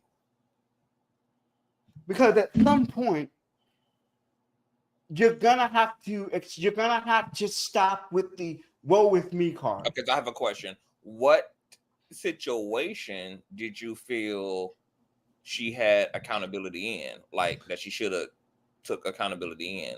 Like that, like out of all the things out of all of the things that she said, out of all the things that she said, one of them was the autism thing. When she initially said, when Shannon initially asked her, hey, were you clinically diagnosed with? But we can't keep harping on that with him because she already done corrected herself. So it's a moot point at this point. Like she caught herself out and she reclarified. So it was a clarification, or was it because from what I got, there wasn't no clarification. That didn't have any clarification for me. She said, I said I was clinically diagnosed and I'm not. Okay. So she lied. That's the problem. You don't just say you were clinically diagnosed and then change the story 24 hours later. You lied. But how else do you? But that's what correction is, or rather, it's right now or 24 hours later. I mean, the interview had already been shot, so it was nothing for her to speak to until it aired. This was pre-recorded. This wasn't a live stream, so she couldn't correct it in the moment. I mean, she could in the moment. She could, but she was a neurodivergent and feeling gaslit and defensive all in the moment, and she did not feel she had the tools in the moment to correct it. But she corrected once it went up in air. And see, and isn't that the whole point? Because to Amanda's point, I feel like the public is really proving her plight right. Like it's almost pointless for Amanda Seales to say, I'm neurodivergent, I'm neurospicy, because the reality is y'all don't care. And the same bullets are going to go into me any fucking way. Y'all, because the reality is y'all don't care. Y'all don't care about people. Y'all don't care about disabled people. Y'all don't care about people's personal plight. That's why trans women get heat, neurodivergent people get heat, handicapped people get heat, because this society don't care. And this is the whole, and so this is the reality of the not caring. There's no grace, no space for anybody. Everybody has to be burnt up into a flame because they misspoke, or because they made a mistake, or because they da-da-da-da-da-da. And even when somebody has the self-accountability to call themselves out, because once again, we would have never known she was lying or not. She corrected herself. This is a lie she could have let be perpetuated, especially knowing that she was probably going to get heat for saying I misspoke and that I lied and that I am not. She knew what the consequences would be of speaking. Actually, she didn't. Oh, so let me respond to that real quick. Somebody in the comment actually asked her, "Hey, were you clinically diagnosed?" Then she responded with, "No, I'm not actually clinically diagnosed, and it would take $10,000 for that, and I don't have time for that." So I don't think she didn't have to answer that. She didn't have to answer that honestly, is what I'm saying. She could have continued the narrative that, yes, I have been, and nobody would have been able to force her to prove it, because we know that we don't have a right to require proof of people's medical anything. So No, it's but if something you're that she putting could it, have. It's something that she could have gotten away allowing it to live. yeah, and I'm glad you said that. Here's the thing: had she not said it on the interview with Mr. Shannon Sharpe, I don't think this would have been the biggest issue as it is. Had Of she course not it said, wasn't. yeah, But the reality is she did, and she she corrected did. it. So what's the problem? I guess the problem for me is that because I grew up with people who have autism, and I stand 10 toes down with my people in the disability community, I don't let you get away, and I'm not going to let you get off that easily. You can self-correct, self-mobilize, you can do whatever the hell you want to do. But the fact of the matter is you lied, and you're not aware of it, because what you did is harmful to the people that I represent. But you're forgetting there are horror stories of people who knew that they did have it, William, and they went to doctors to ask them, hey, I am pretty sure I'm on the spectrum. Can you please diagnose me? And people were threatened with 5150s. People were talked out of it. People were ignored. So it's not You're like absolutely correct. You are absolutely correct. I don't have I'm not denying that. Let me finish my statement. I don't have an issue with people self-diagnosing because there's even older people who are saying the exact same experience. I tried to get self-diagnosed. They didn't want to have the conversation. They kept saying it's only in children. Like children don't grow up to be grown-ass people. So I have literally watched my daughter go to a doctor. I read the notes recently from the doctor where she was like, well, the patient's mom think that he has autism. He has it. He's been diagnosed with it.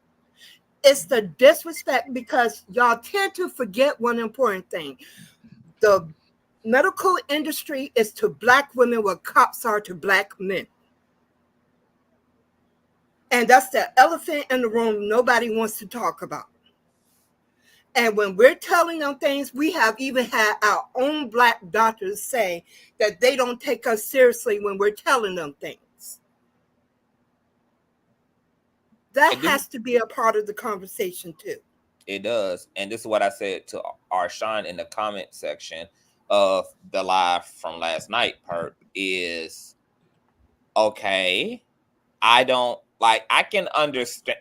She lied about not being clinically diagnosed. Yes. However, it also doesn't mean that because she hasn't been clinically diagnosed that she's not autistic.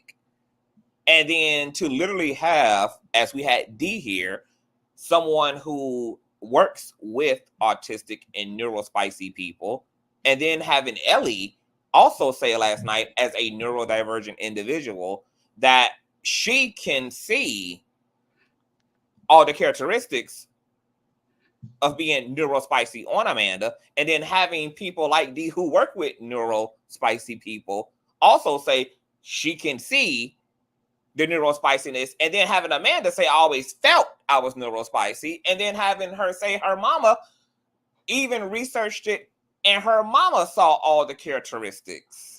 As I was watching the interview, I could see her neurospiciness.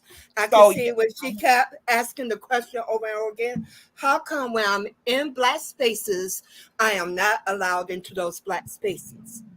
And she wasn't just asking the question rhetorically. She was literally asking Shannon Sharpe, tell me why I'm not allowed in Black spaces, because she genuinely can't figure it out. That's why she kept asking it. Okay. So let's back up here. Let's take my recent trip to DC for an example as the example. Now, I did not go to DC based upon my credentials. That was a part of it. I went to DC based upon my experiences, based upon everything that I know within my community, to help change legislation that would impact millions of individuals with disability in this country. You can have that kind of, I guess, way or influence when you're in the right spaces at the right time. I can't really speak to Amanda's experience about why she's not been into those black spaces in Hollywood, because genuinely I don't know. But if there's one thing that I do know about human behavior, and that is at some point there has to be some type of inter reflection going on, where there's something that you have to ask yourself deep down. Is it me? Because if everybody is telling me that I'm not invited to these different events, to these different places, could it be me? I'm not saying that she wasn't invited due to I'm gonna tell you whatever. why. Like, I don't can know. understand that, but you also got to remember, neurotypical people naturally have microaggressions toward neurodivergent people. They have done studies that showed that. And I want to say all they were doing was just being. It was literally a freaking photo they saw. Here's the obvious. And the microaggressions were coming out. And here's the obvious. I don't know why, like, we're really missing this. This is simple. Amanda Seales' plight as a neurospicy person is literally being met with opposition because the actual industry she's in is the epitome of material and superficiality, which is why even neurotypical people are having to mask and are met with incredible psychological issues as a result of navigating media in Hollywood. That's literally the experience of even neurotypical people surviving the facade and fakeness and narcissism and the fictionalness of Hollywood. So then imagine a neurodivergent person who then chooses not to mask, which means that they're going to show up as they actually are. Fuck the masking. And imagine showing up who the fuck you are in an industry that absolutely wants a tailor-made Hollywood conformed, palatable version of yourself. So she literally, by design, is going to be in opposition with the business she's in, because the business she's in is fake as fuck anyway.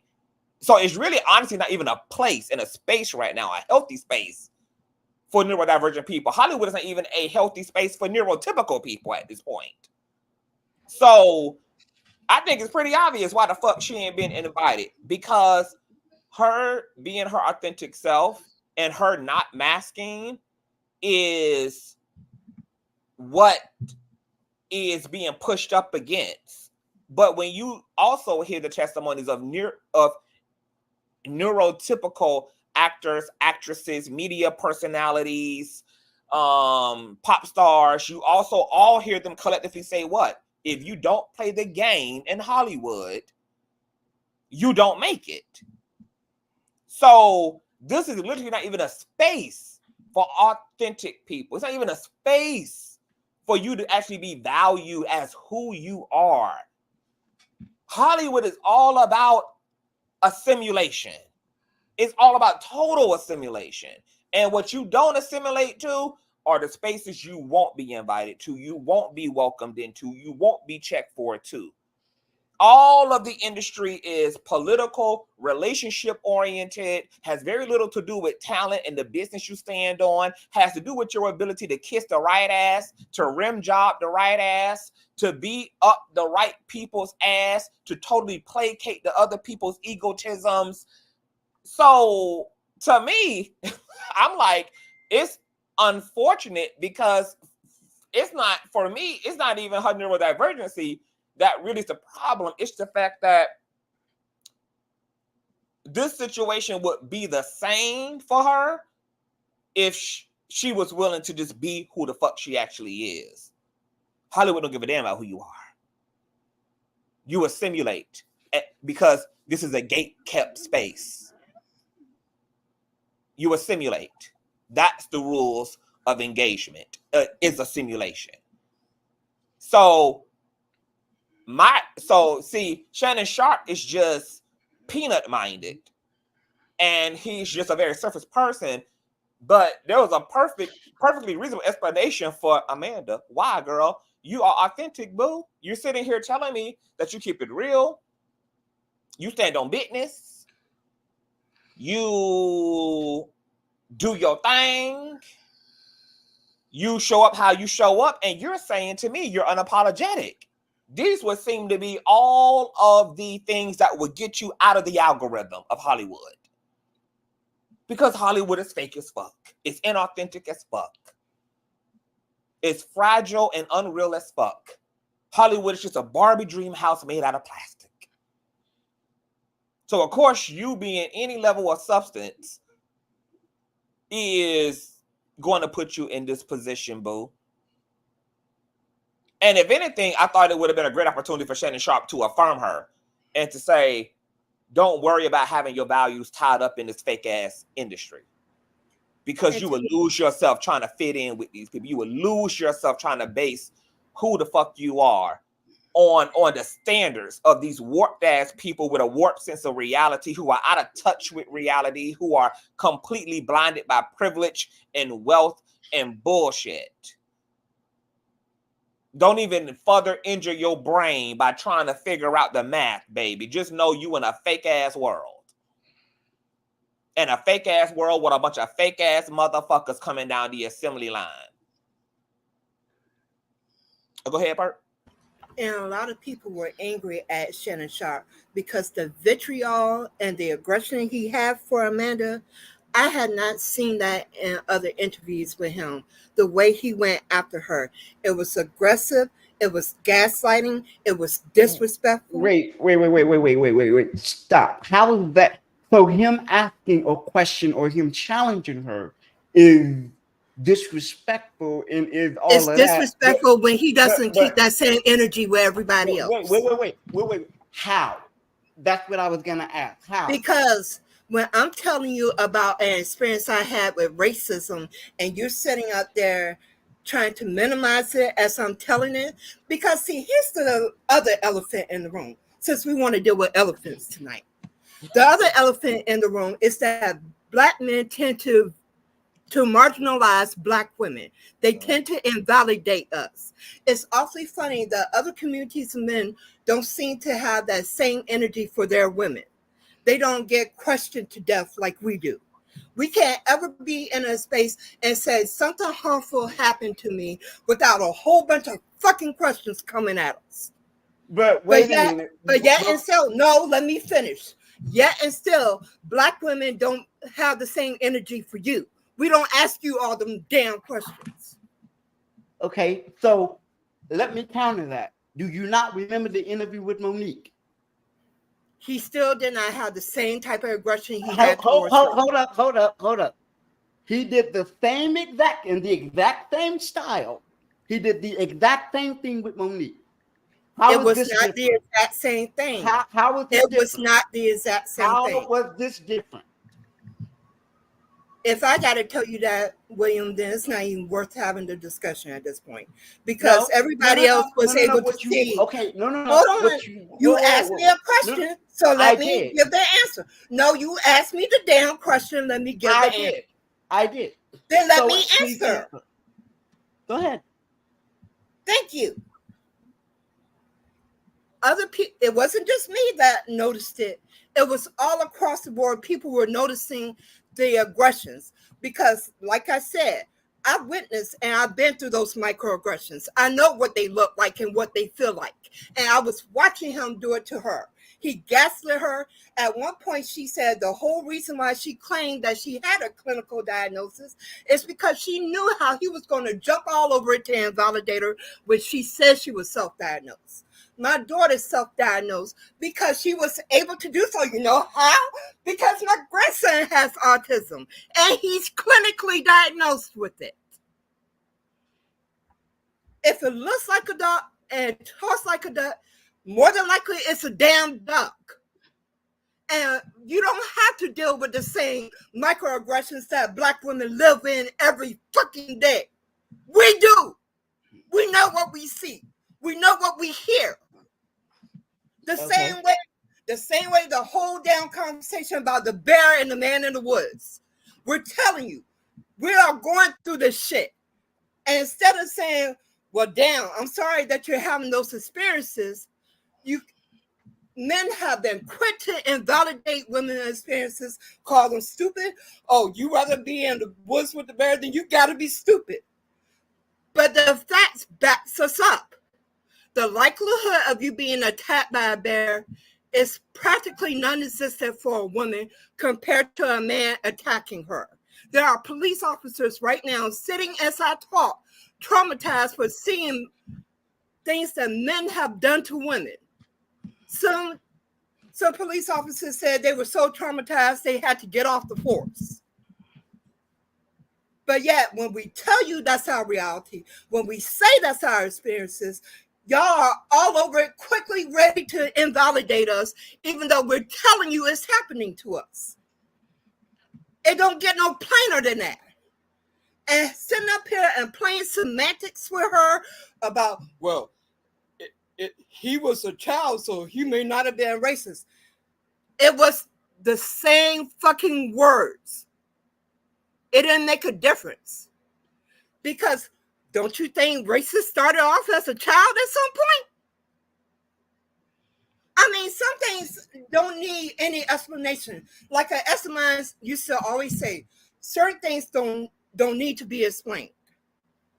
And when a woman is telling you, this has been my experience, and on top of that, she goes on to later say, not only do I have this experience, but I was trained to have a certain lens to notice these things, because I wound up dealing with the greatest minds and learning not only about African studies, but dealing with the very topic that I'm telling you about now. Please consider me. Well, did she even have to go that far? The fact that she said this when she I am still in the process of talking.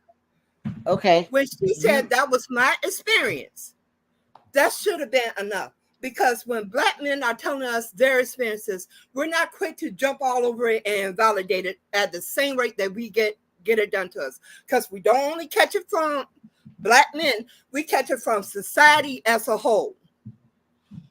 Okay, well, baby, let me explain something to you, and let me be absolutely fucking clear about what I'm gonna get ready to say. Being not just a Black man, but being a person with a disability, I also have to traverse this world through a different lens.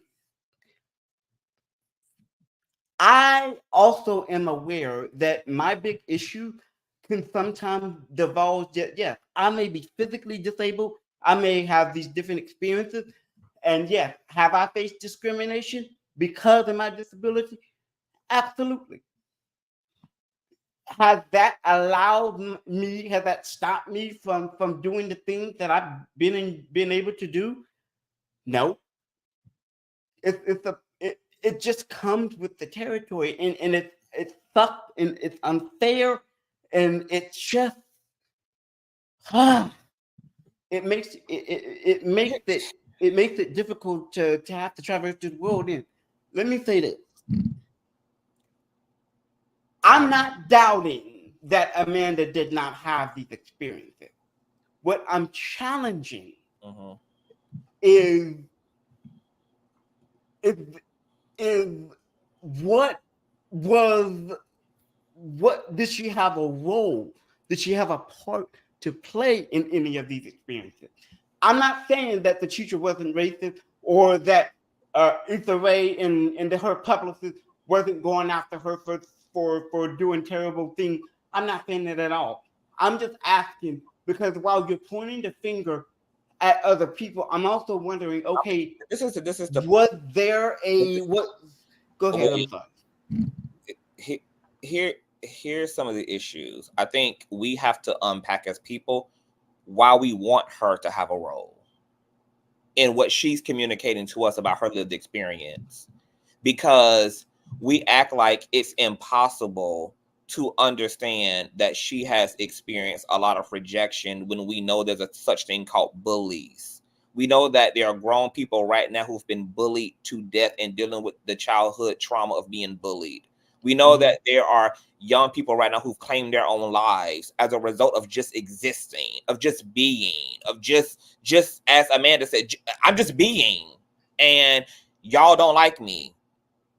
Y'all call me every name. Y'all are derogatory. I mean, we know we live in this system where people troll human beings, where humans troll human beings. Children troll children. Grown people troll adults. Like, people get trolled throughout their lives. Is it really far-fetched to believe that a young Black girl was being bullied by a group of her peers in college? We know that college ain't even that far from high school. A lot of the same cliquey superficiality and bozo-headedness goes on at college as well. Like, is it really that far-fetched? My homegirl was being bullied for being a lesbian in college. People were off-putting, treating her certain ways, spreading goddamn rumors about her. I mean, are these things far-fetched? Is it far-fetched to believe that she's in Hollywood and there is a employee who is rooted in Hollywood, who's a publicist for her boss, who is acting Hollywood toward her? It's Hollywood. I mean, these are not, y'all acting like she's talking about, like it's impossible that in these spaces there was fuck shit going on. College is team fuck shit. Like college, I'm not college. Like, hold on. College socialness is fuck shit. Hollywood socialness is fuck shit. I mean, it's yes. This is my question. Why is it that when I present a different kind of view or a different perspective or even just a different general understanding of how I see things, I'm the one that's getting challenged? Because y'all. Wait a minute. I'm not y'all. Challenging what I know, because the y'all is you and the rest of the demographic of people who, for no reason, y'all don't know this woman. Y'all know y'all don't know this woman. This woman allowed us to be brought into her lived experience. And if we can sit here and because see, as a queer people, William, we wouldn't have did this had it been a queer person talking about their lived experience and the opposition against them. If that would have been a trans woman sitting up there, we wouldn't have been contesting that as her peers. It's not fair to also not extend that to other people as if their experiences also can't be met with trolling and abuse and societal rejection, etc., for whatever reason. But I'm not saying that her experiences are not. And we don't have no reason. We don't have no real reason to even be questioning it. She's telling us about our life. What is there really to question? Either what she said is true or not true. But what is really what is driving? Because this is where I want everybody to dig deep. What's driving the motivation to question her lived experiences? Like, what is this thing in you that just makes you want to, like, you're listening to them, you're like, no, I don't buy it. Like, what is that about? Because that ain't actually about Amanda. And that's to her point, too. A bunch of shit becomes about Amanda. That ain't got shit to do with motherfucking Amanda. Just like the raggedy Vanessa hoe who called her and was like, I just don't like you. Okay, bye. And they're gonna call her no, hold on. And they're gonna call her back talking about, you don't know why? No, bitch, I don't, because I know you don't know me and I don't know you and I ain't done nothing to you. So I could give a fuck less about your shallow ass objection of me. I don't care. Why should I give you 15 minutes of my time and you haven't even taken 15 minutes to even get to know me, to truly sort me out? And you've already come to your own conclusions. And you think I'm supposed to be invested in hearing from you when you already decided to lead abusively toward me without even legitimizing why you don't like me. You haven't even gotten to know me to have a legit plight against me. So rightfully so, you don't entertain that type of bullshit and you don't subject yourself to other people's egotism and allow them to convince you that you're a problem. And if they say you're a problem and you know you ain't been no problem to them, you let that be their problem. You don't then get into the business of conforming and bowing down and kissing the ring and let a bunch of weirdos take you out of your mental health over issues they got with themselves that they making about you. Because I know what it's like to be an Amanda Seales. I have been in those predicaments and those situations of just living my life. And having people decide they don't like me because, oh, this bitch look good. Oh, this bitch drive good. Oh, this bitch is this, she that, how she, all these like from afar observations. Not knowing that I'm the same bitch who would give that fancy shirt right off my motherfucking back. Not knowing that you can get a motherfucking a ride to work in that fancy ass vehicle that you judging me and making me and want to think that I'm better than you for having. Not even knowing that same platform that I get my visibility on is also extended to you anytime you want to come over here and yabba dabba do and talk about yourself and have a community to be in. But since you want to make from afar observations, you can have your from afar observations. You will never get a phone call and a dialogue and a conversation and a confrontation with me about your far away ass assumptions and opinions. I think in some way we all know really what it's like to be an Amanda Seales. I'm sure as a handicapped Black queer man, you have always vocalized how you've been met with opposition and judgment and had to fight for respect and fight for visibility. And a big part of your work is due to the suppression of handicapped people, of people with disabilities. So you also, so it's so many ways for rather than to be oppositional toward her, for you to actually see yourself in her. And here's the other thing. I'm speaking. Hang on. I'm sorry. Hang on. Let me respond to that. Hang on.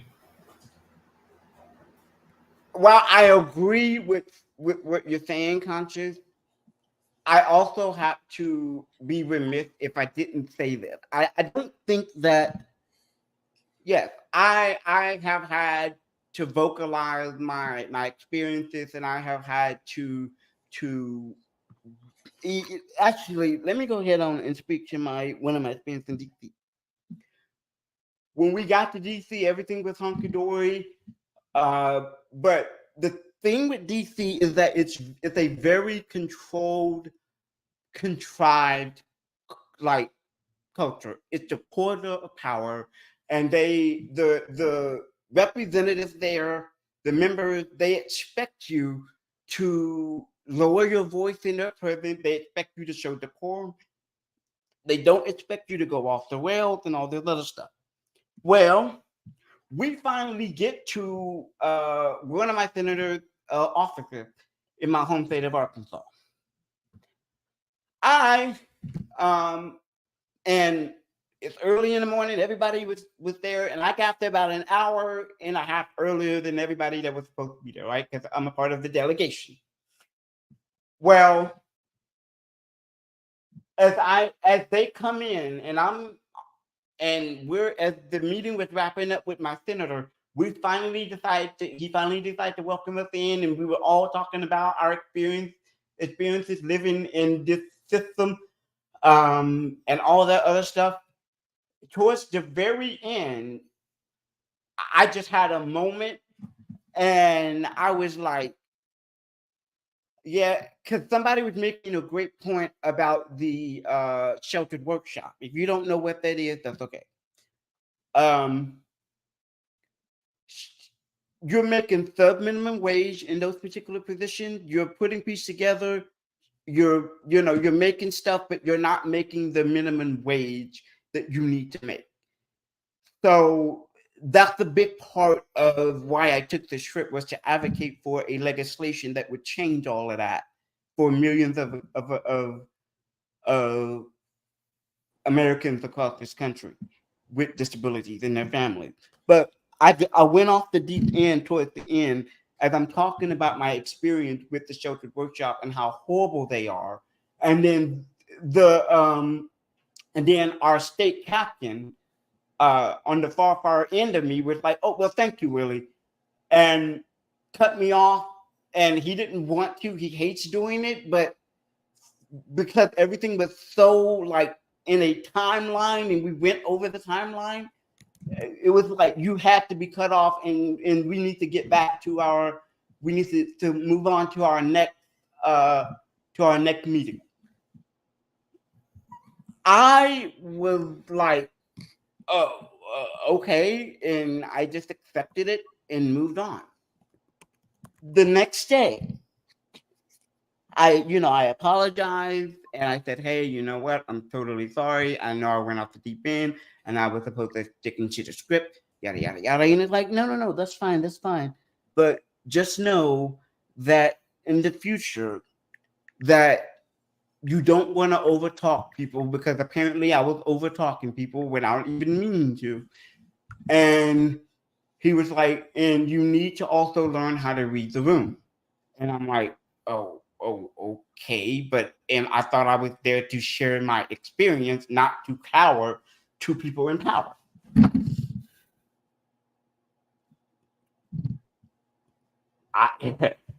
And he was like, well, yeah, but there are rules, and this is their territory, and you have to show decorum. This is their space.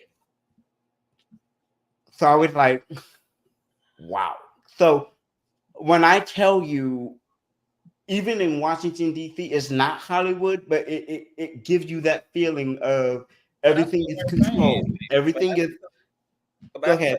Polite is that, like, you see how easily like you split into an anecdotal experience, because that's what I'm saying. So I don't understand what. I guess my issue wasn't really with her storytelling. It was just when it got to the autism thing that I kind of just became a hit dog that hard. That was it. Autism is not. Sorry. Hold on for a minute. I want to, because I think this is a stark reminder. Antoinetta Candia Bailey. Y'all might have heard about her passing. I think I reported on her passing. Back in February. An HBCU administrator's suicide is raising a painful question about Black mental health. Antoinetta Candia Bailey loved Lincoln University, a proud alum of the historically Black college. Candia Bailey, known as Bonnie to her friends, stuck a Lincoln University bumper sticker on her mom's new car as a freshman. When she graduated in 1998, her mother brought a brick in her name. And when she returned to the Jefferson City, Missouri school last May as its vice president for student affairs, friends say she was so excited that she purchased a second brick to commemorate her new role. Then on January 8th, Candia Bailey was unalived by suicide 5 days after being let go for various reasons, including failing to address the concerns of employees under her supervision, according to the termination notice. In a final note emailed to staff at the university and friends, one of whom sent the letter to CNN, Candia Bailey detailed a grim reality that was far from her early hopes for the position. She claimed she was harassed and bullied by superiors and was ignored when she expressed concern for her mental health. A university investigation is underway. The aftermath of Candia Bailey's death has raised painful questions for Lincoln University staff and students, sparking discussions nationwide about mental health concerns amongst people of color in the workplace. This is Miss Candia Bailey, also known as Bonnie, took her life as a result of corporate workplace bullying. You should be talking about an educated, what can be assumed to be a neurotypical individual under the abnormality of unnecessary and uncalled for terrorism by her peers.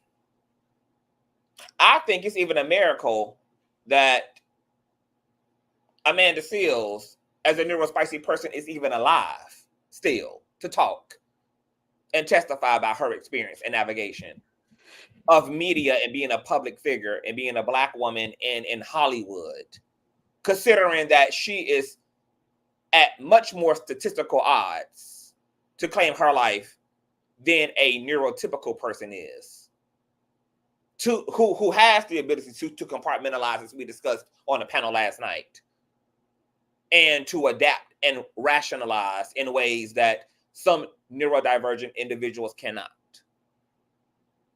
So when I say that, I really just want to know what's really at the crux and the underbelly of why people really don't want to like Amanda Seales.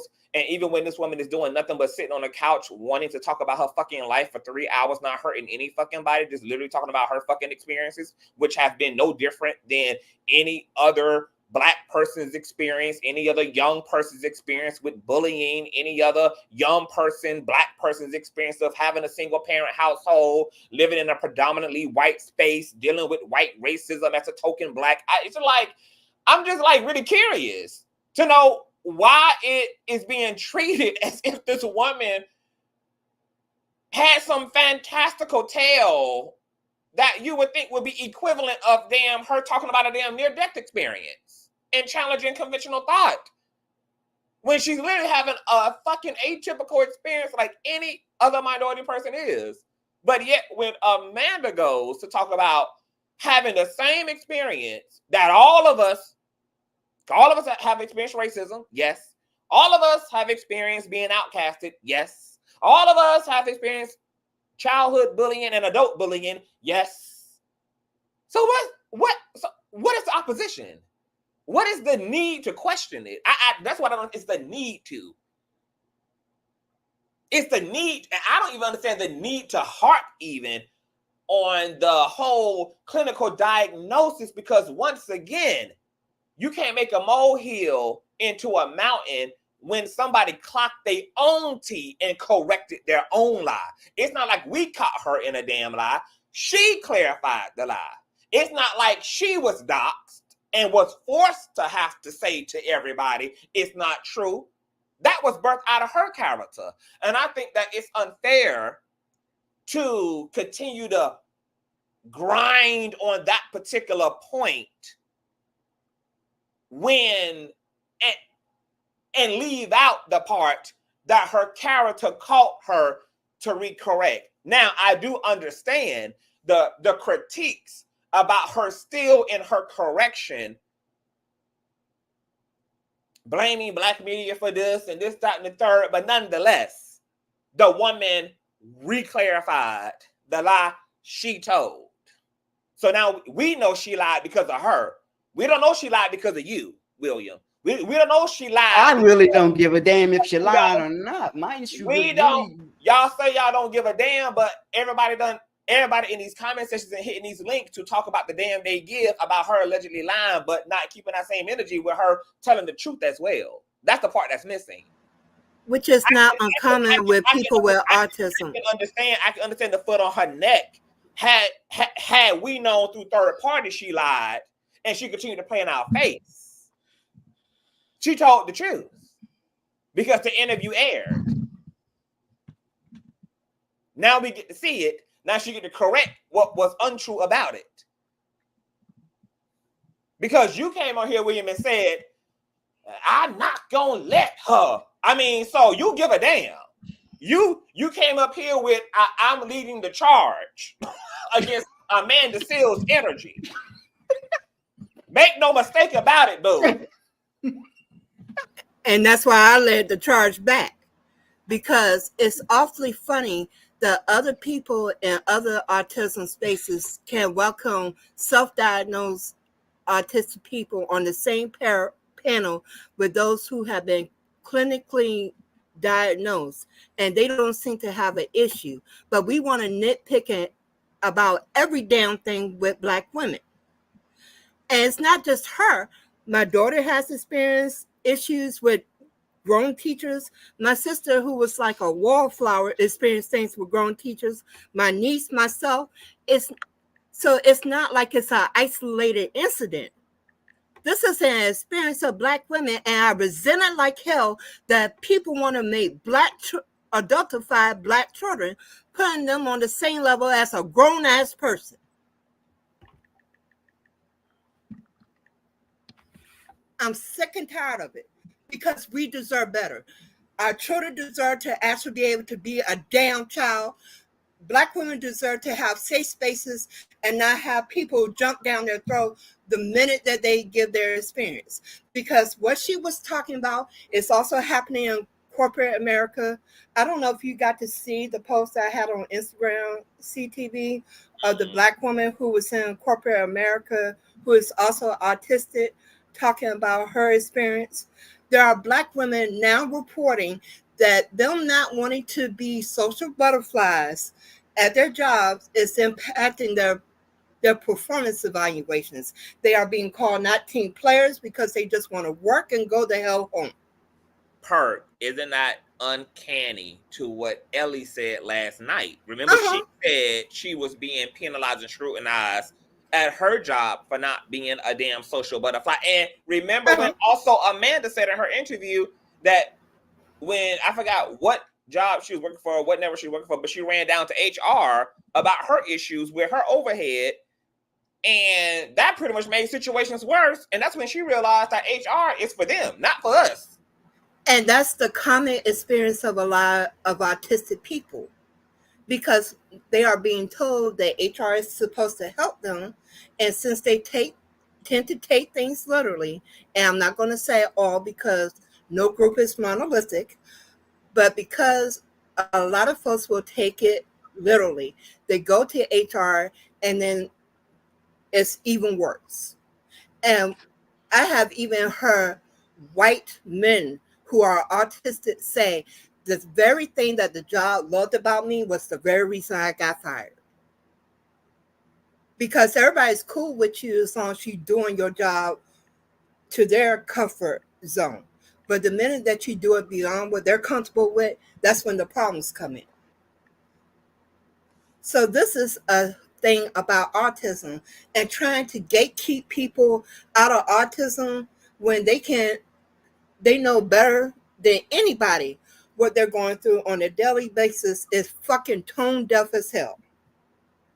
And it's annoying as hell, because it kills me that we cannot allow safe space among ourselves.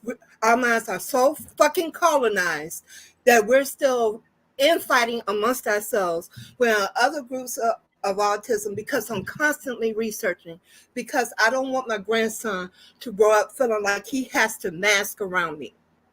I want to create a safe home for him. So I'm diligently trying to find everything. I don't give a damn if it's white, black, purple, or blue.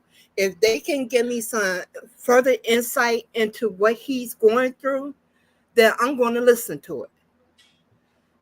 And I have noticed across the board, just as many self-diagnosed autistic people are on the same panels with clinically diagnosed people, with people who specialized in the field, and nobody else seems to have this credential issue that seems to. I have never seen a group of people want a damn credential for every damn thing and don't know shit most of the time. Yeah, because that's the arrogance of ignorance. It's because I bet you if Lil Boosie got his ass up here and said I was in special ed, would nobody be requiring anything? I bet you, because when Monique admitted that she is a neurodivergent in her interview and in her stand-up, there was no clapback. So I just find it funny that Amanda is literally allowing us to see that, like, she can just literally exist, and there's just going to be a nitpicking and a ripping up and a tearing up. And I'm also, because I was listening to the King of Reeds, because it got brought up last night, and I finally had watched his commentary, and he didn't really seem to be here for he really wasn't here for Amanda either, really. And he kind of critiqued her for going on to the show, and why would you do that as an intelligent Black woman? You know, this is not the space that gives a fuck about that. And so what did you really expect? You pretty much got what you signed up for. And then I think he brought up another situation she had going on online with another woman. I think she had lost her son to maybe some police brutality, and there was some type of a moment that happened between Amanda and the mother of this young man, and she kind of got ate up about it, I guess. And I think she also spoke to it in her interview. And I remember, so I brought up that to say that Amanda Seales also is not above critique. Like, I mean, she's a person, so she can get it wrong. She can be off-putting. She can miss a moment, etc. But what's interesting to me about the bulk of the criticisms is that they don't have anything to do with anything in particular. They just have to do with, I just have something in me that just makes me want to just unnecessarily question situations that I really don't even have a reason to question. I just want to question, like, why she thought she was experiencing racism. Or I hearing about this grown-ass woman, quote unquote, her life in a 3-hour interview. I'm just curious to know, like, she don't think she's at fault for anything. I mean, I'm sure if she would have been asked enough questions and talked about enough situations in her life, that she probably would have spoke about situations in which she was also wrong in, but that really was not the flow of the conversation. She was literally more curious about the experiences in which people had no reason to not like her and did not like her. These were the curiosities that she had. Somebody said that Timmy Ray's mom was and I was just reading an article about how she has I don't know the whole situation with that, but what I do know is that I honestly, at this particular point, Amanda's experience is her experience.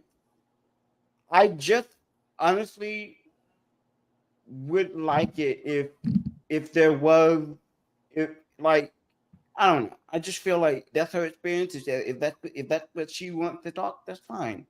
But hey, it's what it is. And I want to address what Mary said.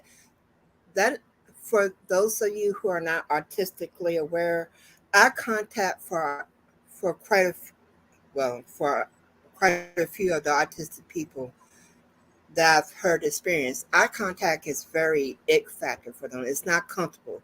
So there's a lot of times where people have issues with autistic people because they don't make eye contact. And see, these are the nuances I'm talking about. There are certain things that can't be controlled, and people are holding them to the same fire.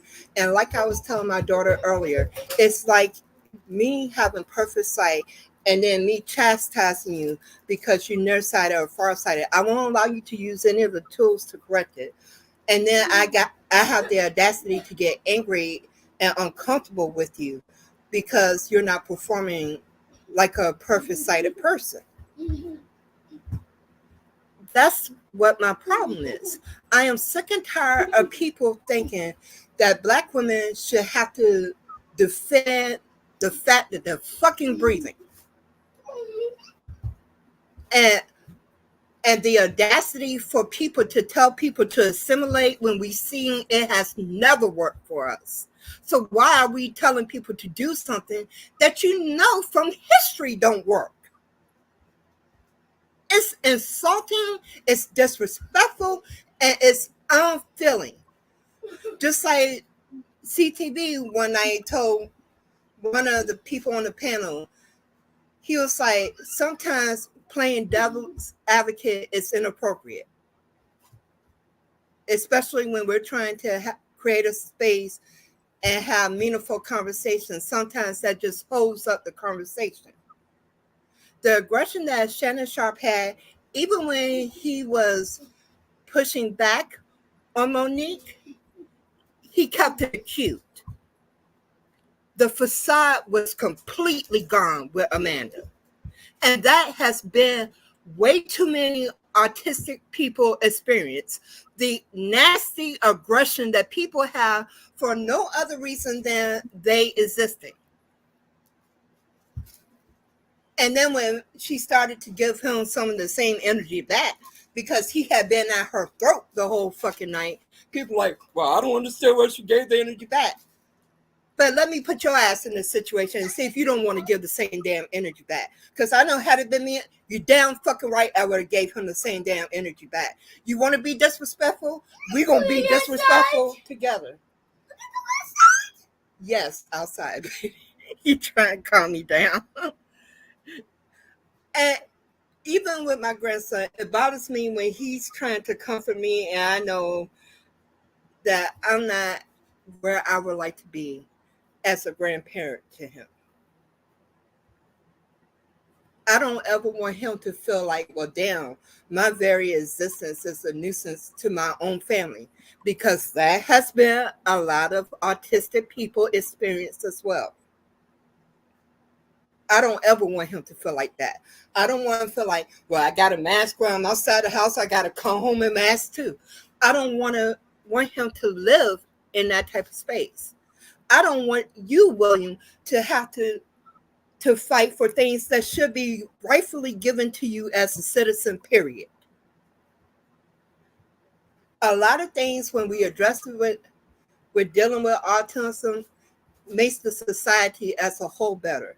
It helps the introverted people who are just not going to be your social butterflies. It can cause anxiety from, we cannot live in a society where we think that the neurotypical experience is everybody's experience when we know for a fact it isn't, and it's taking people out of here. It's sick that it has been over 100 years and there is still a stigma attached to mental health. There's still a stigma attached to disabilities. And I'm damn sure going to demand better. Because it's not like you can't give it. And you will give it. Because history shows. And be forewarned that if you don't give it, it will come to the point where it gets taken by force. And it's unnecessary when it doesn't have to be that way. With all this information that you have in the world, being willfully ignorant at this point is a choice.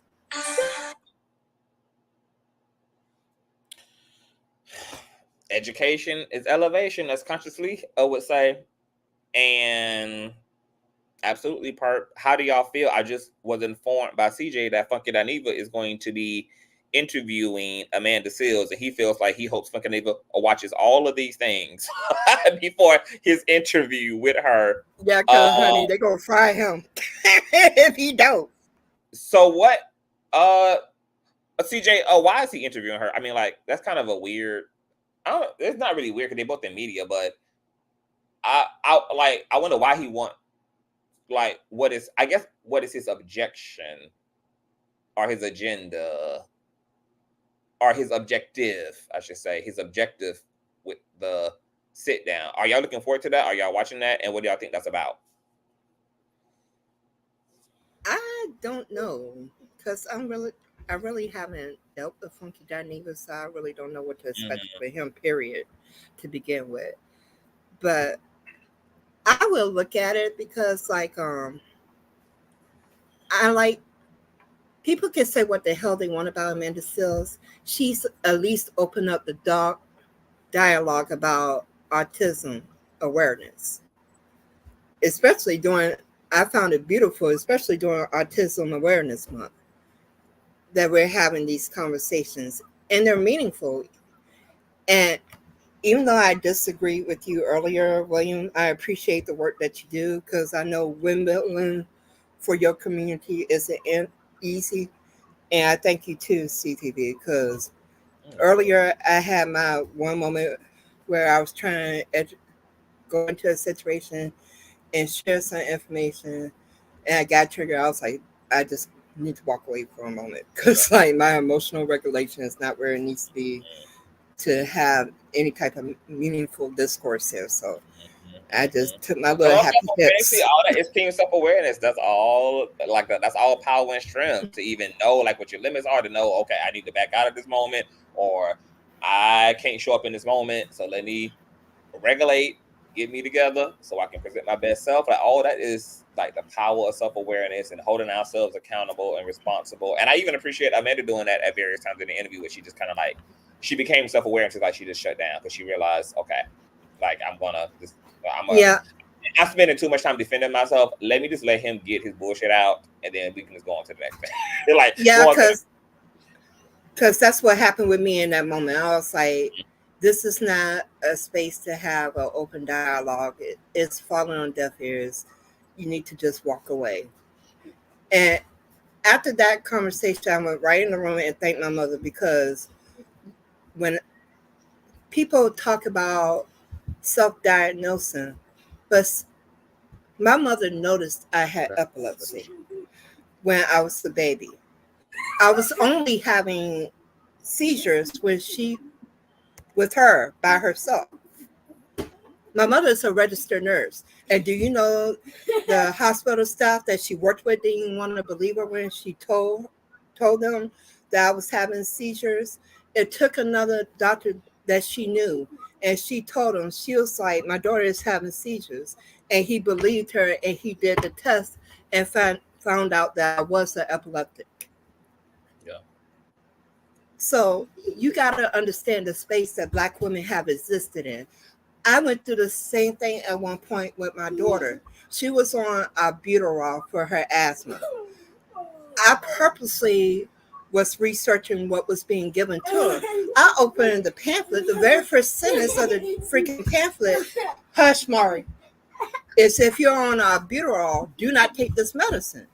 It would have counteracted the albuterol that she was taking.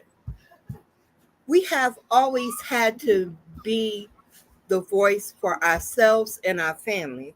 And the fact that we have to justify ourselves to our communities when our communities benefit the most from us, it's insulting as hell.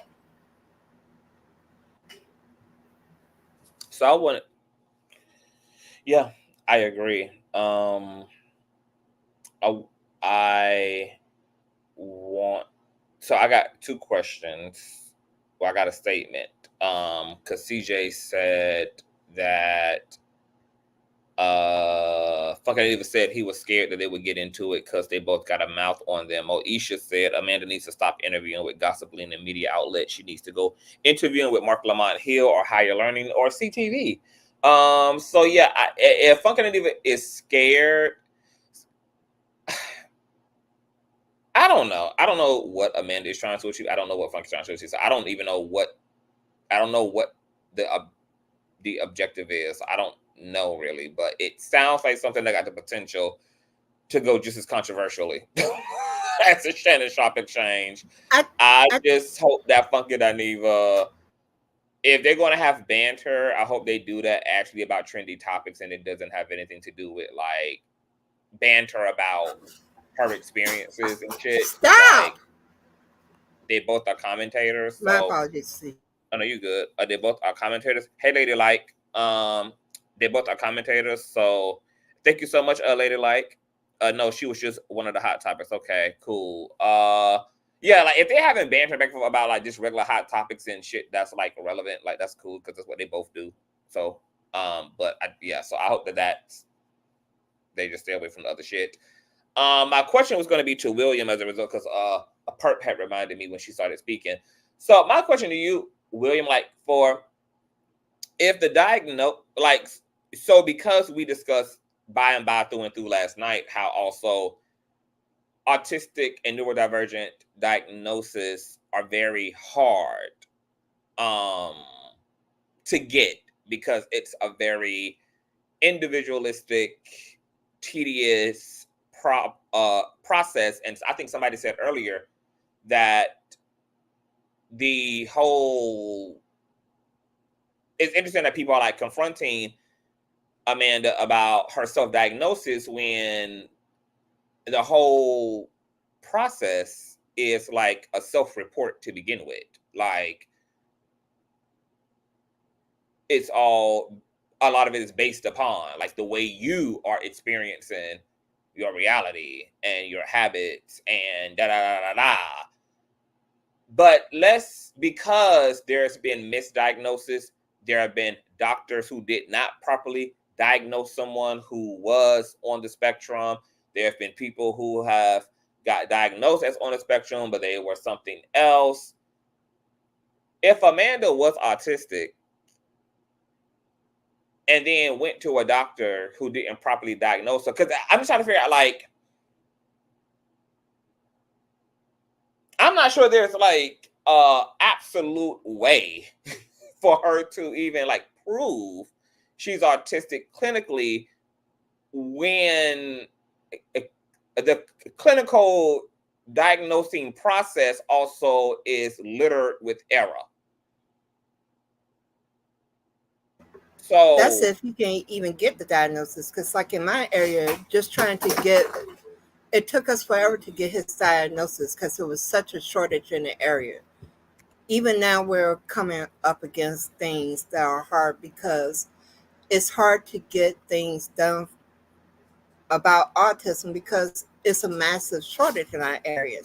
And it's not just in my area, it's in a lot of areas like that, where people are having a hard time even getting the support and stuff that they need to deal with autism because it's just isn't there.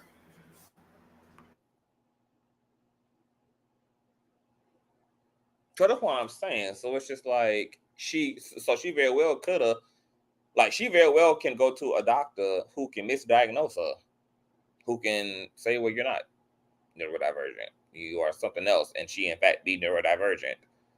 But then that will put her in a position with the public to be like, see, the doctor said, but the doctor also could be wrong. And we know that this is kind of the issue with Black and brown children in the medical system to begin with.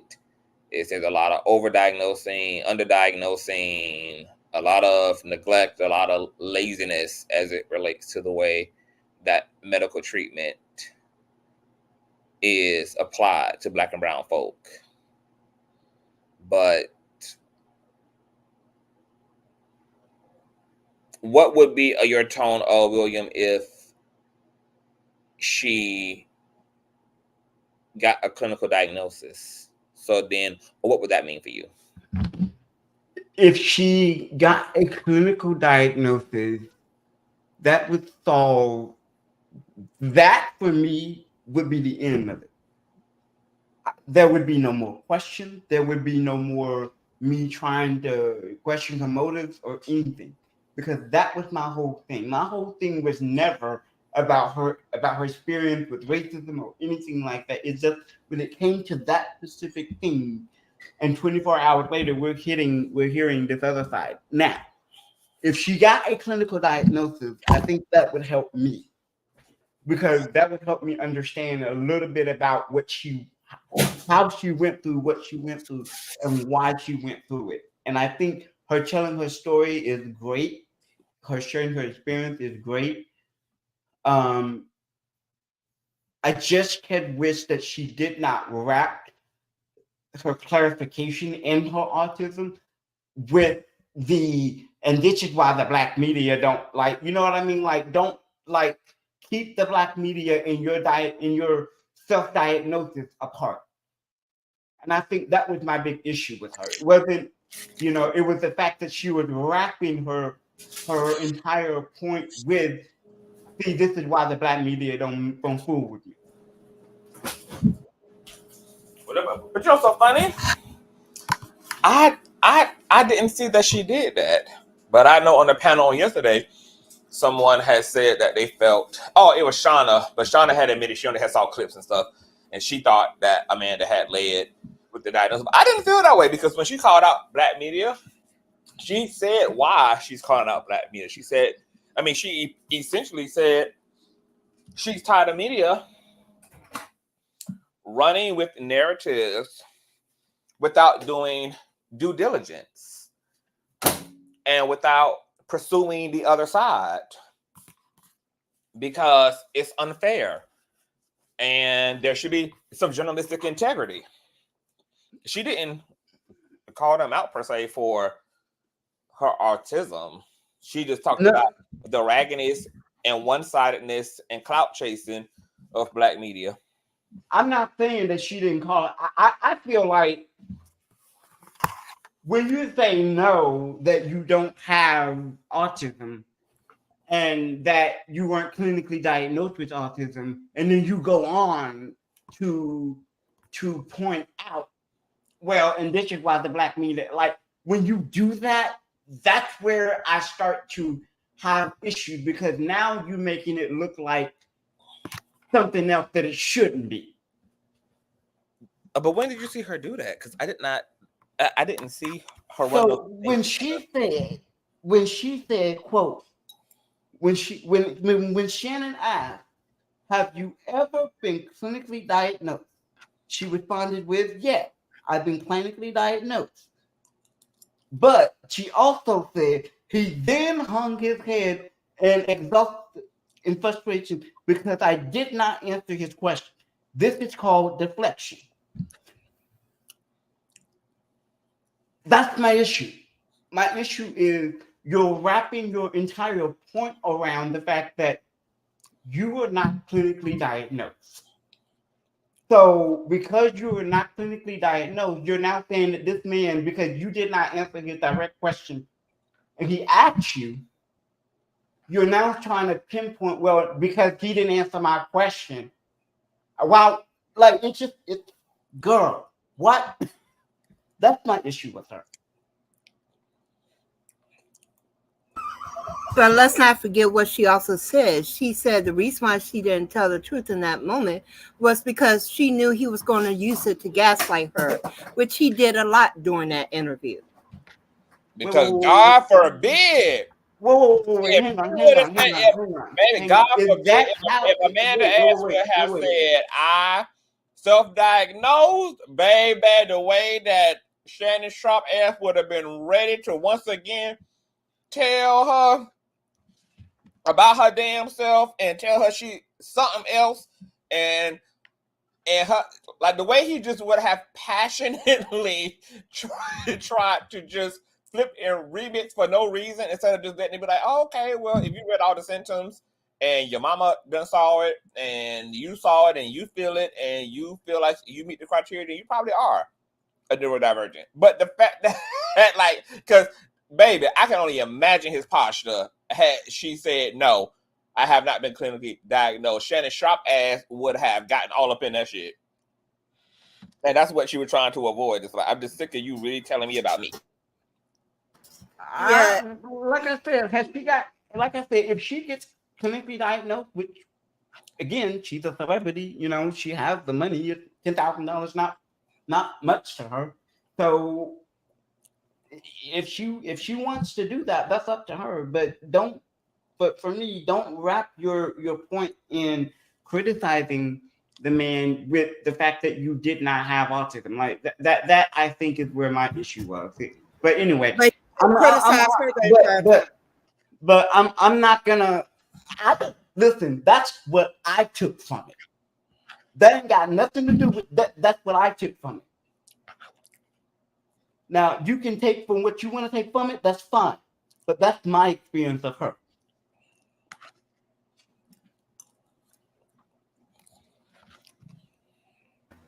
Like I said, she gave him the energy that he gave her. That man was more aggressive. Like, I was literally waiting for him to get up off his seat and fight her.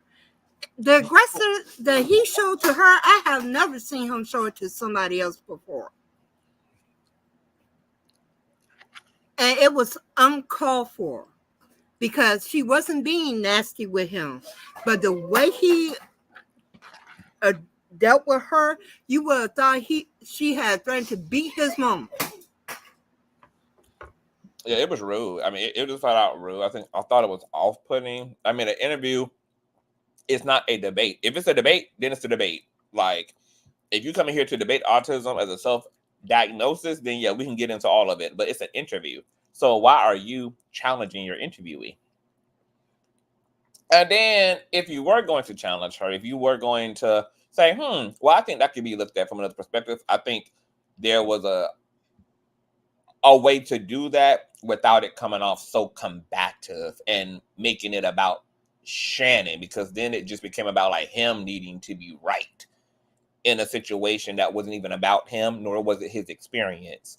So if he did want to insert it, I mean, he could have casually, non-aggressively did that about saying, "Oh well, Amanda, like, where I'm from, kids, sometimes they're just mean, and sometimes they just say shit and whatever." He was like, "I know for me, I don't know if I would consider a child to be racist just because they say something racist, because I'm not sure that kids are informed enough to really know why they do the things that they do. But I can agree that to perform racism is just as racist as being racist. So at the end of the day, it was racist. They said something racist, it was racist. Like there was a way to get him in if he just felt he had to just get his shit in there. If he just had to do it, there was a better way to have gotten himself in there, but it was turbulent because he was just too adamant. So I was happy when he actually clocked himself, which validated her in return. When he said, "You know what? This is your interview. I'm doing too much. Like, let me woosah. This is about you. This is your sit." Exactly, Shannon. This is her sit down, baby. Please check you. I don't know whether you had a bad day. I don't know whether you read something about your ex-stylist still being your boyfriend. I don't know what crawl is up your ass per se, but I was glad he validated her by actually acknowledging that this was becoming too much about him. And this was her sit down about her shit. But once again, I feel like, all that was proof. All that was proof of what Amanda been saying. Like, I could just literally sit around and just want to do what everybody else do. Like, I want to go to Shannon Sharpe and just talk.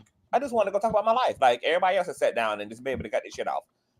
And then somehow I'm combated. Somehow I'm challenged. Somehow, like, there's just this energy. And that's why Ellie said to me last night, she said, "CTV, do you believe that like do neurotypical people just know that somebody is neurodivergent and just like can they sense it? Because it just seems like the way we get treated, people just have they just must know that we're that." I said, "No, I mean, not really."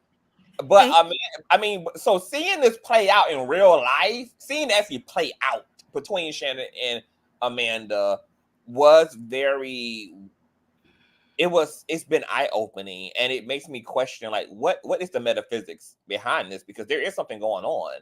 That it's something that just, I don't know what it is, that just seems like I have to believe neurodivergent people when they say we can just exist and motherfuckers just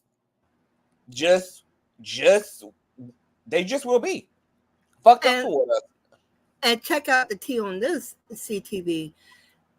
They had to experience so much that a study was done on can neurotypical people pick up naturally the difference with neurodivergent people. And it showed hell yes they could, and they were microaggressive as hell because of it. And we got to literally watch that play out with Shannon Sharpe, because I had never seen him be as aggressive with an interview as he was with her. And I was like, this is the whole study all over again in action. Yeah, like that needs to be in a laboratory. I think that this is the receipt for all neurodivergent people should feel vindicated. Like, you know what? It's not me. It's not us. There is something that happens, and it's almost becoming universal to neurodivergent people. So the fact that, according to that study, neurotypical people in some way can perceive neurospiciness, and then that's the preceding behavior is even more weird, because I wonder what is it about now knowing that, on whatever unless they know it unconsciously. Like, did the study say that like they know this unconsciously, or They like were saying it's known unconsciously, and it makes okay? them aggressive towards the neurodivergent person. Oh, you know what? Now that I'm thinking about it, what do you think about this? Because my brain started going on a rabbit hole. You know how like a lot of species, and this is like fluid in the animal kingdom, where there's like a weeding out of the so-called weak. So if a baby calf, like, you know, like animals that eat their own, if they feel that there's some type of a something, if there's some type of a brokenness or inability to survive. Like, I was just watching something about seagulls, and like a seagull had like threw one of its baby seagulls out of the nest and killed it because something was like wrong with the baby seagull. And so like animals will do this in the wild if they like, I guess this is where we get the I know exactly what you're talking about. And it's a saying, the survival of the fittest. We get this like survival of the fittest idea. And I wonder if for humans, there's like in our primal wiring, we also do this. Like that type, like that animalistic part of us is activated when we unconsciously perceive that, and then the action is to dispose of that, to reject it, to destroy it. Do you think that that's a part of the same wiring? I do, and I'll tell you also, it occurs in a species that's going out. Oh shit. And when the new one is coming in, there's a natural aggressive to the more evolved person, because I really feel autistic people are an evolution of society, because it's literally stripping away all the unnecessary stuff that society does. And I think this is the next evolution for humanity, which is why, like, when things don't make logical sense to them, they're like, this don't make no sense. Why are we doing this when we can clearly see it's not working? I think they're the next evolution, and the old relic is pissed off at the new evolution subconsciously. Wow. Okay, so now I'm gonna have another answer for Ellie, because Ellie had asked me that. Now I got another response for her, and I didn't know that study happened. So thank you for that study. I didn't know that they actually study like these type of things. Wow, that's interesting. That's very okay. So this is, now we need to be mindful of that. This is interesting. And the other thing is, you don't ever completely go away. There's still remnants of the previous versions, but you will never see it in a mass as a whole again like it was, unless you devolve, and sometimes that can occur too. You can have a species to devolve. That's a possibility, but I think this is the next evolution of humanity that you're seeing coming into being. And of course, the old version is fighting tooth and nail. It's the X-Men coming to the world. And humans are like fighting like hell to not be replaced. Like, get out of here! Get out of our communities! Oh my God. So a lady D said cats would do it too. If the kitten is weak, they won't care for it. And Mary just said, because animals don't have to have the reason for one being a runt or being defective. Pandas do that simply because they can care for multiple. So there's all type of reasons why animals do it, but they definitely to the point where it comes to the animals who do that process of elimination, strength. Have you noticed the evolution of the animals? They are now literally talking more. Yeah. In audible words. Audible words. Yeah. Yeah. Which is just further proof that this is our next evolution that we're watching occur. The consciousness is evolving.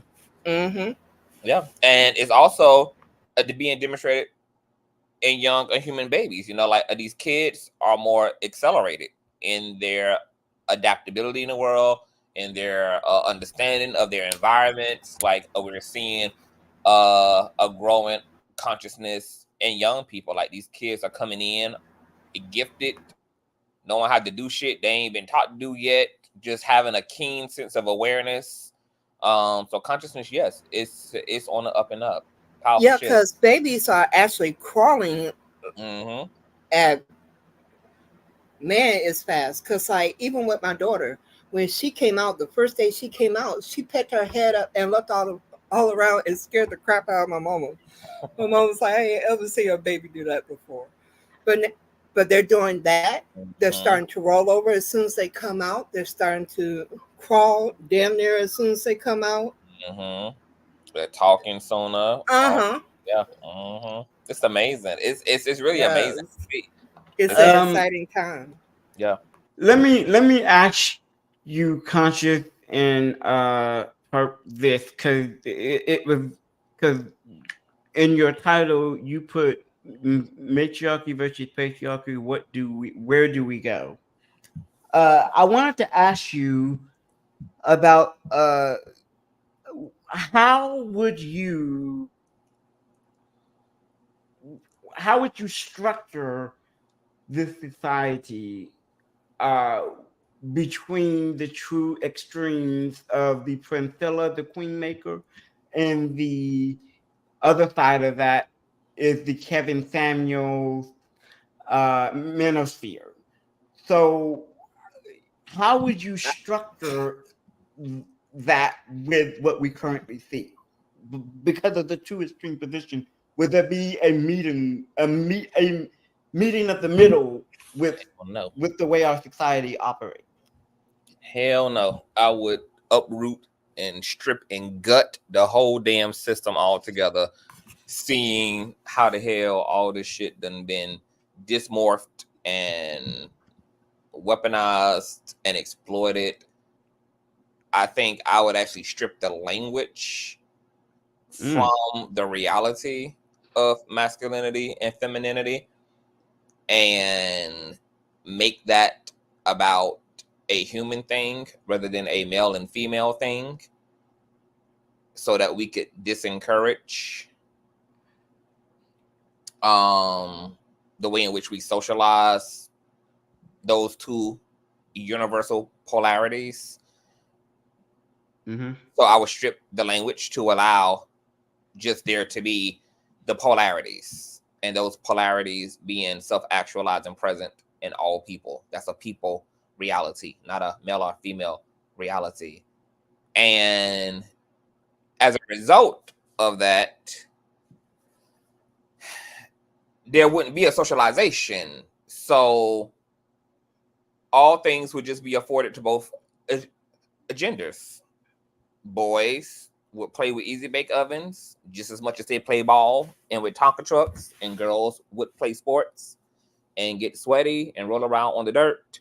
And as much as they play tea parties, there would be no distinction in those ways between those activities, because they both are strengths, as we already know, that could be of great benefit to both sexes.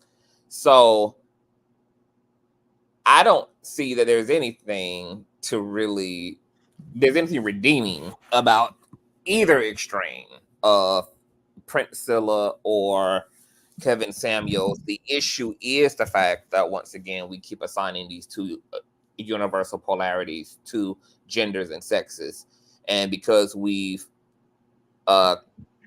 conceptualized it this way, it has actually ruined contemporary society, where there's no longer a need to bottle up these states of consciousnesses into separate bottles, because we live too much in a blended society where everything now has become androgynous.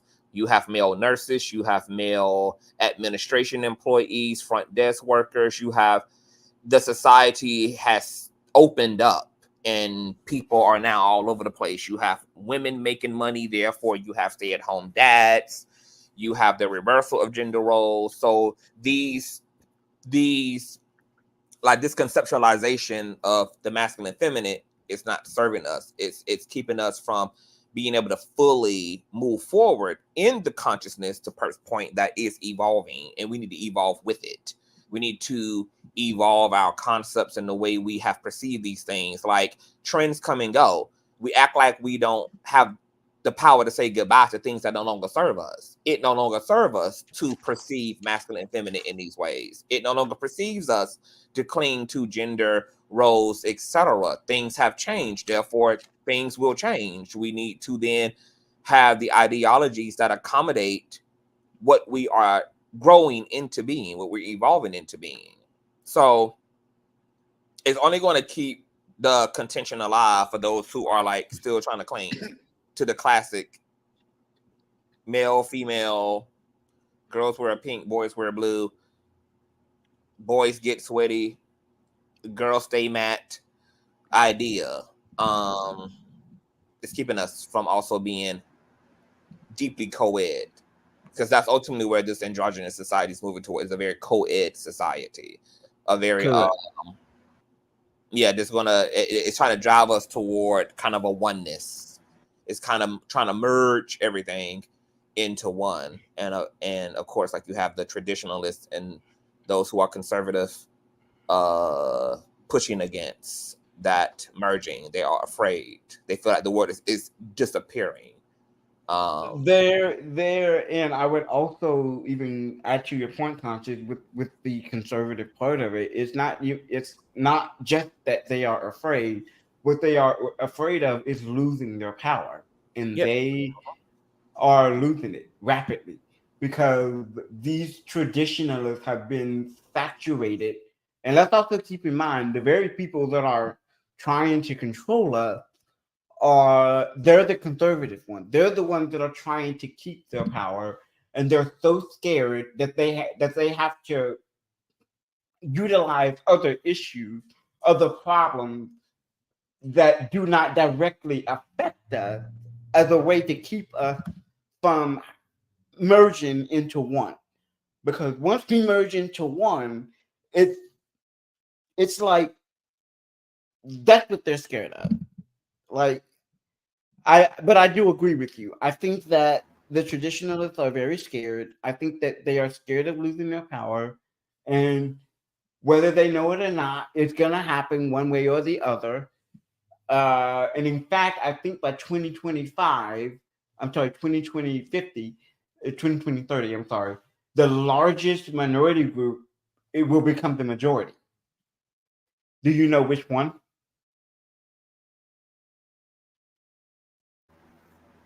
Hispanic. I was about to say they were actually projecting the Hispanic community. But to answer your question, my grandson watches his mother and father work as a team together. Just like my daughter is very nurturing, so is his father, because his father helps my mother out with a lot of stuff. He's very attentive, just like my daughter is very attentive. So he likes to play with dolls, feed the baby, and then drop them off at granny's. I'm always the involuntary babysitter to his baby. But because he's learning how to be a good parent, because nobody forced him to pick up dolls or anything like that. He happened to find my daughter's old dolls, and he started playing with them, and he started being nurturing. So saying that the nurturing isn't in men, it's just a cop out, because there's tons of men that I have seen all around me that are nurturers. Hell, you're talking to one right now on CTV. You have to have a nurturing spirit to hold spaces to have these types of conversations and to want to bring healing into those situations. How many times have we sat here as CTV crew members and watched him help people heal their differences and hash it out to the point where it wasn't always good for him in the long run, health wise. I know it had to be draining on him. But we see it all the time.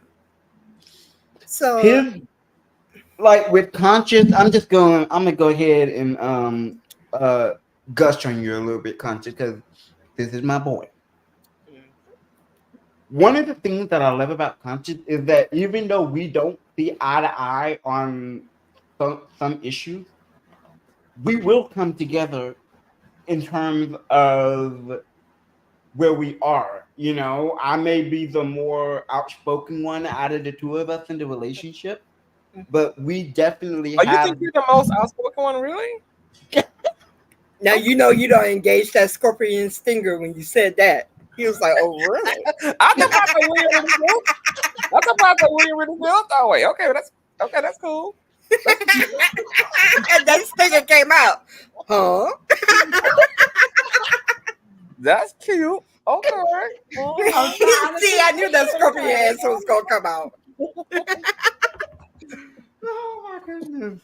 But just like we disagreed tonight, but when I was thinking of people that I was grateful for, that is outspoken, you are one of the people I wanted to talk to, William. Because I know it's not easy to windmill for your community all the damn time. And how much it takes out of a person to even want to attempt to even engage in these conversations. Because as a grandmother to an autistic child, I want to be able to help to have those conversations and bring awareness. But like earlier today, when I saw that I was not in the right emotional space to handle the conversation, I had to walk away. And I was so upset with myself that I even had to walk away in the first place. But I also recognized something important about me. I haven't had to go to war for anything in a very long time. I had taken off my warrior garb for a long time because I needed to at that point, and trying to just pick it up again, like where I left off, and think I was going to be in that same headspace was just naive on my part. But you know what, though? I think you ought to give yourself you ought to give yourself some grace and compassion for, like, I don't know if you should feel bad for having to walk away, because I just feel like we're also not. I actually also be on ready all the time. Like, it's okay if I have been like sitting in my business, minding my business, and then something shows up that's kind of outside of that, and therefore, like, no, I can't transition from this moment to that, or I'm already going through something, and going into that is only going to probably arouse whatever I'm already going through even more. I think it's powerful when people like can pull out. I think it's powerful when people can say, like, even when I was saying about my best friend the other day, like, that I haven't spoken to in a year and a half, how he like hung up in my face in order to not do worse damage, because he realized he has a problem with his mouth, and he has a problem with his attitude, and he thought he was saving our relationship by by hitting a immediate eject button, because he knew how close he was to doing something that was going to make me cuss his ass out in return. So he chose the lesser of the two evils by hanging up, and then proceeded to text me and say, I had to hang up because I don't want to disrespect you. You mean too much to me. I'm willing for us to have this conversation at a later date, but I hung up to keep from making a mess of the thing. And then I actually, even though I hate being hung up on, I respected the fact that he hit that button, because the reality is I would not have wanted him to made a bigger mess, but his ego got back in him as he was trying to defuse the situation and commits to trying to fight with me through text rather than through talk, which really defeated the purpose of hanging up to begin with, and had actually just hung up and then had text me and say, look, I love you. We're going to cap right now, because to Perk's point, like, I don't have the emotional resources to handle this the way I want to, in the love I want to. But I promise you, we'll talk. I'll call you in the morning. I'll call you when I get off, or I'll call you before the week is out, and we'll talk. I love you. I would have been that would have been amazing to me, because see, once again, I don't think things have to be perfect. I like that we can learn how to navigate each other, because that's what's going to keep the relationship intact and help us to preserve it. Not placating to ideas of perfection about each other, not placating to idealism. Like, oh, this is supposed to be perfect, and we never supposed to have an argument, and no, we're human. We're going to get on each other's nerves. We're going to offend each other. We're going to say shit that's going to trigger each other unintentionally, etc. That's going to happen. But if we have the tools to navigate that, that is beautiful to me. And so I just wish we would have survived that moment. And I just wish we would have been able to recover. But he never called me, because he continued to argue. And then I gave him some argument back. And he clearly didn't like what he was antagonizing out of me. And then I didn't have the wherewithal to hold, because I could have not engaged. And I could have also said, I'm not going to lean into this. I see what his ego trying to do. Let me not give into this. Let me just tell him I love him, and I will call him tonight, or to call me when he get off work. But then I let him trigger me. I let him be the reason why I match energy. And then that matching energy, we just end up not talking at all. And we just haven't spoken in a year and a half. So I appreciate you, Pert, for walking away. I think that was brilliant. I think it was beautiful. And I think that left something to return to, because God only knows what the damn damage would have been done had you had handled that situation in a moment that you ain't have the resources to do so. And it might not have been a situation that either one of y'all could have recovered from, or that somebody would have got real tight in their feelings about and not wanted to recover from because of whatever was manifested. I actually had to walk away in the middle of the conversation as well.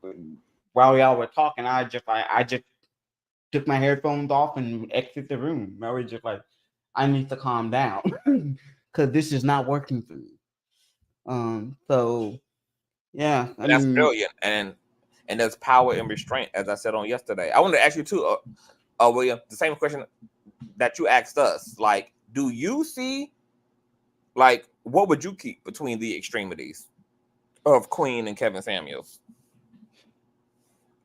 I would tear this whole system up and replace it with a co-ed of sorts that allows for both femininity and masculinity to exist without the need for gender and all the other stuff, because that's the social construct and that's man-made.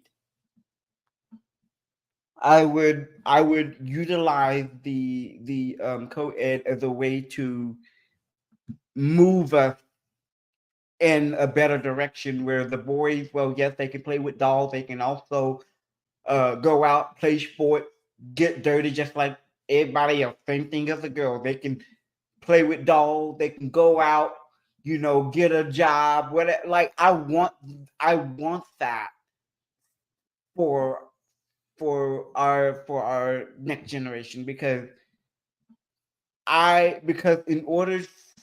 feel like in order to be successful, you don't need to rely on just your gender to do it, or just because you're physically stronger or weaker than me, or whatever the case might be. You need to have a balance between the two. Yes, you might be physically stronger, but are you mentally stronger? Your physicality has nothing to do with your mental state.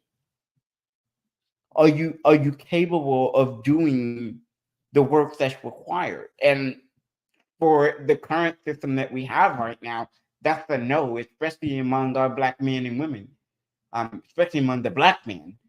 We're not there. We use a lot of our physicality to show strength, when that's not what women are attracted to,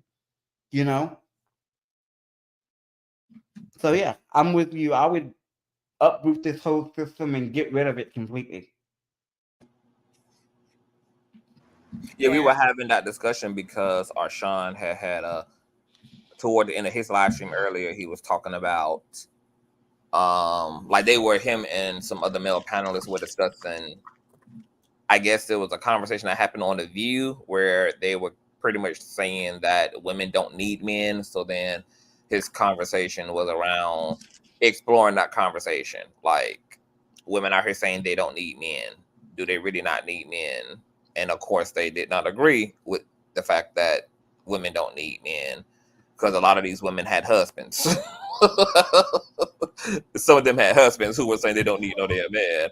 But I don't think that also implied they need them, because you can have a husband because you want a husband. You can be with somebody because you want to, not because you need them. I think what I was triggered by was the word need. I don't think the gender say need each other in the context of like socialization, because we also don't have to have children.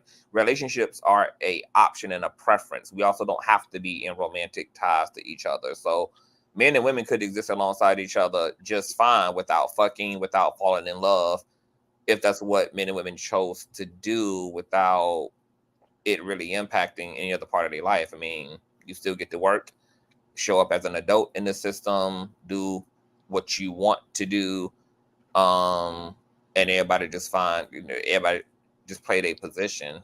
But I don't know. It seemed like I don't know. I don't know. Like, cause see, it's to me, men are just there's this undertone of always power.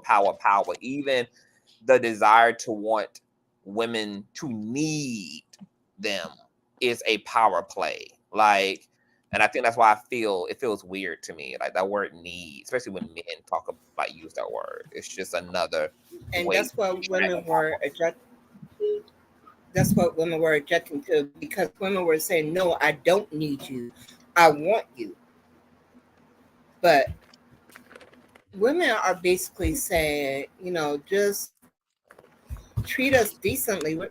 Right now, you're competing with my peace. If you're not going to add to my peace, if you're going to take away from that, I'm choosing my peace. I'll just be by myself, and I'll be with my cat, and I'll die alone, which is like a lot of men have said, that's their fear being projected onto women, because the reality is women are going to die alone anyway, because we outlive men in vast numbers compared to men outliving us. So that's already something that we've accepted, that we're going to die alone, because the reality is most men are not making it into old age, like talking about. They're being outnumbered by their female counterparts, by women. I mean, I wonder though if there's any, because I think the men want the access to the woman without the responsibility that's required to keep the woman. You hit the nail on the head, and that's what women and men are discussing now, because other men are telling them that, hey, the reason why, because here's the thing, a lot of men were under the assumption that they were competing with other men, and women were saying to them, you're really not competing with other men, you're competing with my peace of being alone. That's what you're truly competing against, not another man. So it's like a great disconnect, because just like the whole situation with asking women which would they prefer to be in the woods with a random man or a random bear, and women overwhelmingly chose the bear, and men were being offended, and they were talking about, well, women just aren't being logical. And it's logical for a woman to say, I choose the bear, because the reality is bears are not attacking women like men are. Not only have I been saved, but I know other women who have. That's our reality. Now ask me, has a bear bothered me? now there's this whole trend going on TikTok, grizzle, because of women choosing the bear. And the reason why we're choosing the bear, they kept showing countless videos of a woman telling the bear no, go away. The bear gets up and walks away. There were even men. There was even men saying, "I have been in the woods with bears," and they were like, "I had no fear of the bear, but if I was to see a man in the wood, I would be more afraid of the man than the damn bear." A female park ranger came out and said, "I deal with bears all the time. Basically, there's a lot of things that you can do to get a bear to de-escalate. The same cannot be said true for a man." And one man even pointed out, not only can he come after you, but he can taunt you while he's coming after you. And that's what they weren't getting. Women are telling you, nobody's gonna not believe us when we say we got attacked by the bear. Nobody's gonna ask us what were we wearing when the bear attacked us. Nobody's gonna. It's just with the bear, you know what you're gonna get. If the bear decides to kill you, it's gonna kill you. It's gonna do what's natural. There's a lot of worse things than death for women. We can be tortured for God knows days or hours on end.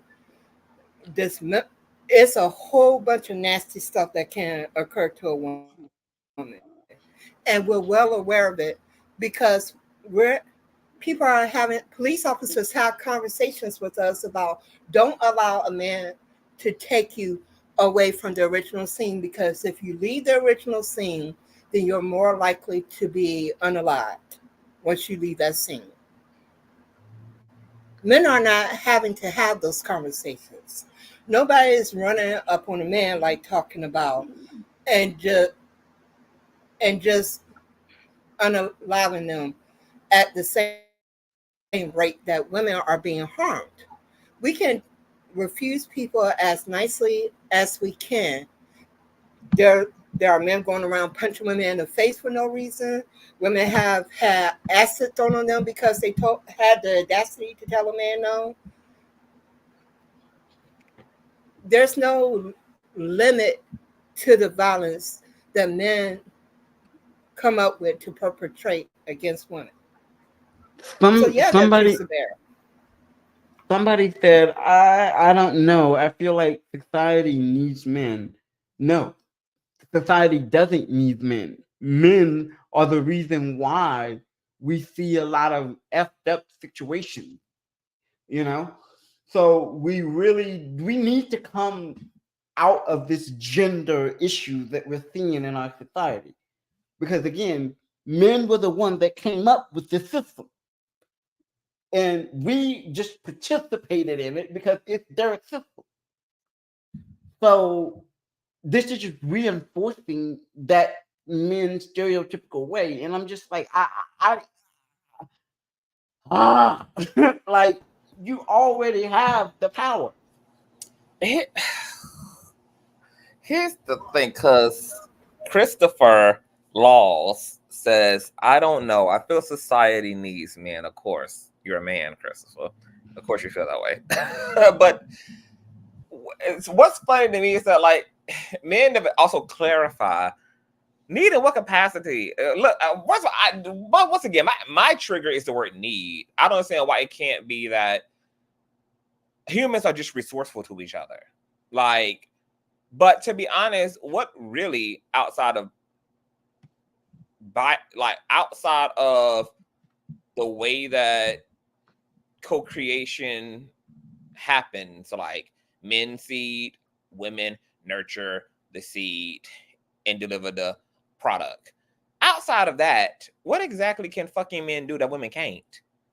Like, there are whole women tribes and civilizations where women rule. There have been women kings. Women can fend for themselves. There's been all-female armies.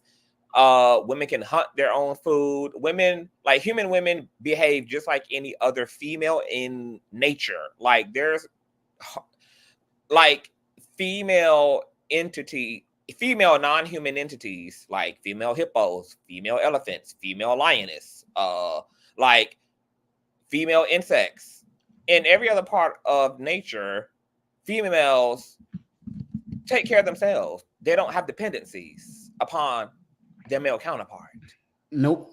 And exactly what the fuck can men do that women cannot? I'm talking about cannot do. Because women can build, especially in this technological age. Women ain't even got to do the full labor. I mean, like, women can create their homes. Women can hunt and gather. So what is it that they can't do that men inherently can do? And let's not forget that back in the days of slavery, guess what black women were doing? Doing the exact same work, if not the same equal work as the men. I'm not using that as a way of saying that we need to go back to the days of slavery. Look at what people said, William. The roads you drive on, the house you live in, the bridges you cross, all built by men. Yeah, but it's not a skill set that's exclusive to men. Exactly. Because we know that we also have female welders, female construction workers, there's women, general contractors, they're architects, like they're architects. Yeah, like women build and create these buildings and roads too, sir. That's not inherent to men. That's why. Oh, and by the way, nature. Mm-hmm. I'm sorry, CTV. Okay. Oh, by the way, nature does not agree with you, Christopher, because scientists are saying now that nature is trying to phase out human men. That the chromosomes are degenerating. So nature doesn't agree with you. And here's speaking of nature, you know, for females to be so apparently weak, it's interesting how every embryo begins as female. Literally, the foundation of all of us is coming from a female. It's female. Literally, our biological foundation is literally female first. So female, this is literally the foundation that even maleness sits upon. This is why the divine is considered a female and a she, really, instead of a he. In the book, like and it's also biblical. Like if you go back to the very beginning, when God created man and he said, "Let us create man and woman in our image," he wasn't talking to Jesus. He was talking to wisdom. And wisdom has a name. And guess what her name is? Sophia. Mm-hmm. And guess what? And guess what? Mm-hmm.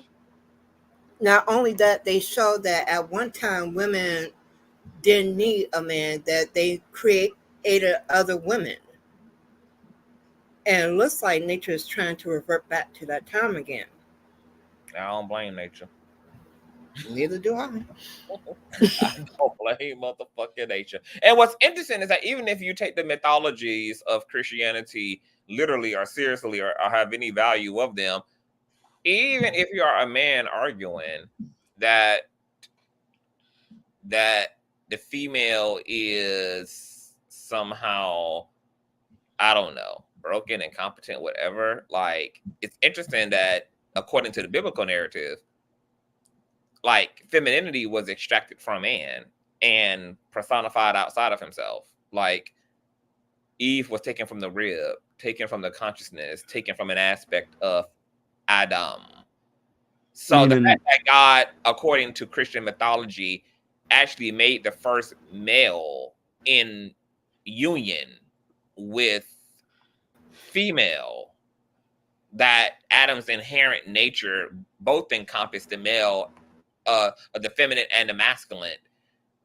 And when Adam craved companionship, God just simply split him down the middle, or just made his shadow self, or made he just a divided the right from the left hemisphere. He just put a line of demarcation between them.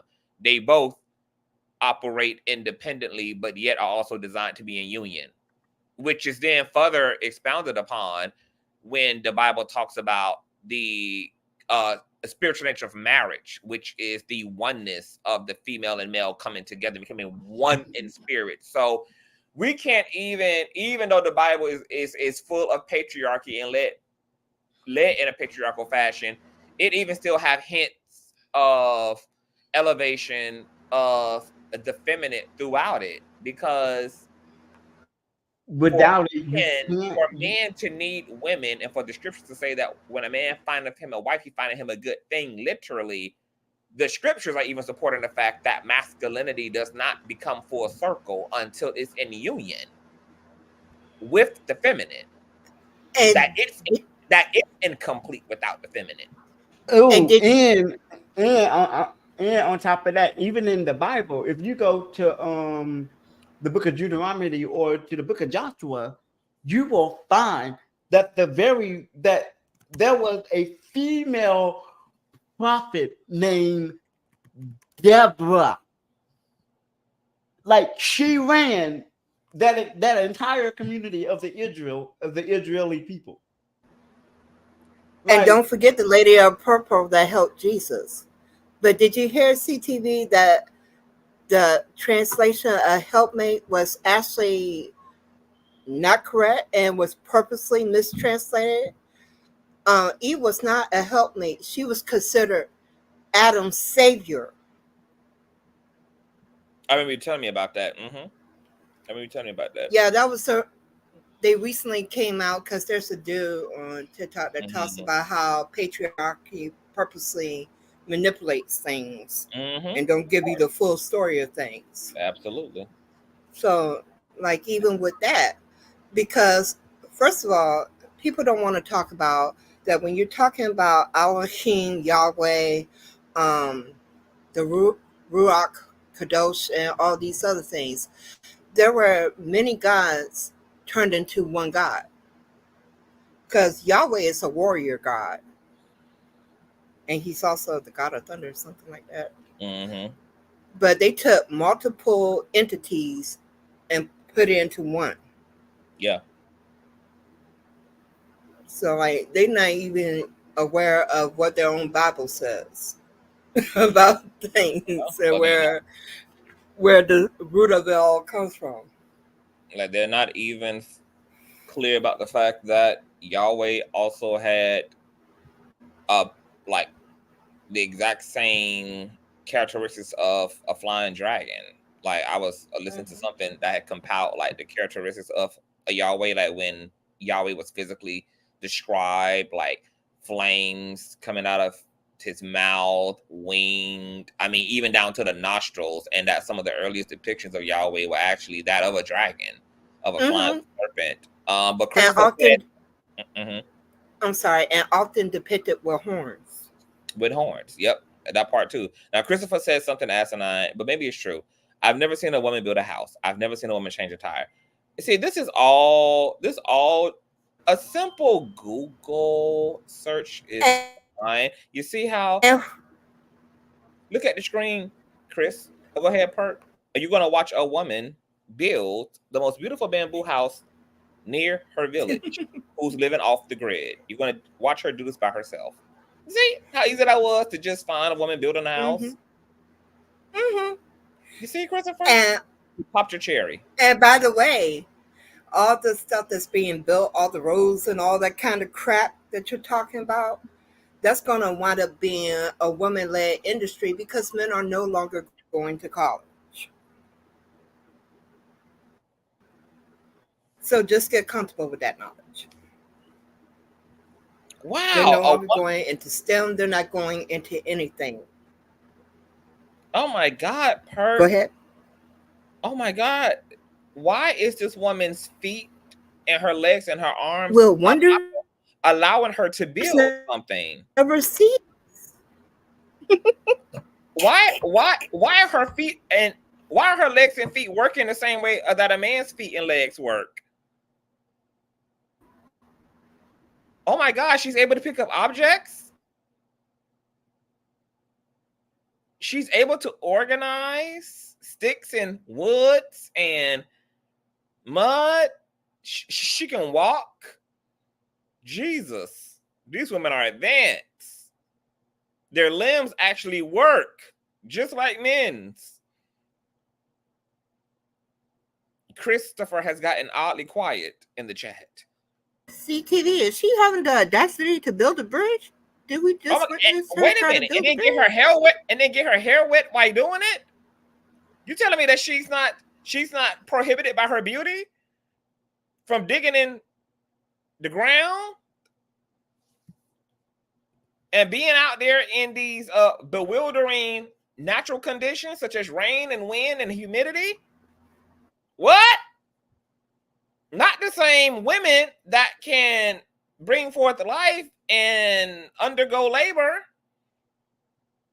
and push out a whole baby for hours on end.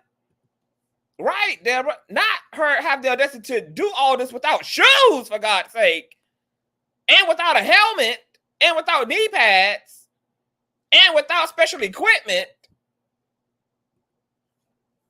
Oh my God. And she didn't get a man to supervise her doing none of this? Wow. Hey, I'm so sorry. My microphone just went out. Not her out there in the dangerous woods with lion, tigers, and bears, fending for herself without a weapon in sight, yet being completely confident and self-knowing. Not her getting dirty. She can get dirty. She doesn't mind being dirty. What? Her biology supports her painting?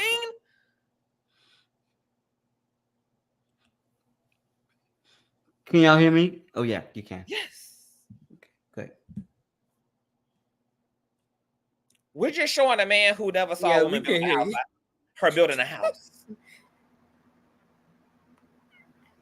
Oh my God, not her own panoramic pool that she carved out from scratch. Woman literally created a whole mini mansion out of natural resources. Didn't even have to do Mother Earth any damage to do so. Didn't have to blow the ozone layer apart. Didn't need a bulldozer. CTV, where's the man that built the bridge?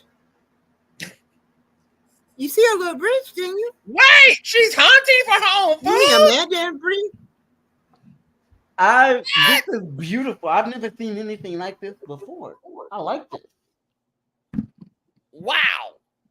So, Mr. I've never seen anything, and I've never seen a woman build a house. I've never seen a woman change a child. You've got to be one of the most delusional men I've ever seen in my life. And I've seen a lot of delusional men.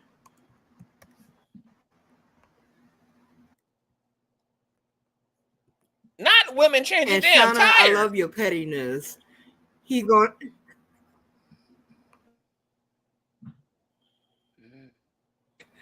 Yo, CTV, look at what Shannon said. He gonna say a man told her how to do it. Even if so, even men have to be told by men how to do these things. A car is not a natural phenomenon. I mean, so who cares? Who the fuck told, who told her how to do it? She could do it. Because even that man that's telling her had to be told how to motherfucking do it.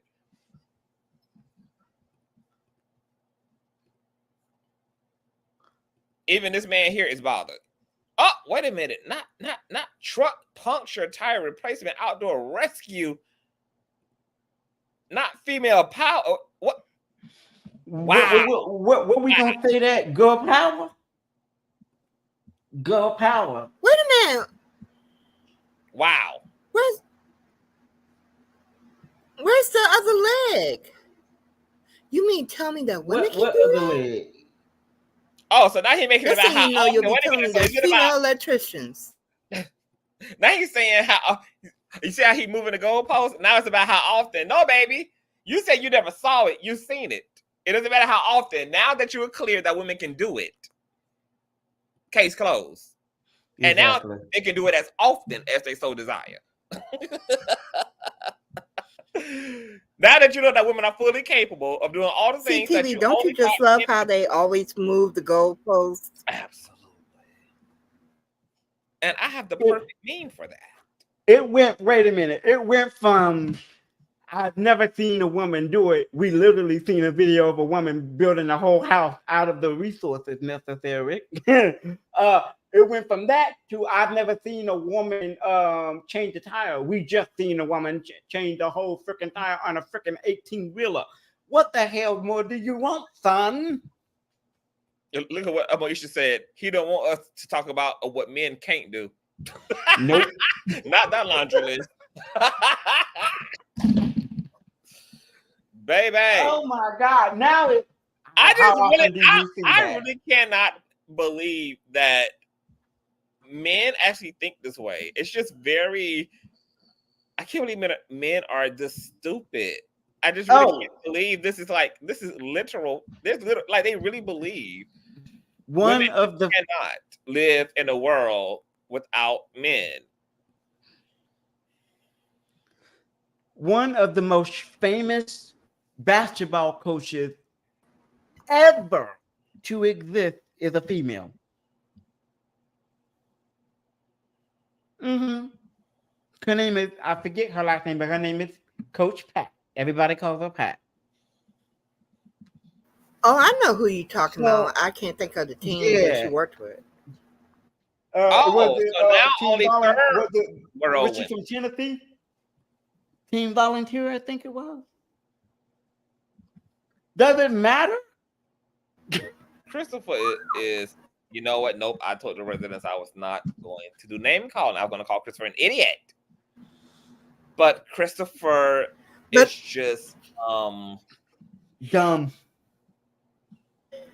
No, do the old Southern thing. Bless your little heart.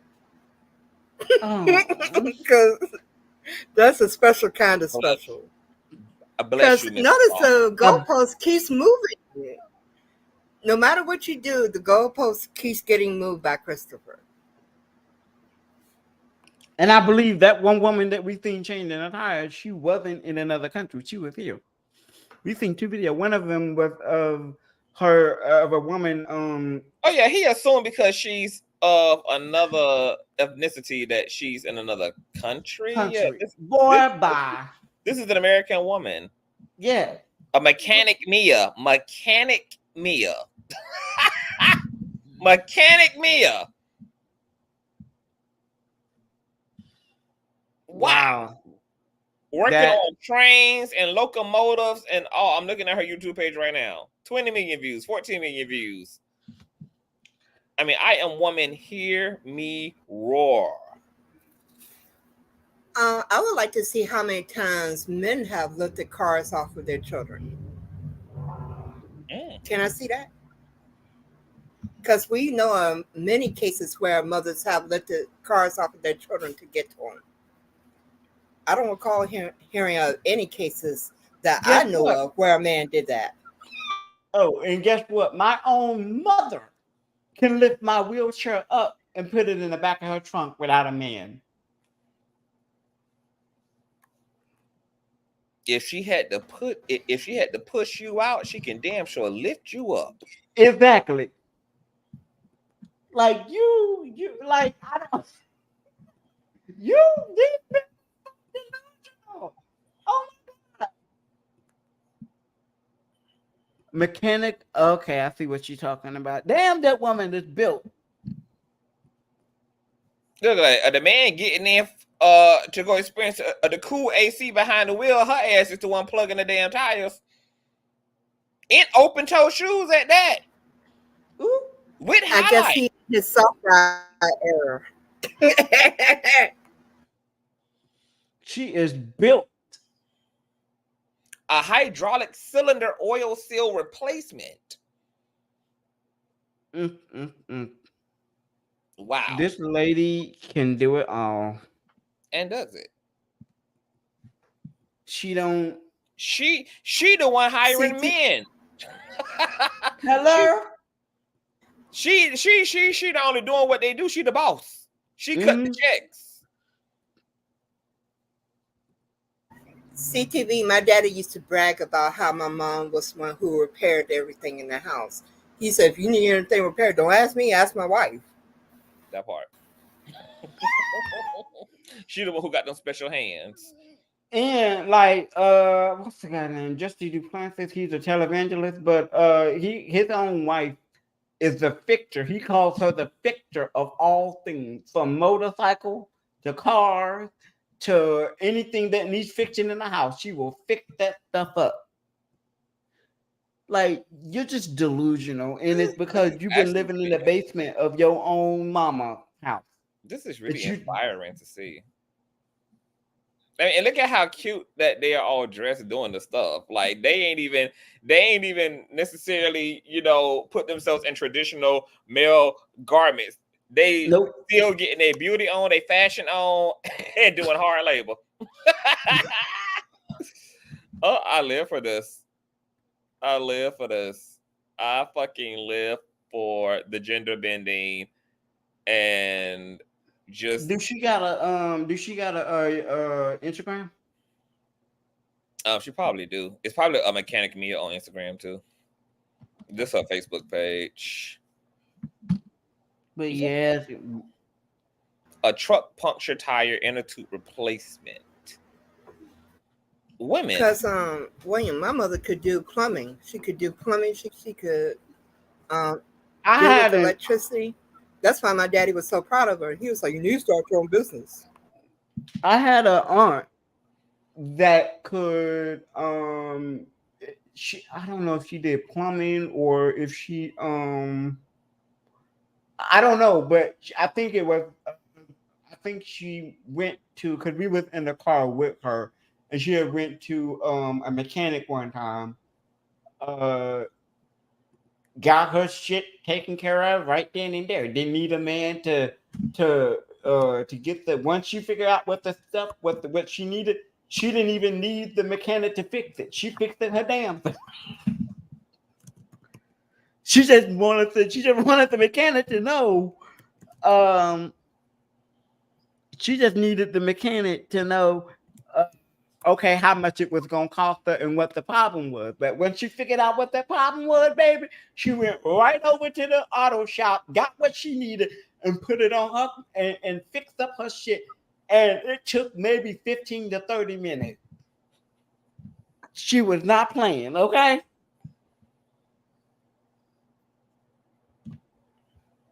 Yeah. Deborah. Yes, I know that's right.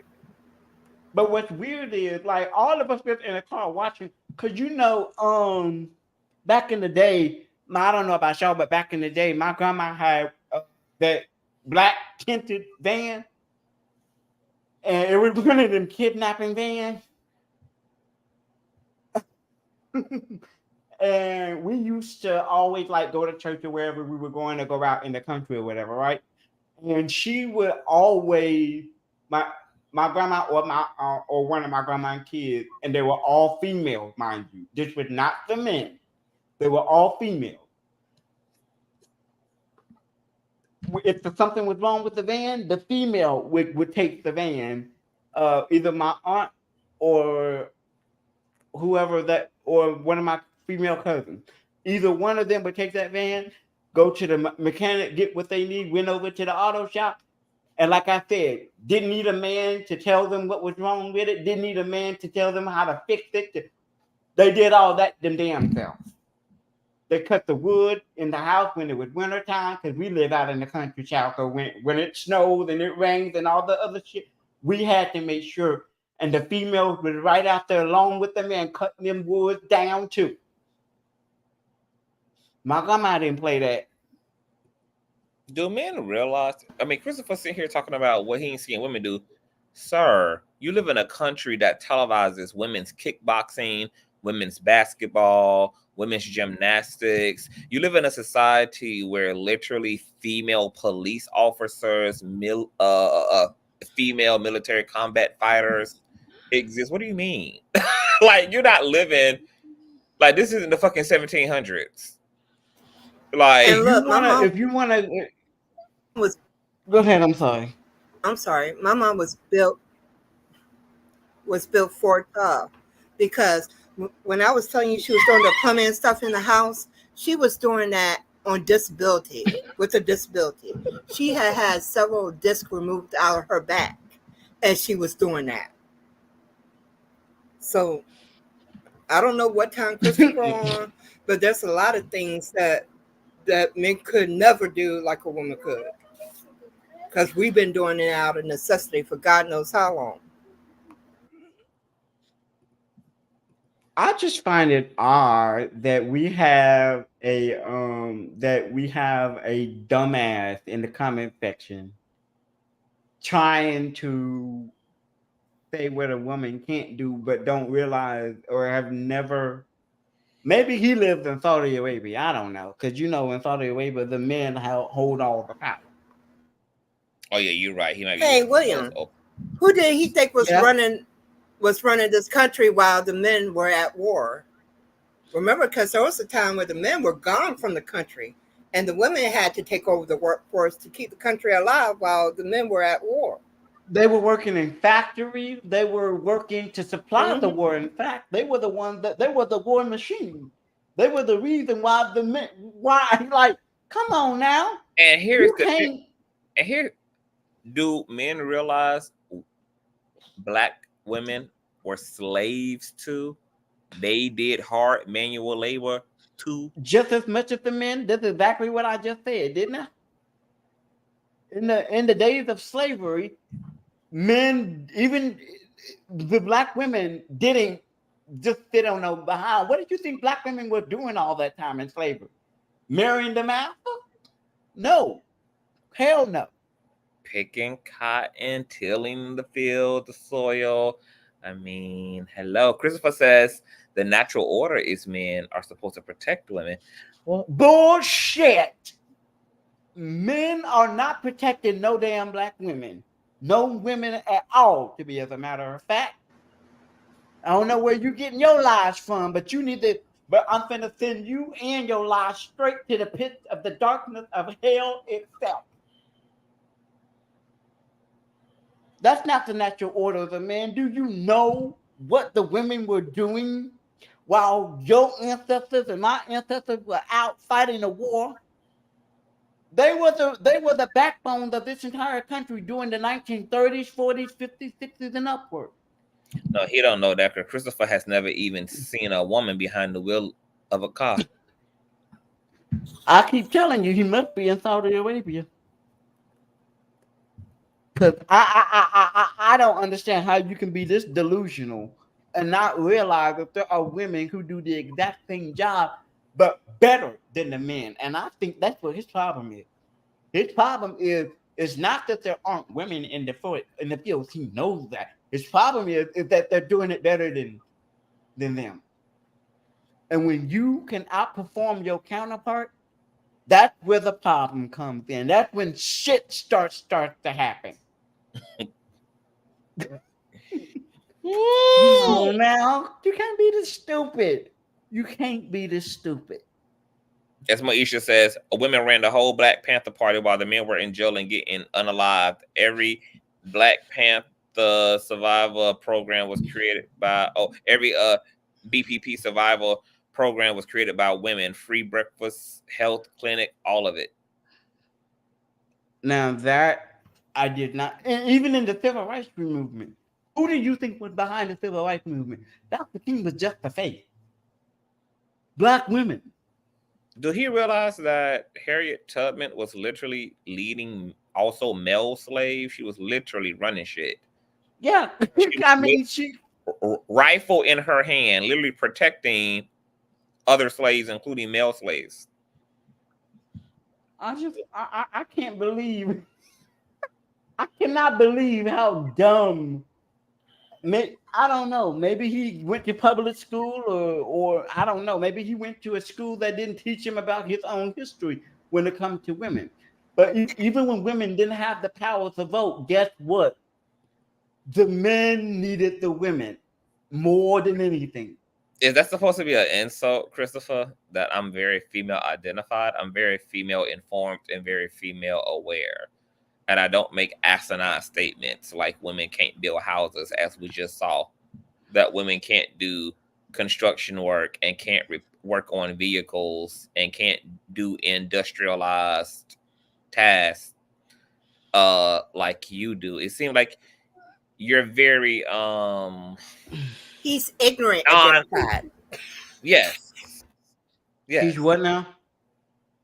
Ignorant identified. Okay. I just wanted to hear it say it one more time. I heard it the first time, but I wanted to hear it again. That's all. and as we can see, once faced with the facts, he has nothing to say about those facts except to try to deflect them. Oh, this is a third world country. Oh, this is a third world woman. Oh, it's not supposed to be that way. It's supposed to be, honey, women can. That's just the whole point. Everything else is conjecture. Okay? Okay. And let's be clear. If you want to go further back in time, during the Middle Ages, when the kings weren't in power, guess who the fuck was in power, Christopher? Women. William, don't let him find out about the tribe that actually throws a pageant where the men are making themselves beautiful for the women, and the women choose who the winners are. Oh my God. Look at what Christopher just said, y'all. What did he say? What did he say? How come women don't go to war? Are you 85 years old, dude? More than 300,000 women have served in Iraq and Afghanistan since 9/11. More than 9,000 have earned combat action badges, and today women make up 16% of our nation's armed forces, serving in every branch of the U.S. military. Reckless logic is in the military. He has to train alongside female soldiers as well. And if I'm not mistaken, CTV, Harriet Tubman was also a veteran. She did some time in the military, if I'm not mistaken. She worked as a spy. Wow. There are literally female bodyguards, female who lead secret service protections for the president, etc. Like, is Chris on Earth? Maybe he's a Martian. No, this is my favorite study of willful ignorance that we're seeing in progress. Like, is he trolling us right now? Because I feel like he's trolling us. Christopher, maybe an early development of AI. Maybe he's never been in the actual sentient world before. No, he's a case study of willful ignorance. No, baby, he ain't a case study of willful ignorance. He's just fucking ignorant. Let me tell you something. The way that these men it's willful. How? Because he has the same access that we all do to the internet, and he's choosing to be willfully. Okay, yeah, gotcha. Let me tell you, the way that these hetero men are built, I would actually hate to just be a woman in this time, because my coochie would be so damn dry. Like, the way that these niggas would dry my coochie up would just be profound. It would be just a profound dryness of the coochie region. You remind me of a TikTok video where I saw where the man said women aren't supposed to be wet, and there was a dude singing. He was like, "That's okay, sir. You don't have to worry about making a woman wet." That part. Oh my I don't God. know. I fully understand. When I used to hear women back in the day say, "I'd be so ready to go, like to be on go, like with the man," until he starts talking, and then them panties come right up. I have literally had that happen to me. Yes. I had a crush on a guy, and as soon as he started talking, it completely went away. Listen, your coochie dried up real quick as soon as he started talking. Look, the desert would have been impressed. Listen, I'm the same way when it comes to gay men. They may be cute, but as soon as they start talking, this dick just shriveled right on up. If I was a woman, I would have. It's the worst anti-aphrodisiac. I'm not even sure he's. I'm not even sure he's even African. I think he's. I don't know what he is. I think Deborah hit it. He's a manosphere bot. He's something because he ain't. Because he can't even complete his sentences either. I'm talking in general. Are you from Afghanistan, sir? Are you from Saudi Arabia? What third country are you from? He is a manosphere T800 bot. Because I live in a military area and I'm seeing women all the time. And yes, I've seen women all the time. I'm seeing women all the time in their uniform serving.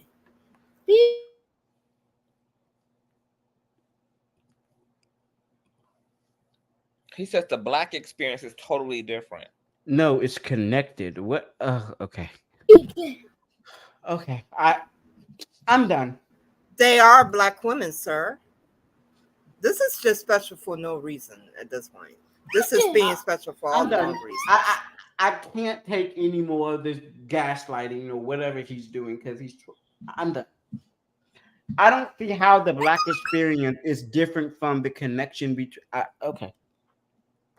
I told you, Christopher, he can't see that because he's never also seen a woman behind the wheel of a mobile vehicle. I don't know. I think his self-importance has gotten to the best of him, and he thinks he can act out his fantasy land by coming into the chat of a relevant content creator like a Consciouztv and start just saying shit. He is a standard representation of hetero male community. That's how they think. Remember what I was asking Arshawn? I said, do men really believe the stuff they say? Cause my mouth be on the floor. I be like, do y'all is it really? Are y'all for real? Like, will y'all be talking about women? Are y'all for real?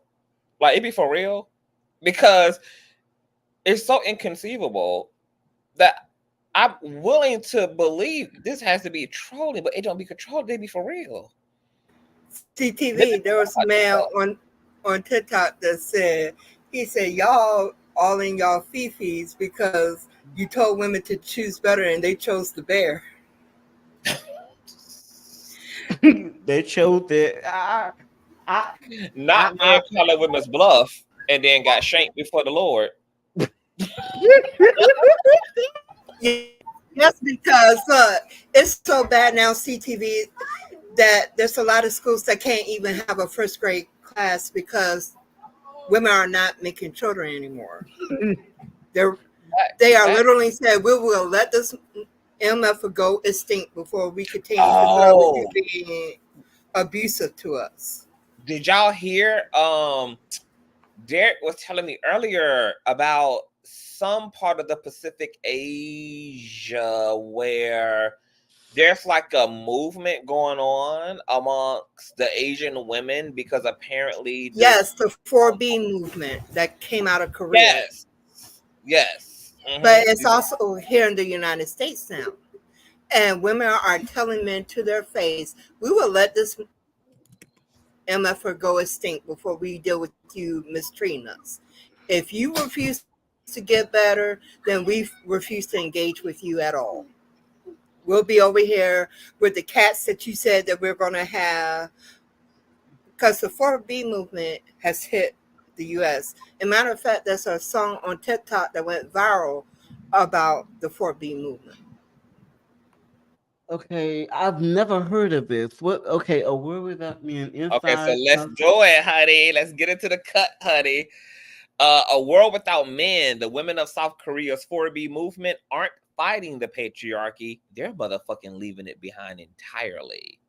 Young Me's childhood was a difficult one. The 25-year-old nurse was born to a poor family in Dagu, South Korea.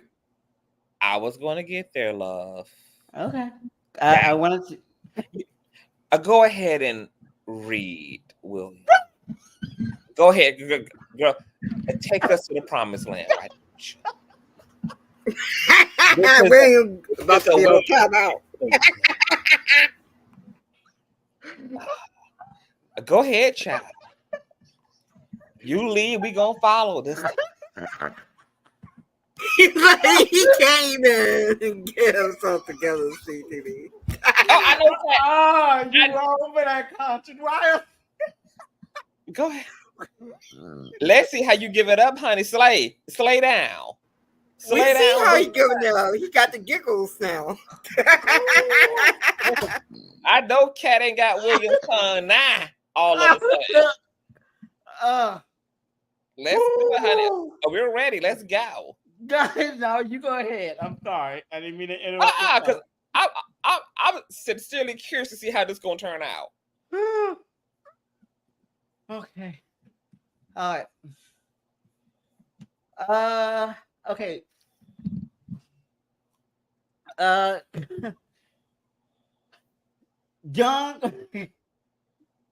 Mia's childhood was a different one. The 25-year-old nurse was born to a family in Daegu, South Korea, known for being one of the most conservative cities in the country. Yumi's mom left the home when Yumi was young to escape her husband's physical abuse, leaving her and her sister behind with him and their paternal grandmother. When she was 5, her 8-year-old sister started losing her hair from stress. My God, today. As she grew older, Yumi found herself depressed, unsure of what her future held, and financially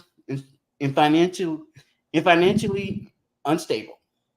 In Korea's patriarchal society, in which women are generally expected to defer to their fathers and adhere to the religious beauty standards, she felt like a perpetual victim, obsessed by the wrong done to her by her father and pressured into maintaining her appearance in order to please men. Despite her meager budget as a nursing student, she purchased new clothes each season, spending a lot of money on cheap, poor quality clothes from H&M. She wore makeup religiously. Quote, I could not go outside without any makeup. I felt ashamed of my face. She said, I had this pressure of wanting to look beautiful and wanting to be desirable physically or sexually. Now pause. Why the hell did H&M have to catch a stray? Poor quality clothes from H&M. Go ahead, child. Oh my God, you were wrong for this concept, but okay. Okay. While strolling through Twitter in 2018, Gilmy came across footage of protests taking place in the street of Seoul in South Korea, where cases of femicide, revenge porn, and dating violence are widespread. A third in spy cam sex crimes, overwhelmingly committed by men, have the most. I knew you were going to do this. Had mostly resulted in fines and suspended jail sentences if they were prosecuted at all. That was not the case, however, for one 25-year-old woman who had taken a non-consensual photo of a nude male model at art school and posted it online. She was sentenced to 10 months in prison and court-ordered sexual violence counsel. The demonstrations were a reaction to the blatant hypocrisy. Gilming was moved by the solidarity she saw, but there was one thing she found perplexing. Many of the women at the protest shaved their heads on camera. As she began to follow more feminist Twitter accounts, Jingming understood that this was a public act of rejection of those same aesthetic expectations imposed on Korean women that have made the country a leader in grooming products and plastic surgery. She began to realize that, quote, men do not do that. Men do not feel the pressure to buy clothes every season or wear makeup. Soon the men shave her head too and stop wearing makeup, joining the so-called escape to corset movement happening among young women in South Korea. The movement, which was first gained popularity in 2018, saw Korean women publicly turn away from society. Okay, help me with this word. Societally imposed beauty standards by cutting their hair short and going barefoot. Yungming was not alone in this was not alone. In 2019, a survey found that 24% of women in their 20s reported cutting back their spending on beauty products in the previous year, with many saying they no longer felt they needed to put in the effort. This eventually led Yungming to 4B, a smaller but growing movement among Korean women. 4B stands for 4 letters in Korean words that all start with by or no. The first no, Baihang, which is the refusal of heterosexual marriage. Oh, hell no. You're not going to make me pronounce that word. By who? By health. The first no is Bihong. Yeah, I got Bihong, but the second word. Huh? The second word after Bihong. Hold on, let me skip down to By Chuseon. Oh, by Bichulsong. Bichulsong. Well, you know you're Korean. Uh-huh. It's the refusal of I like K-pop. Well, excuse me. I need to get into K-pop actually. Okay. Oh, I know. Oh, you about to fuck all these words up. Go ahead and read. He petty as hell. Look at the joy that's coming out of it. See, I was waiting for this karma. Go ahead, Mr. Helper Outer. You is a petty. Okay, Larry Reed. Okay. It's the rejection of heterosexual relationships. It is both an ideological. I can't talk. It is both an ideological stance and a lifestyle. And many women I spoke to extend their boycott to nearly all the men in their lives, including distancing themselves from male friends. God damn. You can't even have a relationship with your male friend? Jesus, these women are going through it. In the words of Cyrac, no peace, no pussy. Through open chat groups on cat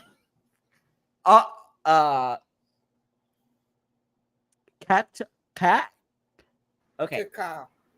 Cacao. You mean Cacao.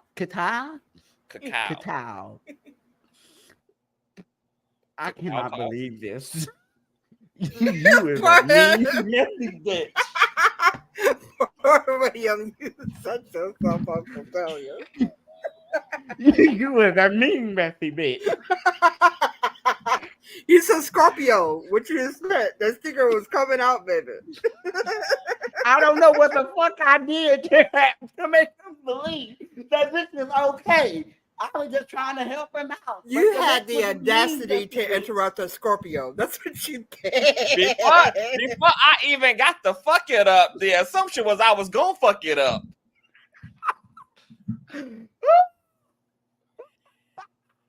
Just believe that the bitch. Okay. Everybody All gets right. their chance to see if they can stay in the rain. Young, Okay, I Johnny am Gill.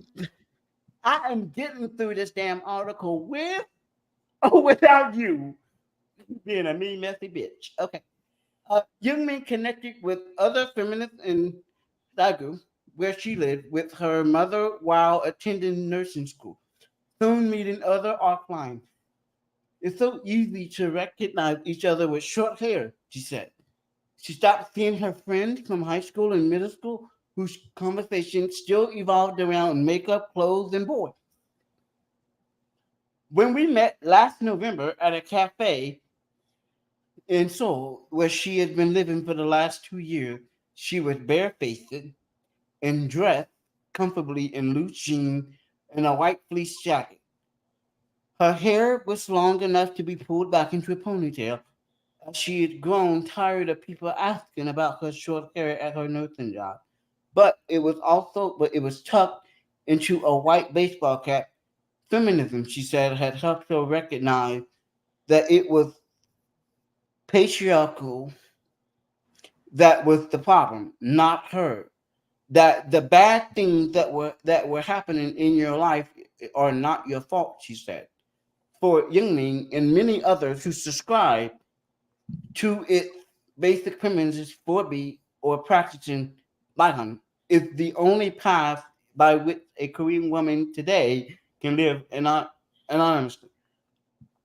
In their view, Korean men are essential beyond redemption,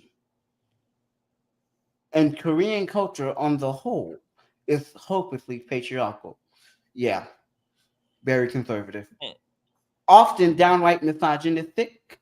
A 2016 survey found by the Ministry of Gender Equality and Family found incident of intimate partner violence at 41.5%, significantly higher than the global average of 30%. Wow. While 4B adhering may hope to change society through demonstration and online activism, by modeling an alternative lifestyle to other women, they are not trying to change the men whom they view as their oppressor. It is too soon to tell whether this movement can survive and thrive over the long haul. Look at this bitch doubt. But its ideas and action have already affected the country's online discourse, its politics, and most of all, individual women's lives.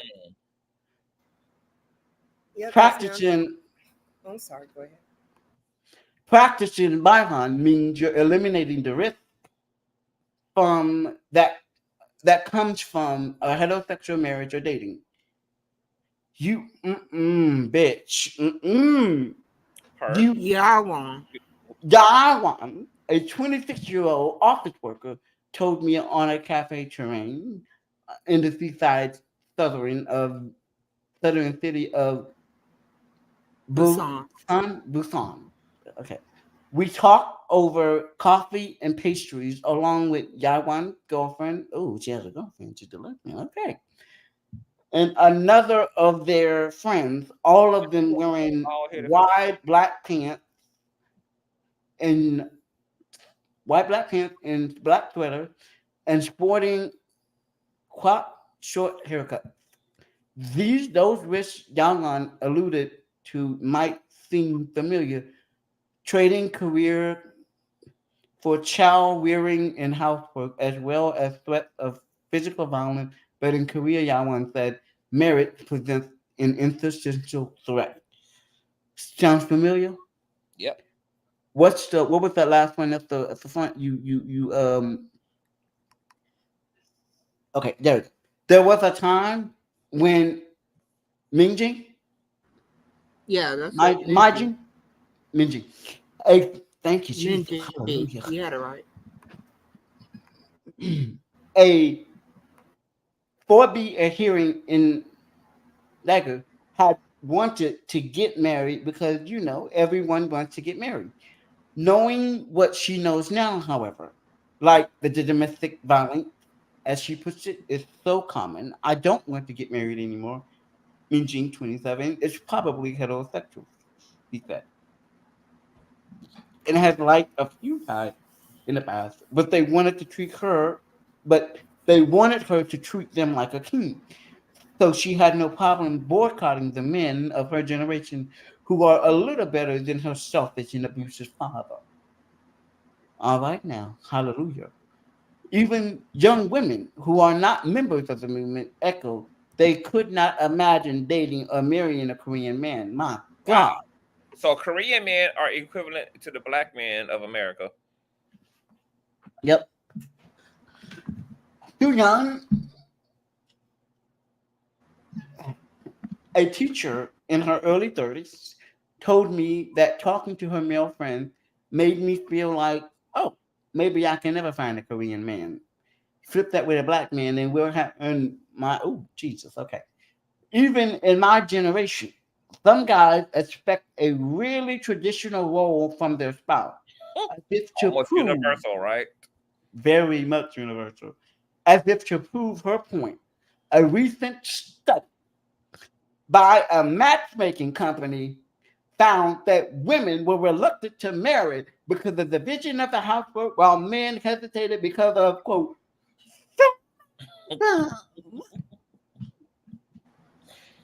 not the big evil feminism. Wow. You know, men ain't nothing but a bunch of bitches. Not the By the way, Korean. by the way, You know, CTV, heterosexual the men ain't men nothing but a have bunch started of the bitches. 4G movement. Okay, it is you haven't heard the best part of it. You haven't heard the best part of it, William and CTV. The men have now started the 4G movement. It's always a co-op. And that's in the United States. Anything to restore power. Wait a minute. What is the 4G movement? I can only imagine it's the counter movement. It's just a whole lot of effery. Because see what's happening in the United States now, the 4B movement has hit here as well. And now we're having problems with, we don't have enough kids for the first grade. Gynecology offices are suffering as well because women are not coming in, having babies and stuff. They're bare because when they kept telling women to choose better, the women said, okay, I'm going to choose me. And the bear. Because now there's a running joke on TikTok going gristle because women were choosing the bear. I hope these heterosexual men don't end up turning. Shut up, Willie. Anyway, it is unclear how widespread or popular the movement, the 4B movement, is given. Okay, that's an odd sentence, but okay. It is unclear how widespread or popular the 4B movement is, given its fluid online and offline nature in its revolution over the year, beginning sometime around 2015 or 2016, when a simple no marriage lifestyle grew to include a boycott of men and reproductive labor. More broadly, one article estimated 50,000 adherents. Whew, thank you, Jesus. Okay. Others have put the movement numbers at under 5,000. Oh, come on now. 5,000, really? Okay. A hating bitch. Its origin story is similarly complex, though its contours can be traced. Following years of financial crisis in which young people face growing housing costs and intense competition for university spots and jobs, the way women and men related to each other openly soured. And beginning in 2013, the rate of college enrollment among Korean women surpassed those of men. Today, nearly 3/4 of women are enrolled in higher education. So that also be a growing thing that women all over are out educating their male counterparts. And this is in South Korea. That's also happening in the States between And black. it's also here in the United States as well. Yeah, Not yeah, just but black I'm women. saying, Women across the board are more. Are leveling the fuck up. Go ahead. yep. And They're going to coochie more is dry as colleges. hell. That's why I made the statement I made earlier to Christopher that women are actually out degreeing their male counterparts. Men are saying they have no longer any interest in college education. So now women across the board are going to be out earning the men. Okay, so okay, so Korean women surpass those of men today. Nearly 3/4 of women are enrolled in higher education, compared with less than 2/3 of men. Previously, women were expected to drop out of the labor force after marriage or parenthood. Now, young men see their female peers as competitors for increasingly scarce jobs. Several academics I spoke with noted to me that Korea is largely ex, ex, ethnically and racially homogeneous, making gender the default and central societal fault line. Sound familiar, don't it? Mm-hmm. And online forums and on social Can I speak media. to Christopher for a moment? No, actually, I'm sorry. I think it's a delay And on my on, end. Go ahead. I thought you wanted to speak to. I was gonna pause in the damn. Oh yeah, I did want to speak to him. No, you're going to cry later because the reality is, women No, that's are who said that. women have community. We have each other. You're the ones that don't have a community. And matter of fact, the way that you normally get community is being married to a woman and associating with her friend group. So you're going to be the one suffering because threatening us with dying alone, dying with cats, is threatening us with a good time because we are not obsessed with you like you are with us. We're okay being by ourselves, and it has been proven. Right now, men are the loneliest generation, and yes, there are women who are lonely as well. But women are not sitting up here sliding down the damn walls because they're not in a relationship with a man. That's you guys. You're the ones talking about, well, you're gonna die alone. We die alone anyway because we generally outlive you. That part. So you're threatening us with a good time. We already know that.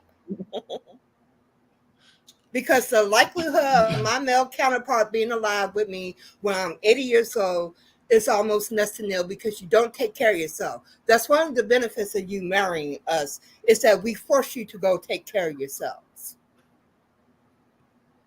And in the words of marriage has always benefited the man. It has never benefited us. The stats are showing men are happier when they're in marriage. Women are happier when they're single.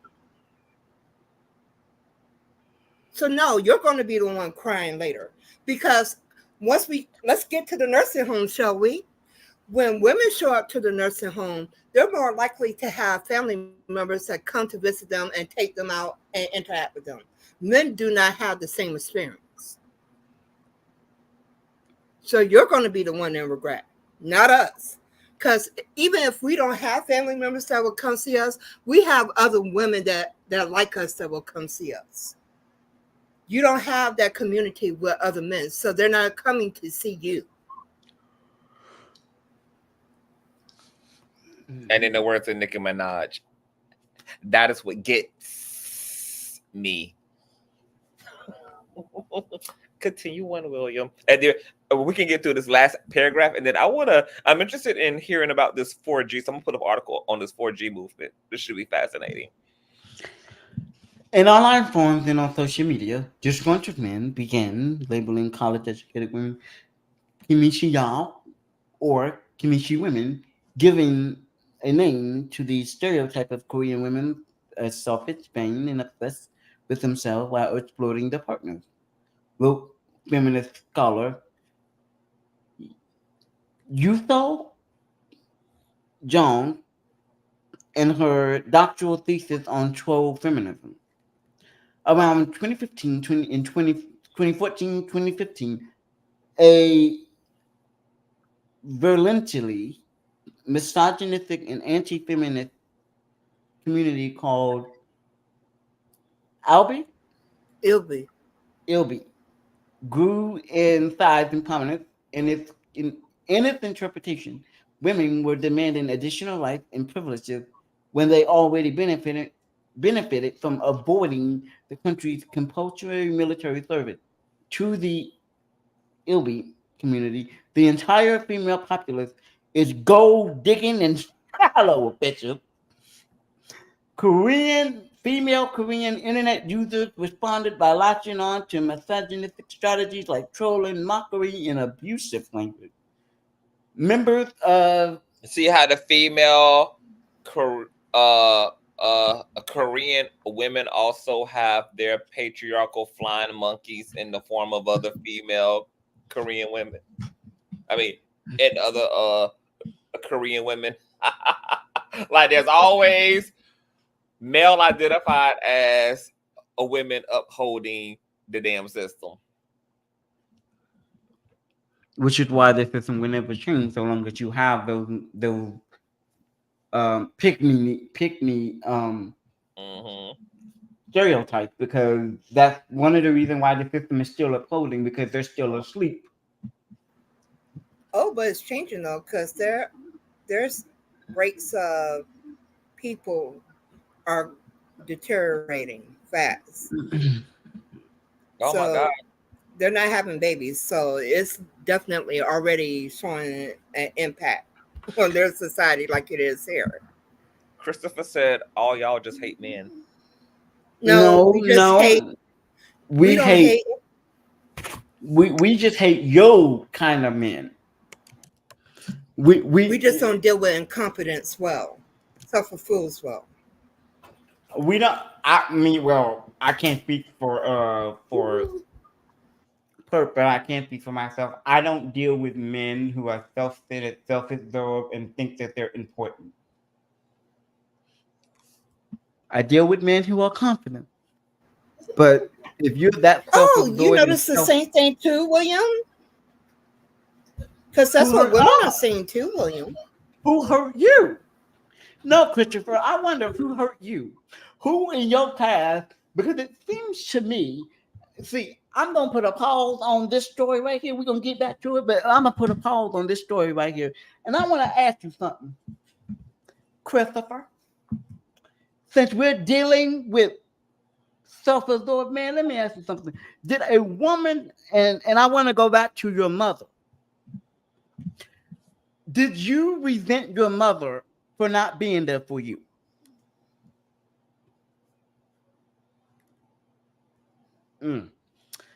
Okay. If she had swallowed, we wouldn't have this problem. Because this is the problem that I find in men in our society, is that a lot of them, the reason why they hate women in general is because of what happened with their mother. This is what happens when you, Christopher, it's what happens when you put a ban on abortions.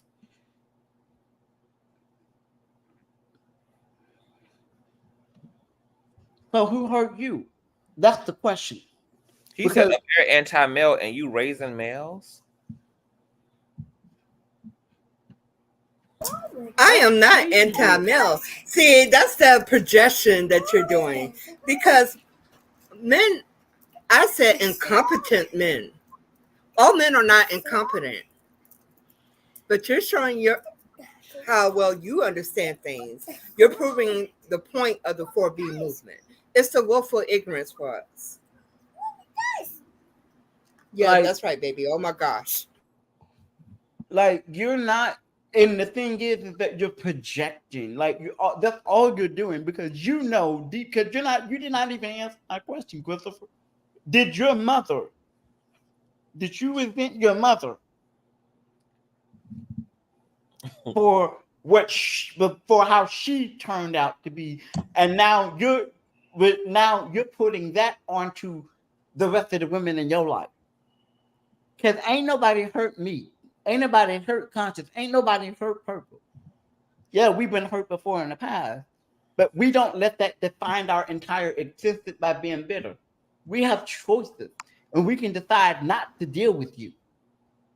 So you're either dumb, willfully ignorant, and don't know what the fuck you're talking about, or you're the one that's very anti-female and you're raising males.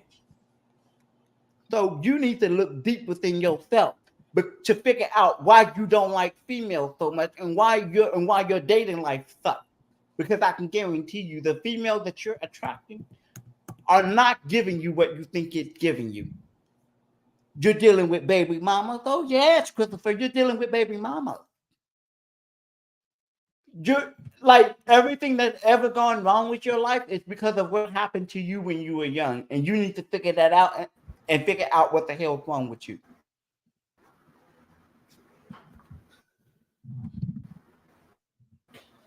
But see, William, it goes back to what CTV said. When the oppressed fights for their rights, to the oppressor, it feels like that their rights are getting taken away. And that's what we're seeing here. Because how did I become a man hater? Because I refuse to deal with people who are incompetent. That was coming from you guys. Remember, y'all said for us to choose better. So we did choose better. We chose ourselves.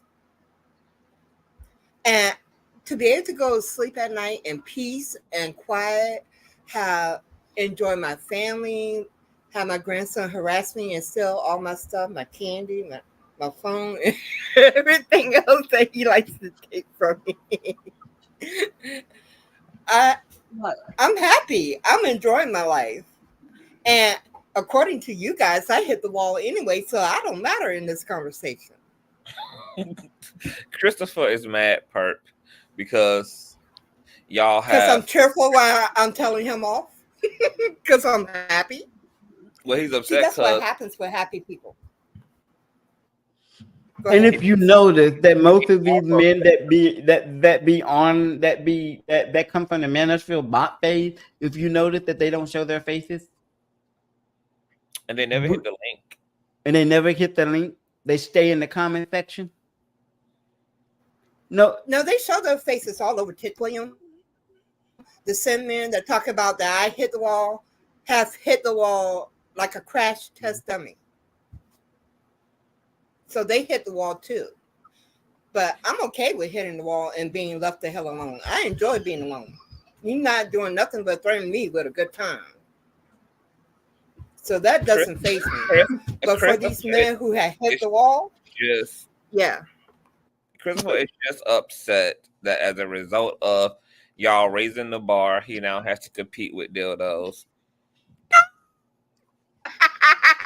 And don't forget the rose. And the vibrator. Oh, child. Christopher said, "My mother was beautiful and very caring and giving, the best woman in the world." You're saying that now because she's dead. When she was alive, and that's you saying that shit. And that's the issue. Most of y'all want women to be your mothers. Y'all don't find that a little incestuous? That you want your woman to act like your mama. Ooh, girl. Oh, by the way, they've proven that when a woman views you as a child, her sex drive goes away from you. Just thought you should know that. So why would you, and then this is my question too, when it comes to your mother. If you're saying that your mother was the very best woman in the world, which, okay, I'm not going to question that. But you're dragging women about not being, like, you just, for me, it seems like you don't even know what you want out of your own life. Here's my thing.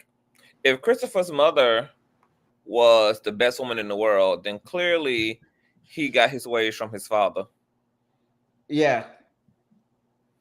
Definitely. Because there ain't no way in the world that your mom would have allowed you to say what you're saying about women, about other women. Because if you're saying it's about other women, about being anti-female and all this other shit, then that must be what you think of your own mother.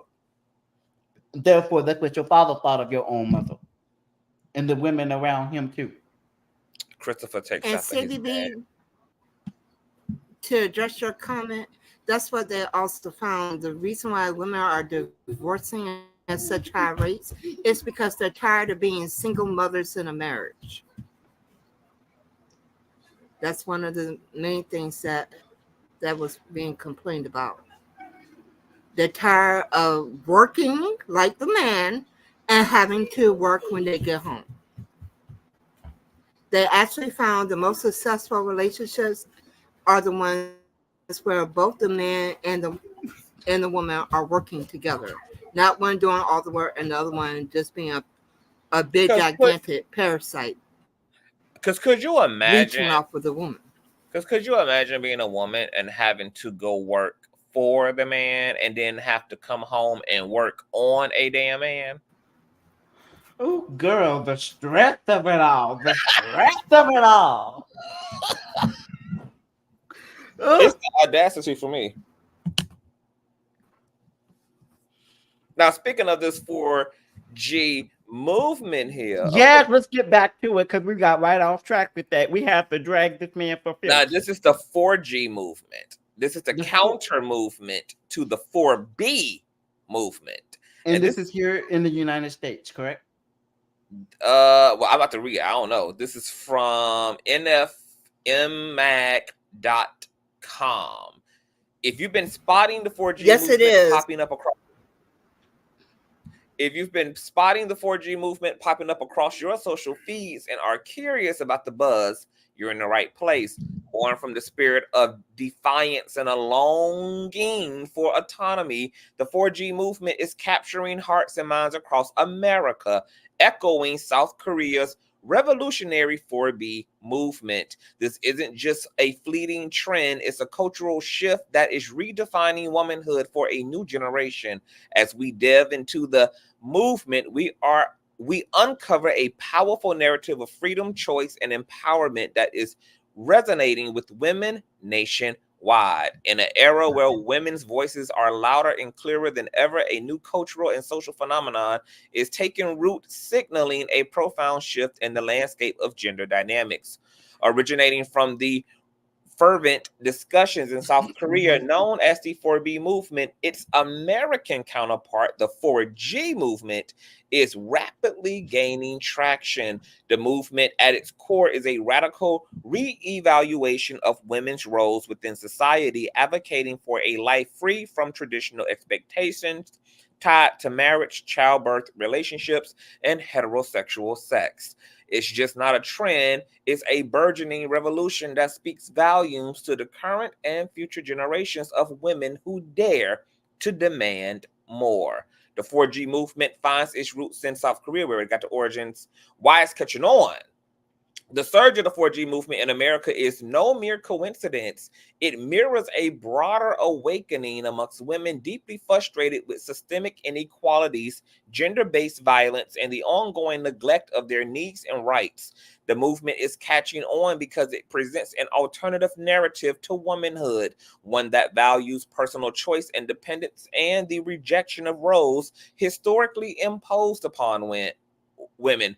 Furthermore, the exacerbation of women's struggles, including the contentious debates over Roe versus Wade, instances of women being penalized for purchasing Plan B, facing murder charges for seeking abortions across state lines, and the existence of laws permitting child brides underscore the urgency of this movement.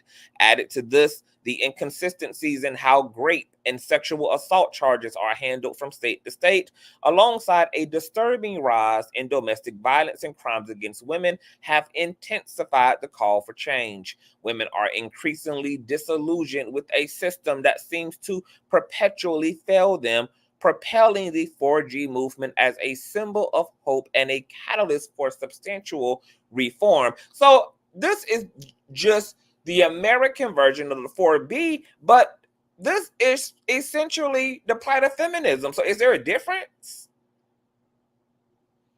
Well, see, the women over here were basically still calling it the 4B movement.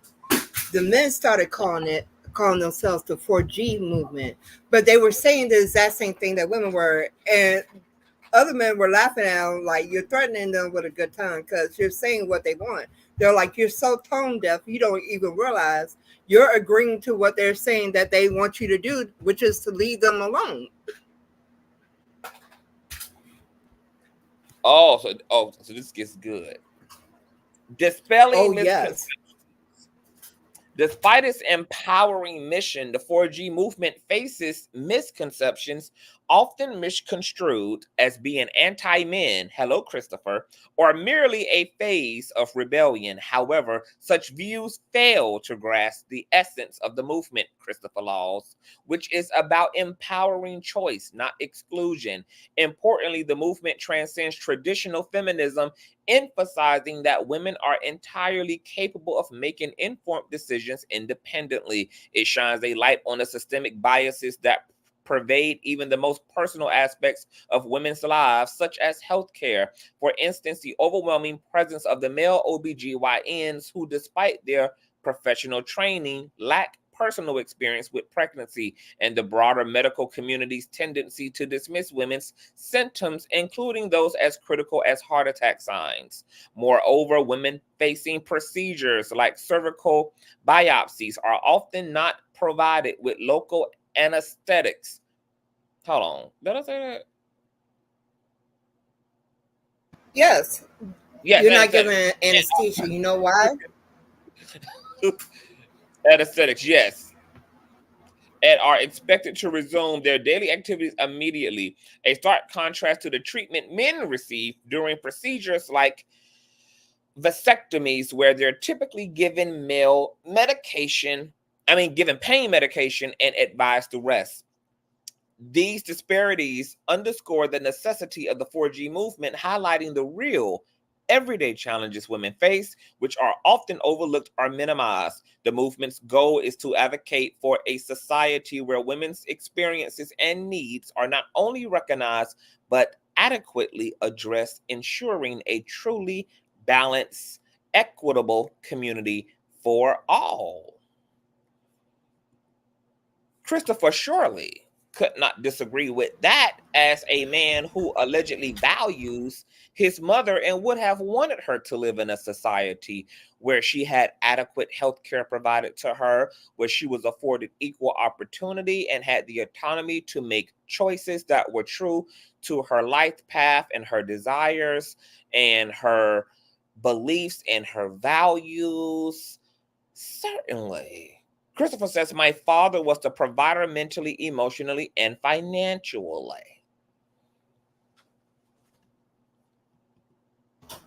Isn't that wonderful? Because here's the thing, right?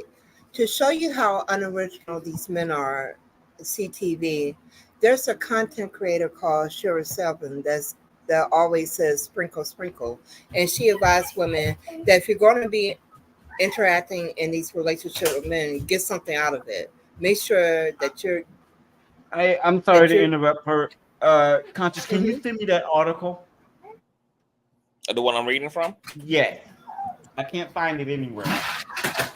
I'll put it in the back chat. Okay. And so now the men have countered with drizzle. And since the women have chosen the bear, now it's grizzle. because it's just like ridiculous. You couldn't even be bothered to come up with your own thing.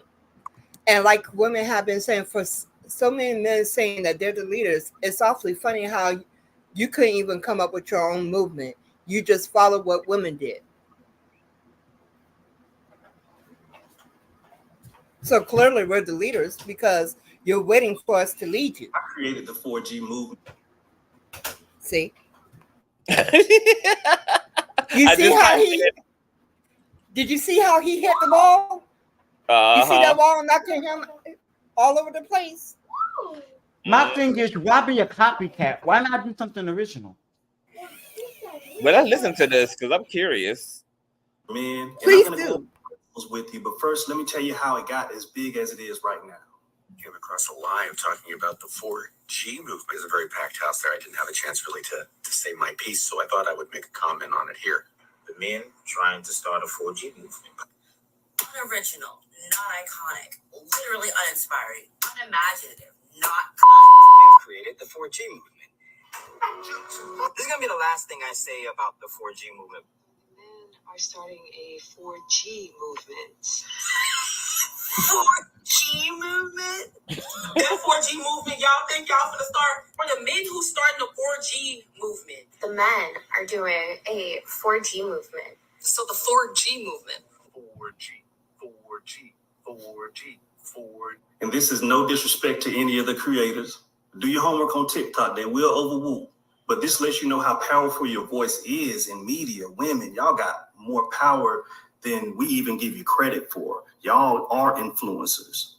I did not build the platform that I have now talking about the 4G movement or putting down women. And I want to apologize to the men out there who caught stray shots just from the lives that I did. This is from the soft guy era, the red pill, MAGTOW, and just regular men, because we all get lumped into one category. And I know that you've been getting a little bit of the backlash. So I apologize to you because I'm responsible for that. Now, a lot of y'all were not in the room where it happened. So I'm going to post the lives on my YouTube page. So get yourself informed and then you'll be able to respond and make a decision. Those are just a lot of reactions. But our principles are accountability, self-discipline, purpose, mental health for men. And I'm going to stand on business. We were in there trying to improve men so we can be better, so we can become the best version of ourselves. That's what we talked about. Trying to make a positive change in the world doesn't make for good content, but I think the conversation is important. And I've been enjoying the conversations that I've witnessed around it. And conversation is going to change the world. Thinking like, as women, how can we help move this along? Like, how can we support them? Is there like a GoFundMe that I can donate to? Created the 4G movement. Okay, so I have a question. Okay, but hold on. Before you have a question, I just want to say, okay, so long as they're not opposing, because I'm thinking that they're trying to like mock, but if these ninjas are inspired and then they're using the counter movement as a way to also encourage men to get their shit together, because men do, then okay. If the principles are self-discipline, accountability, purpose, men's mental health, all right. Go ahead, William. So all of these are great things in theory, but yeah, we're for that movement. That's what the women. Yeah, like that's the great saying. thing. Like, we're for it. I'm for it. What was your question, hon? I also want to say that like I just want to be careful that this is not going to end up being one where we're not going to see a few years down the road a flip from this original intended purpose, because men do have the tendency of taking something, making it good and great, but like 2 to 3 years down the road, it flips. Well, to be honest with you, William, we're not worried because we intend to just let them stay over there, like those saying go, like a good neighbor, stay over there. We're okay with them staying over there, and we'll be over somewhere else, and let them have it all. They can't. And here's the irony of it. This is my favorite part of the tea. All these passport bros that were these traditional women, those women are now rebelling. So how you feeling, baby? Those traditional women that you wanted, they're now protesting too. So how do you feel, baby? Let's go. What you need? The song I was thinking about. How does it feel? I think I'm issue who said, what you haven't. See how following women can lead men down the right path. Get behind us and keep your hands and feet inside the vehicle. But look, Moesha, that's even supported by the statistics. It literally, like, I mean, Perp was saying that marriage benefits men more than women. We're talking about literally in lifespan. Like men live longer when they're involved with women. Like married men live longer than single men. Literally, that is true. women put years Economically too, because women literally put years on men's life while men take years off women's life. yes, Ain't that about women a bitch? actually live. Okay, so like we actually lose years of our life. No, I So- haven't even told you the best part yet. William, there's a song that goes along with the 4B movement Really? that a woman made. Yes. All you gotta do is Oh, type wow. in 4B song. Yeah, it's a song that goes along with the movement now. Well, let's hope it's not Aaliyah's daughter.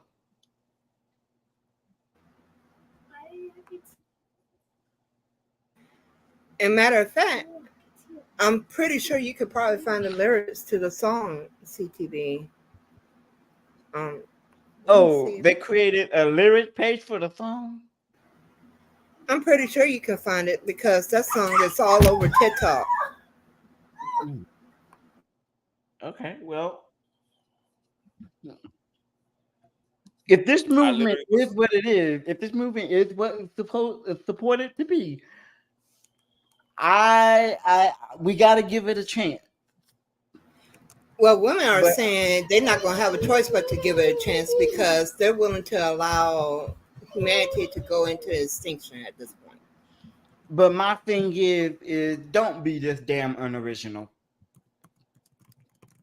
Don't copy and paste something that you found from across the world. Like, that's so unoriginal and so uniconic. Like, no. Which one are you talking about? The 4B. The 4B, the 4G movement for men. Oh, yeah. Don't be that damn unoriginal. For the love of God. Well, they couldn't help. And you know who you see a lot of that's doing this is black men. Just like they copy a black woman, Sure 7 with the sprinkle, talking about drizzle. Talking about we in our soft guy era. And we women told them, you've always been in your soft guy era. There was never a time that you were a protective provider of nothing for us. So you already been there. You're not doing anything different than what you already are doing. You're already making baby mamas. Not only did you decide to make baby mamas in our community, when you went to your preferences, you made them baby mamas too. And didn't stick by them neither. Check this shit out here. I'm gagging at y'all have always been in y'all soft guy era. Massive population decline in South Korea. 150 schools have no first graders. Women not these motherfucking Korean bad bitches not motherfucking playing with these Korean niggas. They is not motherfucking playing. No peace, no motherfucking pussy. They done took their kids This is the type of motherfucking shit I'm talking about, baby. Shut this shit down, baby. We gonna show you. Okay, you niggas they be talking, baby. Motherfucking Korean women putting the pedal to their motherfucking ass, baby. See if you got first graders this year. No first graders, bitch. Got kids going extinct in damn Korea. Baby, the way that Korean women are towing the line in order to save women, they literally stopping Korean men from coming into the world. Baby, this is epic. This is and this is what standard on business look like. And this is what when women band together and she is her and her is she, and there's no distinction. And women band together in order to protest the mistreatment of themselves and of other women. Oh, this is how motherfucking powerful shit can be when people get on one accord. Wow. Wow. No peace, no pussy. Wow. Let's listen to this actually. And this right here isn't enough. So while you and all all of over the the world 4B movement sit back, to threaten different countries. talk shit, degrade us about this 4B movement, it will just continue to grow. And it's here in the US now, so stop pretending that this issue is smaller than it is. Okay, white man? White women, stop pretending that this is a big thing in South Korea, because it's not. So this is a white man trying to discourage white woman. Ooh, that's the one thing you Don't you wanna just do, love white the man. mansplaining? Child. That's the child. Don't you just love the mansplaining? I am screaming the way that women got me and shook me. That's the one thing I have always noticed about the white men in this damn country. They have all the power, but if Clearly the it's white all- woman decides to leave them, it's over. As the old saying goes, women have allowed men to believe they have power. Oh, we see who Exactly. actually got the power. Yep.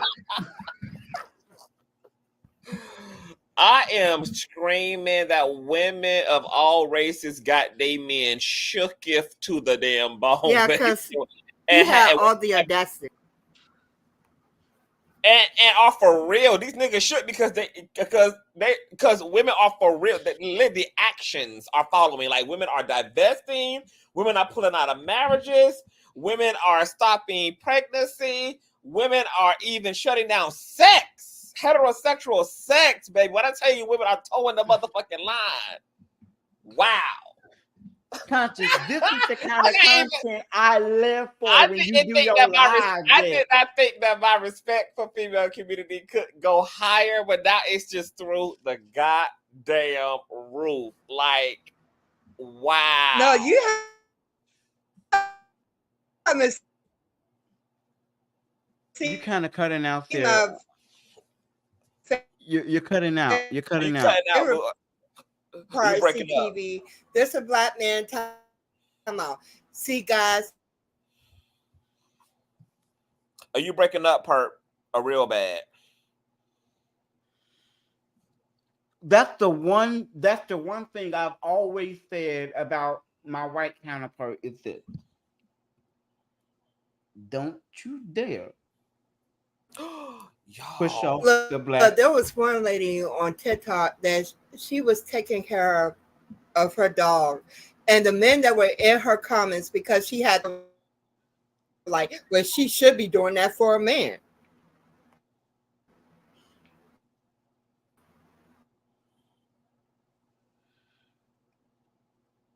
Wow. Wow. What were you saying? Wait, do they even realize what they're saying? They're saying their dog.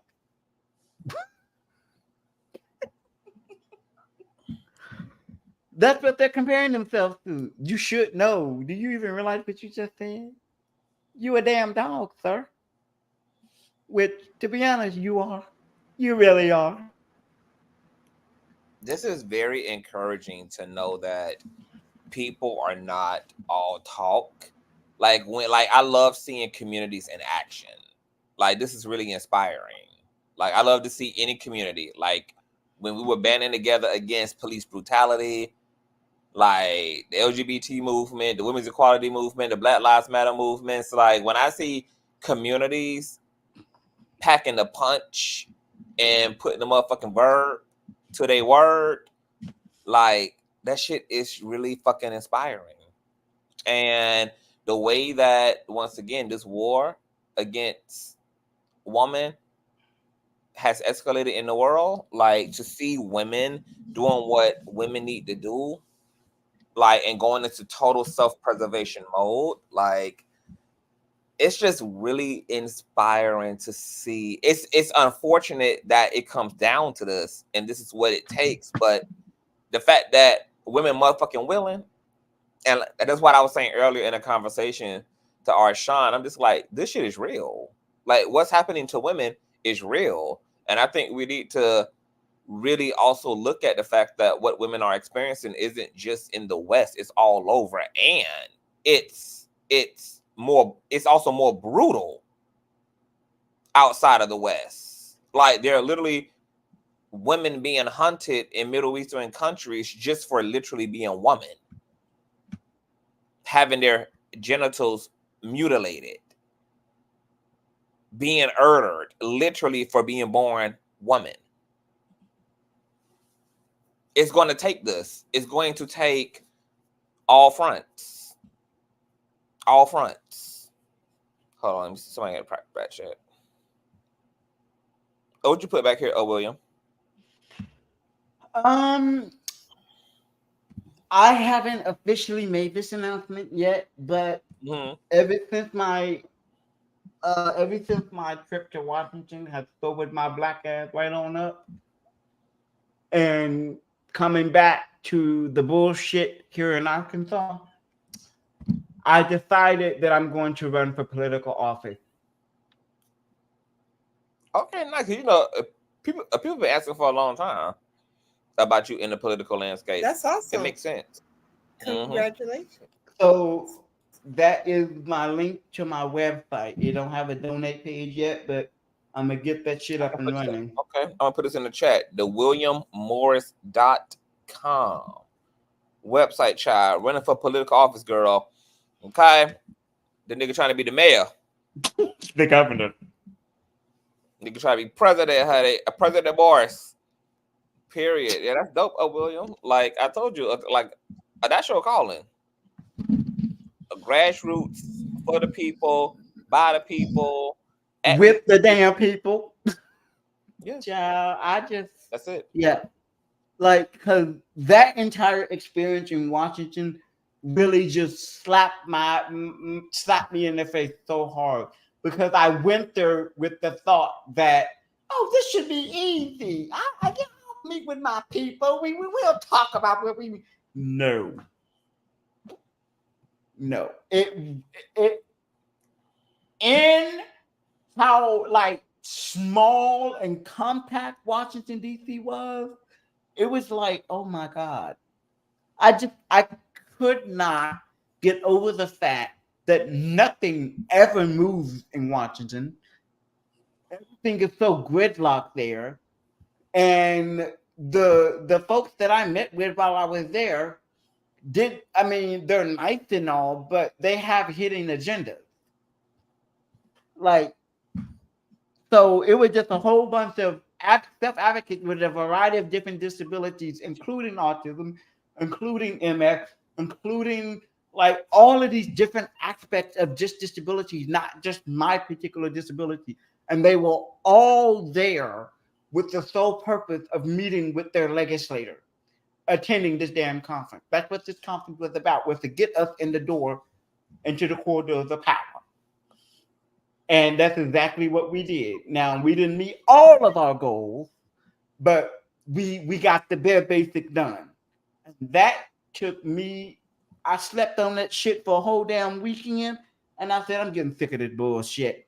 So I said, I'm going to run for political office.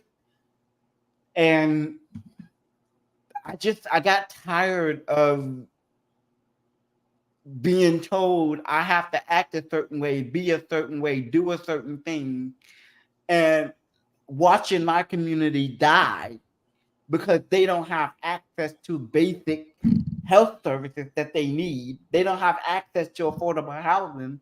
They don't have access to basic health care because our state government has decided they want to take away those individual healthcare services.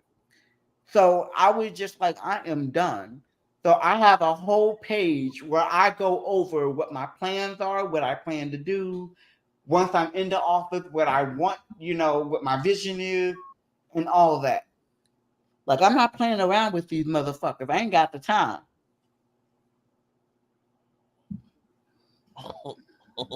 Period. Like, I genuinely do not have the time. And I told them.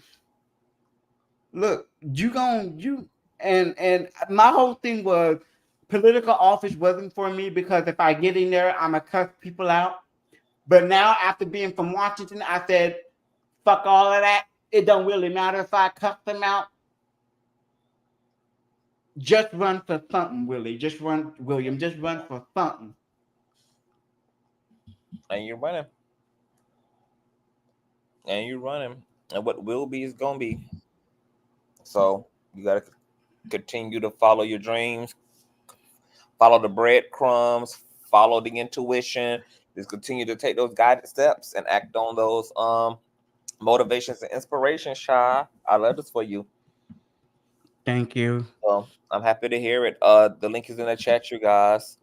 I'm gonna get out of here because my brain is shutting down. This was an incredible 8.5 hours. Came through and slayed it down. All my first, second, third shift workers, Shy.